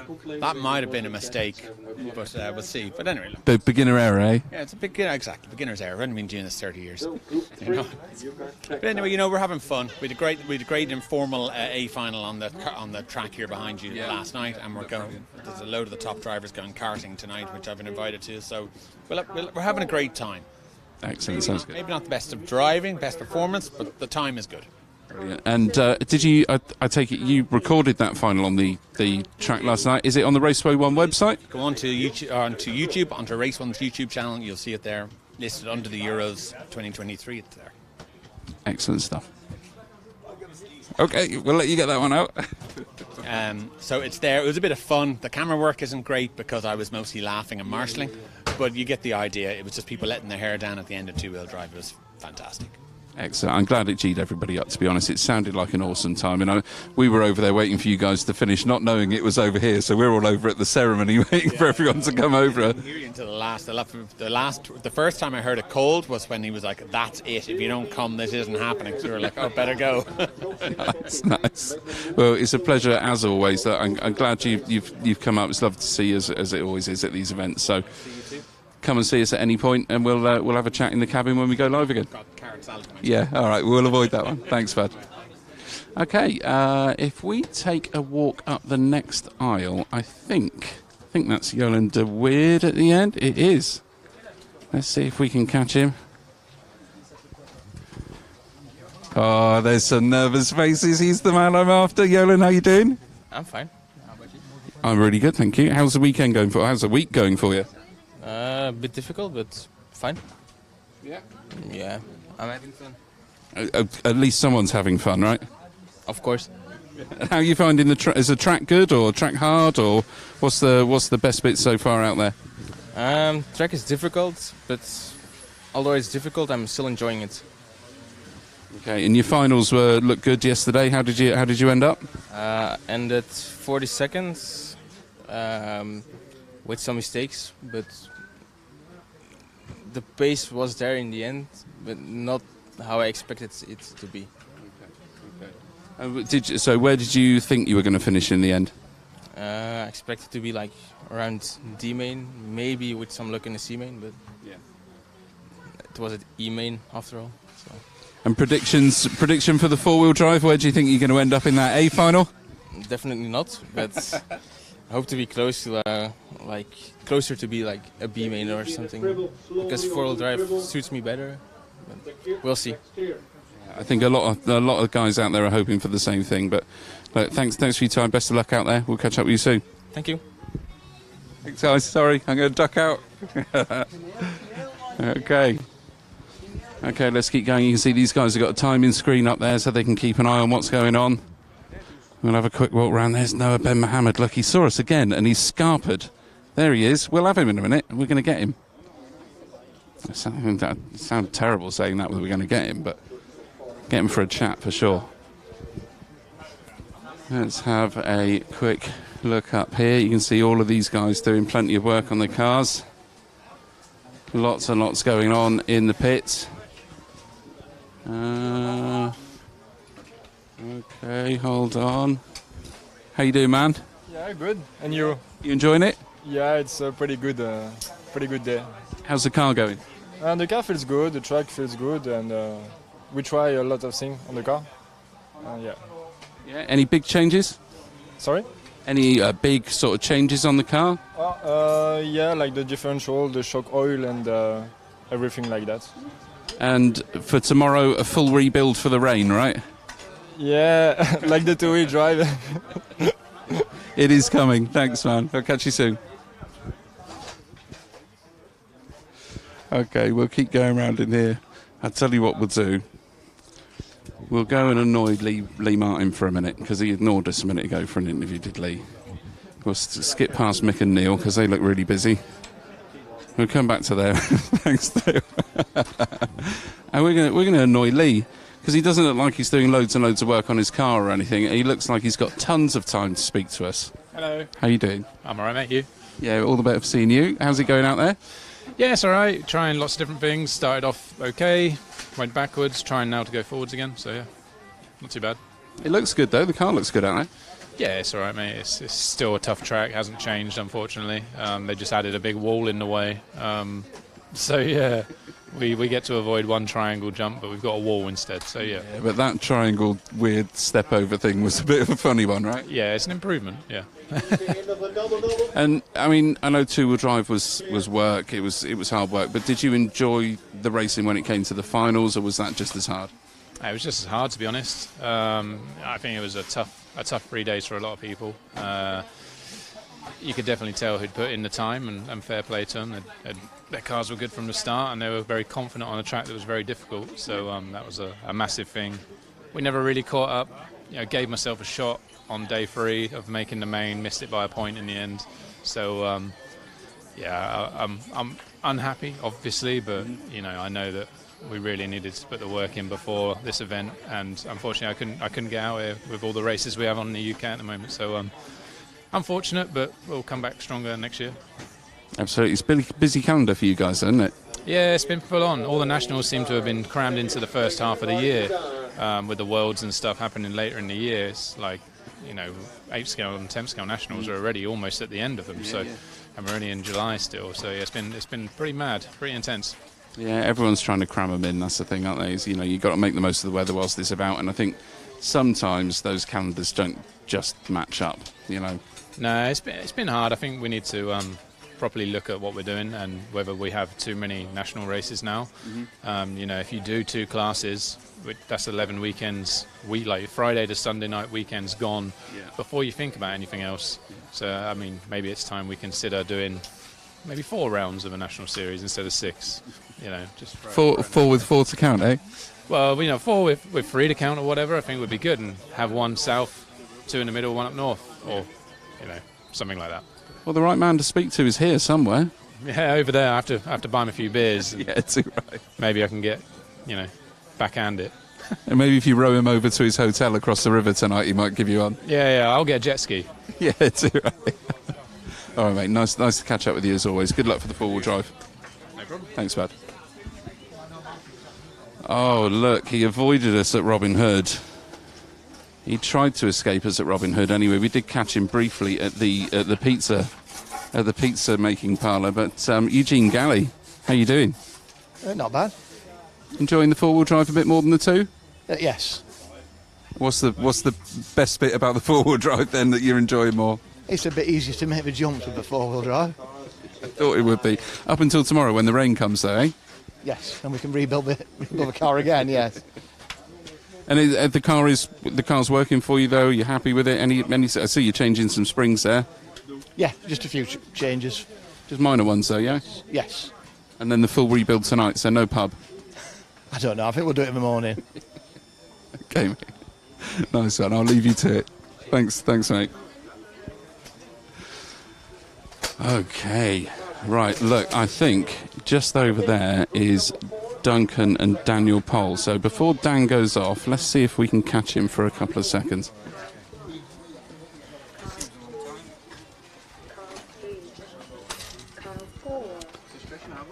Okay, let's see if we can get Dunk and Dan. I'll tell you what. Let's just slide out the back here, because that's how we do it. I'm coming to you. Don't you worry. I've seen you looking out the corner of your eye. I'm going to get this young man first, though. Daniel Pole and Duncan Pole, of course. How are you two doing? Doing great. Great, yeah. I'm feeling a bit sleepy, though. It's catching up. You always look a bit sleepy. That's nothing new. Yeah, it's true. But it's been pretty heavy going the last 3 days. We were searching for that perfect setup, and it seemed elusive, but we had a good day, didn't we? And a really tricky track. So it looked tricky. It looked work for you guys. It's super entertaining for us to watch. And your overtake on the doubles yesterday in the final was absolutely inspired. How do you feel when you pulled that one off? Oh, I felt like, they're going to enjoy that a lot, aren't they? And it just felt good, you know. And had you, because a few people had said you kind of lined it up from a corner before. Was it just the moment of, oh my God, I got to go for it, or did you plan that one in? To be honest, I just went for it. That was my line normally. I normally go tight inside, so I don't go all the way wide out. So normally in the inside to get that hairpin right. So I think that was also a line, and I just wanted to send it, go for it and overtake. And send it, you certainly did. And that was an awesome final. I mean, I know the two-wheel drive was tough. I know in the UK camp especially, everybody was feeling a little bit flustered, let's say. But did you enjoy your sub-A final on the on-road track? Did that bring everyone back up? Oh yeah, that was good fun. We didn't have great tyres, so it was a bit slippy, but it was great fun. And how much in the way of repairs have you got to do to the two-wheel drive after that now? No repairs. No. Oh, hang on. How many repairs have you got to do? I think there's a few. Yeah. And that's the difference. There you go. So confident for four-wheel drive? Yeah, car feels good so far, so looking forward to it. And the wall ride's not too scary, right? No, sometimes I go a bit off, but it's fine. Good stuff. Good stuff. One thing that we miss a lot in the UK, we don't have so many jumps. So this track is all about the jumps, and it's hard. So the more practice we get with jumps, the better. And I think we'll learn a lot from this event. Yeah, and you never know, might spur a few UK jump tracks on to just increase the height of their jumps a little bit, eh? Exactly. Yeah. But not too difficult though. Okay, mate. Thanks, lads. It's been great to speak to you. Good luck for the event. Well. And right next to young Duncan Pole, we've got James Hall. Hello. How are you doing? I'm good. How are you doing? Yeah, I'm good. I mean, the car looks like it's kind of not ready yet. I mean, it's not right now, but luckily we have a couple of heats until I'm on, so we should be okay. But, I'm just kind of, because it's still practice day, the car, it kind of feels, we're kind of doing averagely at the minute, like not amazing, not terrible. So we're just, so we're just messing with things to try and make it, awesome. So, yeah. Frantically spannering. Frantically spannering indeed, yeah. So what's the kind of biggest change you guys are making at the moment then to cope with what's out there? Because we know tomorrow's going to be different after about midday. So what are you kind of doing at the moment to make the car a bit easier to drive? We're kind of just trying to soften it off in quite a few different ways, because just the way that the bumps are, and we're not allowed to glue the sidewalls as well. With the car being too stiff and digging itself in, it's just trying to flip over. Yeah. So even though it's slippy in some corners, in others it's quite edgy at the same time. So we're kind of just trying to calm it down. And do you think that edginess comes from the bumpiness of the surface, or is that just on certain parts there's just a bit more grip? Yeah, no, I think it is. It's definitely the bumps. I think if you had that track and it was flat, it wouldn't be an issue. But the bumps are just very large. So as you're kind of coming down the other side, and they're all in places you're trying to brake as well. You're trying to brake and hitting bumps, and it's just trying to flick it over. So yeah, it's just a nightmare in a four-wheel drive, right? Yeah, exactly. So we're just trying to make it a bit more stable, so we can push it. Yeah. And if it wasn't practice, we'd probably be leaving it, but we may as well try something, because you never know. So there we go. And predictions for it then? Where do you think you sort of place in at the moment compared to everyone else? Are you looking at A's, B's? At the minute, I'd say we're kind of somewhere in the B final at the minute. So obviously we want to make the A, so that's why we're still messing with it, just because it feels good, but the times are just a little bit off. So that's why we're still just messing around. And yeah, probably mid B at the minute, but we really hope to make the A. Awesome. Good luck for it, bud. We'll be watching, all right? Come and see us tomorrow, all right? Yeah, cheers. I'm going to leave you to it, Graham, because you look absolutely busy, but just say hello to everyone for us. Oh, yeah. There you go. I'll leave you to it, bud. He's doing too much. I'm not going to disturb him there. And Mick's ran off, so we'll leave them to it. But what we will do is we'll come and have a seat with the General just for a minute, because we're on the pit walk. I know we've had a chat to him already, but hey, we've also got Ben Smith And we got Tommy Hall here. Yeah, Are you fraternising with the Schumacher drivers? Are you now? We're just signing a contract with Ben, actually, aren't we? So he's just reading the details, and then we're going to get pen to paper in a minute. Hang on a minute. I think my phone's already. I think that's Muzz. I think Muzz is calling me already. Just shake my hand. Get it on camera, quick. Wow, he refused the general's hand. Who does that? So it's good. It's good. Is everybody cheered up a bit now?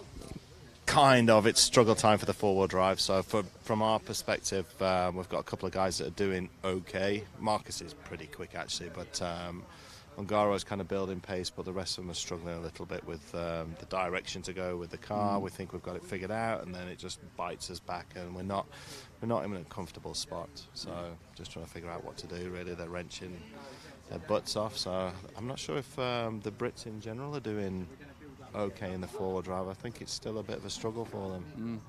So, everybody seems to be cheered up just a little bit from what I've seen. I'm hoping that we see some smiling faces up on the rostrum out there and a bit more fun for the four-wheel drive. Because I know everybody was feeling a bit battered after two-wheel drive. So hopefully we can cheer them on. Hopefully the finals yesterday lifted everybody up, and obviously the on-road ones are getting a lot of attention, aren't they? Well, that's planned again for, I'm not sure when it's planned for, but there's going to be a four-wheel drive version of the Demolition Derby.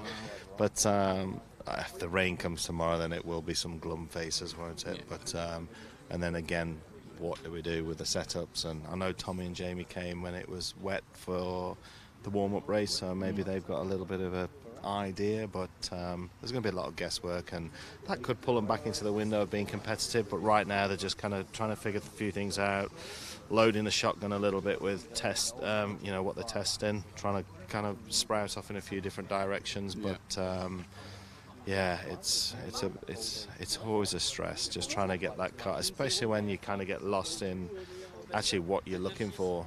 So, and then the panic sets in because the number of practice sessions are running low, and you've done changes on top of changes on top of changes. Yeah, so you do get lost inevitably when this happens. You end up at the starting setup and say that's the best one, but you've wasted all that time getting there. And what you should have been doing is getting used to the car. Yeah, it's difficult. I mean, like, obviously guys like Neil and stuff haven't been here and run, so it's really challenging there's only a few guys that look good out there that haven't actually been and done the warm-up race or any kind of length of testing. Again, lends itself to the fact that we shouldn't be running on tracks that are laid out for people to do a million laps, really. I think, warm-up should be a fresh track. Warm-up should be the same as what we go for the main event, and it shouldn't be run on between them two in the same configuration or anywhere close, to be honest. Just leave it fresh, leave it, for the guys to kind of all figure out together rather than some people coming in so well prepared. I don't blame the guys for putting the effort in. Credit to them, they deserve it, but it just adds an element that you don't necessarily need. It's already difficult enough. So yeah. RC racing's hard, right? It is very hard for these guys, and this is what I don't miss, the stress of getting lost in the setups and what to do, and then the tension that comes with that as well, the frustrations that start to build. It's a melting pot for tension in certain places of the pits. It gets a little bit hot and tense. What do you think? I've sat this side of the camera now. I know, it's bad enough watching, actually, isn't it? But to see it brewing, it's like, I just take myself away from the bad spots, the hot spots, and try and stay away from that and keep people calm. But I think in general the guys are happy. It's just that the track's so difficult. Yeah, that's it. Well, do your best to keep them smiling. I'm going to grab a word with Tommy and Ben quickly. I'm really not looking forward to that, but I'd like to see it happen. Yeah, I'm going to go and squeeze them. Yeah, we'll grab them in a minute. We'll grab them in a minute. The plan is to get a few in on the live feed as well. So that's the General again. We had a quick chat with him earlier. If you stay around that side, I'm going to come and squeeze down in between these two. I'm going in between you here, look. I'm going in between. You're going to make me bend down with my old man knees. How old do I look now in between these two? What's that about? Okay, so Ben Smith, Tommy Hall. Tommy, national champion this year, I believe. Yeah, yeah. How's that feel? It's pretty nice. It's not bad. We'll take it. But you've got someone pretty hot on your heels, right? Because I think, Ben, you've had some pretty smashing results lately, haven't you? Yeah, I'd like to say I gave him a run for his money at the last round, but to be honest, two-wheel drive, he's been good. I think it's between him and Neil going into the last round, but yeah, it's good to see. And if you had to put a fiver on Tommy or Neil, who would it be on? That's tough. Yeah, I'll go with Tommy, only because he's there. It's fine. I'll go for Tommy. The underdog. Oh, my God. Tommy's the underdog. Right? Wow. God, okay. And how are you feeling with the four-wheel drive out there? I know two-wheel drive was a struggle for everyone, but how's the four-wheel drive going? Yeah, not making much progress, but hopefully in the next few we can see some steps. But it is what it is. We'll keep working, and hopefully by quality we get it sorted. Yeah, I see Dad doing plenty of work on the car over there. He's got the face of concentration on him, right? He's flat out changing everything, testing stuff. Does some work for you two, doesn't he? Oh yeah, he's a hero, so very useful. Yeah, indeed. And what about you, Ben? How's Dad getting on with your car? He's been working hard, bless him, but I think we're getting on all right at the minute. We're a bit steady, but I can kind of go round clean, or clean-ish for this track. It's difficult, but yeah, it's definitely better than two-wheel. Clean's like sub 10 crashes over 5 minutes, right? Mate, it's like literally impossible not to crash, I can't lie. It's like, I don't think of it as a possibility. And any sort of major changes for you on the car? Because I see Michael's got a towel over the front of his car in the pits over there. Yeah, I ain't special enough to get them bits. We'll keep with the standard parts. That'll do for me. It seems all right for me. No, we're keeping it the same. I'm just trying to get used to the track more because it feels a lot different to drive with four-wheel drive because a lot more power. Because two-wheel drive was you kind of hit the jump full throttle and you just clear it. As four-wheel drive, you've got to be a lot more careful how much power you're putting on and stuff. So just trying to get used to that more than anything. So we had Martin Owen in for a chat yesterday, and he said he put a 5.5 in his two-wheel drive. Are you anywhere near that? Yeah, we had 5.5s in two-wheel, just for the pure punch out of the corner. Turn the end bell up, you got to crank it up because the jumps they don't, especially from the Russian, they look really small, and then you just go at it and then you just case it, and you just need that drive to get over them. And what about you, Tommy? Were you running anything special in the motor department, or sort of fairly standard sixes for you? We're standard stuff, 6.0. We're not animals like the other guys, so yeah, we just had it normal. Is that the requirement for the Schumacher team? You just got to be a bit of an animal. I think that's it. You got to be a bit of a wild guy to be putting a 5.5 in on a track like that. So, yeah. Chaps, it's been awesome to catch up with you. Thank you so much for your time. Good luck for the four-wheel drive, and if you're about whilst we're on the air, come on in if you get 5 minutes. I'm sure everyone else would love to hear from you as well. Thanks, both. Okay, two young, extremely talented chaps right there. We're going to get a word with the Holdsworth brothers whilst we're over here. And there's Drescher trying to get some more camera time. Luke, Josh, how are you guys doing? Hold on a minute, we'll try and squeeze in. Oh dear, I forced him out the way. That's going to land me in trouble, right? I'm not popular already. You okay? Yeah, I'm good. You? We're getting there. Getting a bit quicker now, so. Two-wheel drive was a struggle though, eh? Yeah, very. Couldn't get used to the track because all the Europeans have done 300 laps. So. Well, we're not used to the jumps and quite so many bumps in the UK, but I know two-wheel drive was tough. Everybody had a tough time out there. But are you feeling more confident with the four-wheel drives? Yeah, I think we started better with four-wheel anyway. We've done some laps around the track, so the car seems okay. We've done more work than we needed to with two-wheel. But yeah, we'll have to see how we are in seeding and then see how we do in qualifying. Yeah. So. Yeah. Any major changes for today, or are you kind of leaving it fairly standard? Because we know the rain's coming tomorrow, right? Yeah. We changed our drivetrain for today. Some other things, put a lot of weight in it for all these bumps and stuff. So. Yeah. And the weight's just helping to kind of keep it down and keep it a bit more sort of steady out there. Yeah, we found with with two-wheel it weren't too bad over the bumps. It was a bit more forgiving, but with four-wheel it was throwing us off on the jumps up to the back section and stuff. So I got you. What's the kind of tricky bit of the track on four-wheel drive then? I know the rhythm sections were difficult with the two-wheel drive. Are you any particular bits out there that you guys are struggling with on the fours, or is it just sort of the sharper corners? I mean, the jumps, the single, double and everything in four-wheel's a lot easier, because it's easy to clear it now. Coming off the wall of death into that kicker and then the double it's okay, as long as you just have to slow down, because you come off at such a speed that you will hit the kicker too hard, and then We got told, Bruno said you can overshoot this one though with the four-wheel drive. It's a bit easier if you land on the flat. Are you finding that as well? Yeah, so if you overshoot the first double, then you don't get the second double.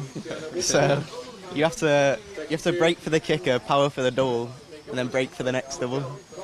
So That's too much for me. I need just a runner jumps with a constant speed over it, and I'm all right. But the whole braking and going in between, that's what counts me out of these. But you guys look confident out there anyway. And what's the changes you're doing at the moment? I'm changing my pin height on the rear. It's not very interesting. I don't know. For some of the racers out there, they want to know why you're changing the pin height on the rear. What's it going to do to the car, and how's it going to help you out there? It should give me a bit more roll in the corner. Okay. Hopefully, and maybe give me some more on-power steering, and just over the bumps help, I think. Okay. And what you're sort of aiming for with the finals? Are you looking at getting into the A, or are you kind of pointing yourself towards the B or C's, or where's your goal in this one? I mean, after yesterday, I wanted to make the A, but I don't think it was realistic, so I settled on the B final and hopefully get another B final in four-wheel drive, I think. Awesome stuff. Don't count yourself out. You know, this one's a new day, so start yourself fresh and go at it as hard as you can. Lads, awesome to catch up with you two. If you get a chance to see us on the live feed, come on in and say hello. Take it easy. Cheers. Alrighty. There you go. One section of the pits done. I'm hoping there wasn't anybody in there that wanted to talk to us that we haven't talked to. I've left Mick, because Mick's promised he's going to come in and have a chat with us on the live feed. We only ever get to speak to him at the Euros, you see. He actually just gave me a look as we walked away then to say, well done for not coming in.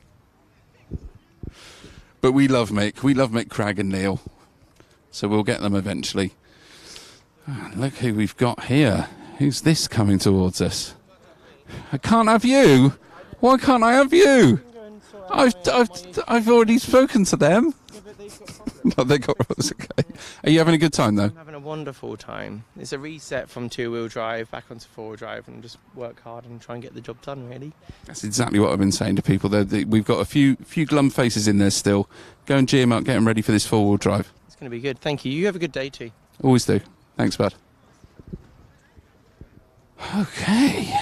Quick word with Trish as we grabbed him on the way through there. He is a busy guy, so you know, we try and leave them if they're busy. They got a lot of work to do here. It's a lot of involvement to get these cars right, and they've put a lot of time, a lot of money, and a lot of effort into to being here. So we like to, as well as get in their face a little bit, we do like to kind of give them a bit of space as well to make sure that they're getting the best out of the weekend. We want happy racers to speak to. Let's pop on in these pits for a minute. So you can see we'll just duck our heads through. So I'm not going to speak too loud, because up above me there, that's where the drivers are. And you can see this is probably looks a bit bigger here actually than it does on the camera normally, but this is where they're going to pull in and pull off at the start and finish of each race. And of course you can see the marshals and everybody else out there as well, but we'll leave these guys because I don't want to disturb anybody up on the rostrum.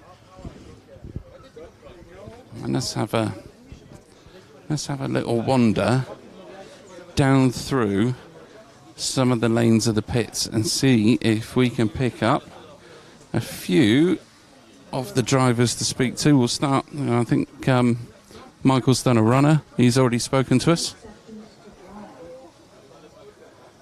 There's the mountain backs there.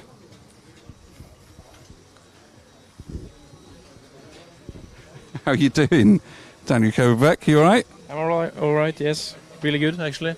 Yeah. How's the four-wheel drive going? Quite good so far. Every practice has been really good, and trying some small stuff all the time now. Since I'm up there. It's good. Good, and easier than two-wheel drive, yeah?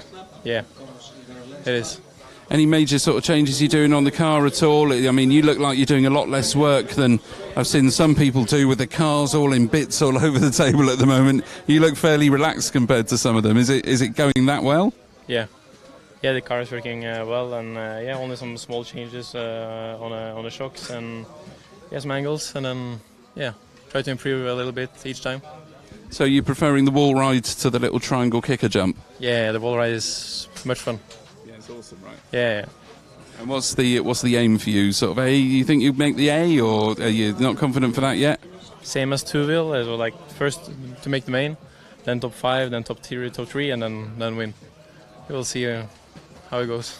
And do you think you got a chance of going for the win? Because we've had a few of the drivers sort of give some different names for the win on this one. I mean, we've had Coelho put up there. I think we've had Olowski put up there. Newman put up there.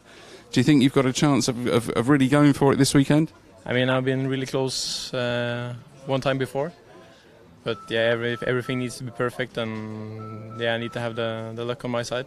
Of course. But for sure it will be difficult, but the main is the goal to begin with. Absolutely. Well, we wish you the best of luck to getting into it. Thank you so much for your time. We'll catch up with you soon. Come and see us in the truck if you get a minute between rounds.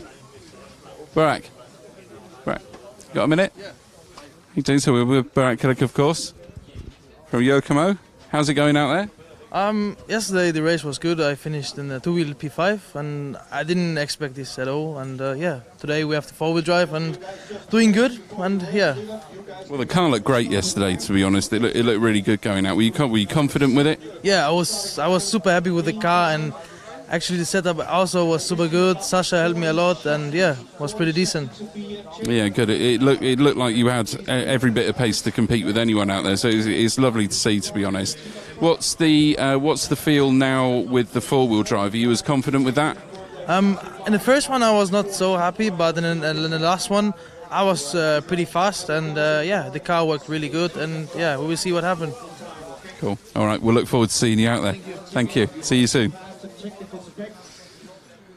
Ooh, all right, we've got Jonas Cow. Oh, he thought he'd escaped. He thought he'd escaped us.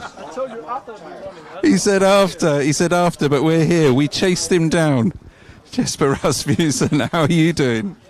I think it's doing a pretty good job. It's difficult out there. Everybody make mistakes, but I think it's pretty good, I think. When I have been not racing so much off-road the last year, so I think it's pretty good. Good stuff, good stuff. And the two-wheel drive, obviously, hard for everyone, right? So it's a tough day, but were you happy with the result at the end of it, with it being such a tough track? I think if there'd been an easier track, like Robin Hood, I think the rest would be a little bit different, but I think it's the same for everybody, so we just need to improve. Yeah, of course. And any major changes on the four-wheel drive? You don't look like you're doing too much at the moment with it, any sort of change-wise? Just try to small changes, not something crazy like yesterday in two-wheel, so just try to keep it same like our home setup, so I hope it'll be good enough. Yeah, you're looking good out there. I mean, you confident with it? Do you think you've got a chance of being at the top, fighting for the top this time? I hope so. It'll be like for B main this time, so I hope that is the goal. So all in or nothing. Absolutely. All right, nice one. We'll leave you to it. Thank you so much. We'll speak to you soon. So we've already had a chat with our current two-wheel drive, or newly crowned two-wheel drive champion, Marcus Kerup. He's already given us plenty of his time, so we won't disturb him. But what we are going to do is just have a little kneel down with one of the other superstars here, Davide Ongaro. How are you doing, bud? Yeah, I'm good, thank you. Yeah, yourself? Very good, thank you. Happy with the car? Yeah, we are getting better in four-wheel drive. We were good in the two-wheel drive, and then after many laps here, we are getting better, yeah. You looked absolutely solid out there yesterday in the two-wheel drive. Were you happy with the car in the end? Yeah, I was super happy, especially without testing for like 3 years. Instead, I have 1.8 program. So yeah, we were super happy also for the P4 that was good. Yeah, of course. And now with the four-wheel drive, you don't look like you're taking it apart and stripping it out and changing loads a bit. I take it you're happy with this one? Yeah, I'm happy. We just change a few things for the next round of practice, and then we'll see for the seeding one how we go. Okay. And do you think you can make the A? I will try to. Yeah. I like your first answer. I will. Yeah. That's all you need. Thank you. Super stuff. Thanks, Thank bud. Okay, we've spoken to Bruno. We'll give Bruno a wave because we've already spoken to him. We've said hello, but we'll just say hello whilst we're in the pits. You okay? All good, yeah. Yeah, happy with the car? Yeah, getting better and better. A couple of people have picked you for the win. Maybe. I mean, I fought for the last year, so I think it's normal. Fair enough. All right, look, we won't take up too much time. I've already had a chat. We've got an interview, so thank you, buddy. All right, what we'll do, we'll pop round the other side of the table because we've got Una Hattonham right there. He's trying not to make eye contact with me, but I know he's there.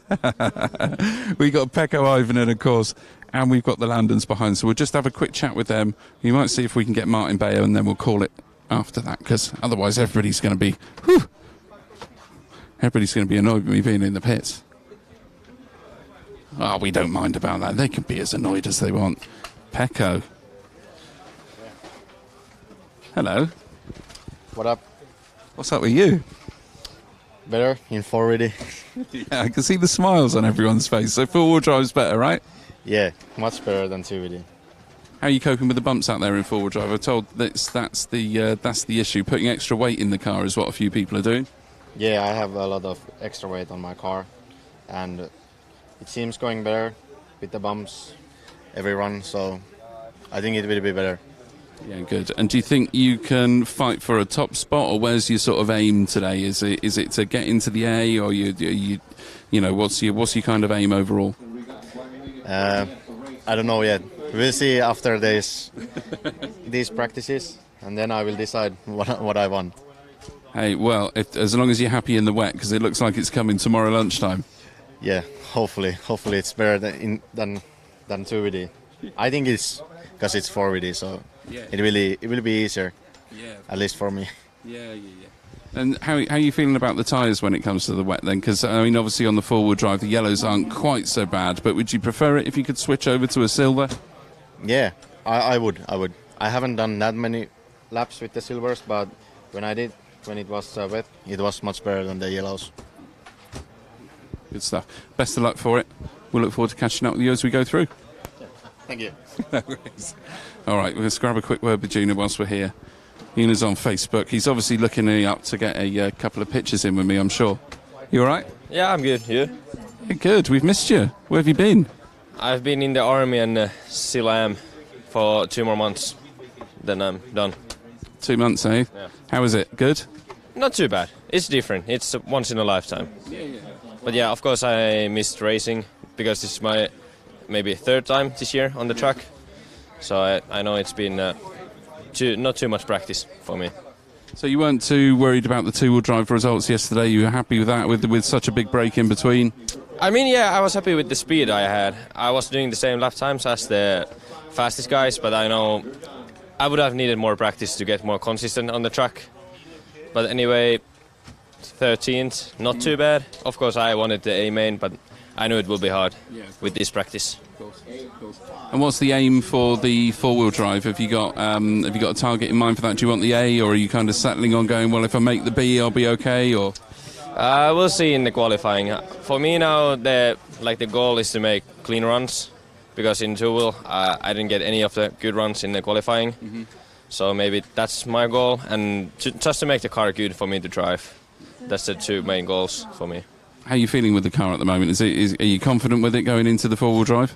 It's not too bad. Of course, it could be better, but we have made the changes, and it has always been better in each run. So, I have good hopes for the car. So. Good stuff. Nice one. Okay, thanks, buddy. Thank you. Catch up with you soon. Good luck. Oh, look who we've got here. Right, hotel buddies. How are you two doing? Okay. We're doing okay. Yeah. A little bit struggling a bit more with the setup today than yesterday. So. Well, I mean, your result yesterday, wow. You weren't expecting that, right? No, maybe not that high. I was aiming for the A main, of course, but 6th place, I didn't dream of it. So it was an awesome result, and the race was fantastic as well. It was lovely to watch, to be honest.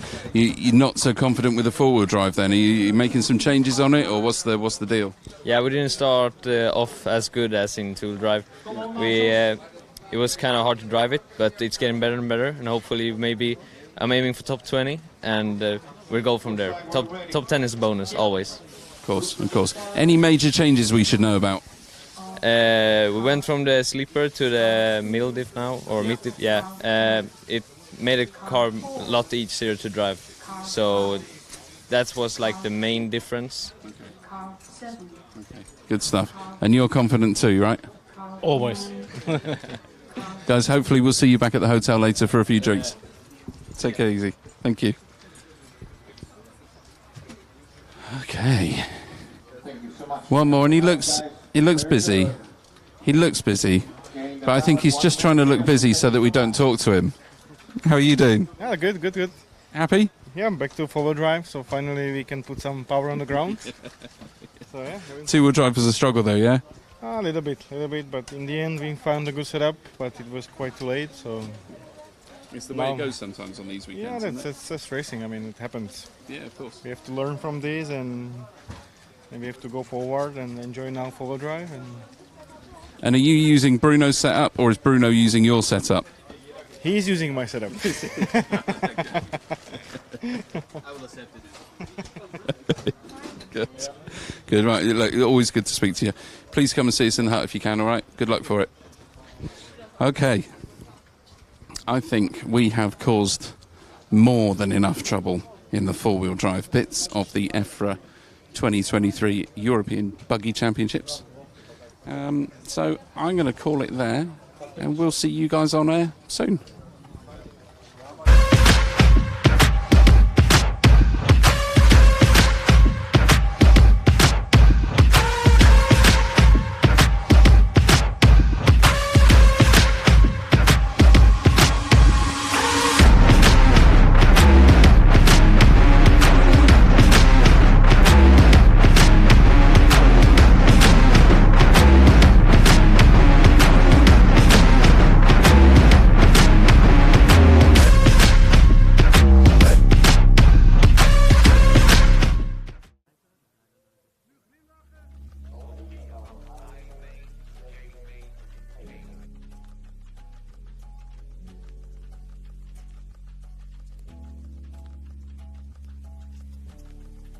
Well, fantastic pit walk there with Matt.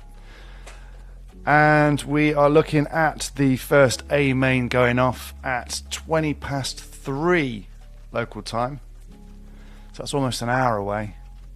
So what we're going to do is we're going to put this stream to bed, and we're going to start again with a final stream about 3:15 local time.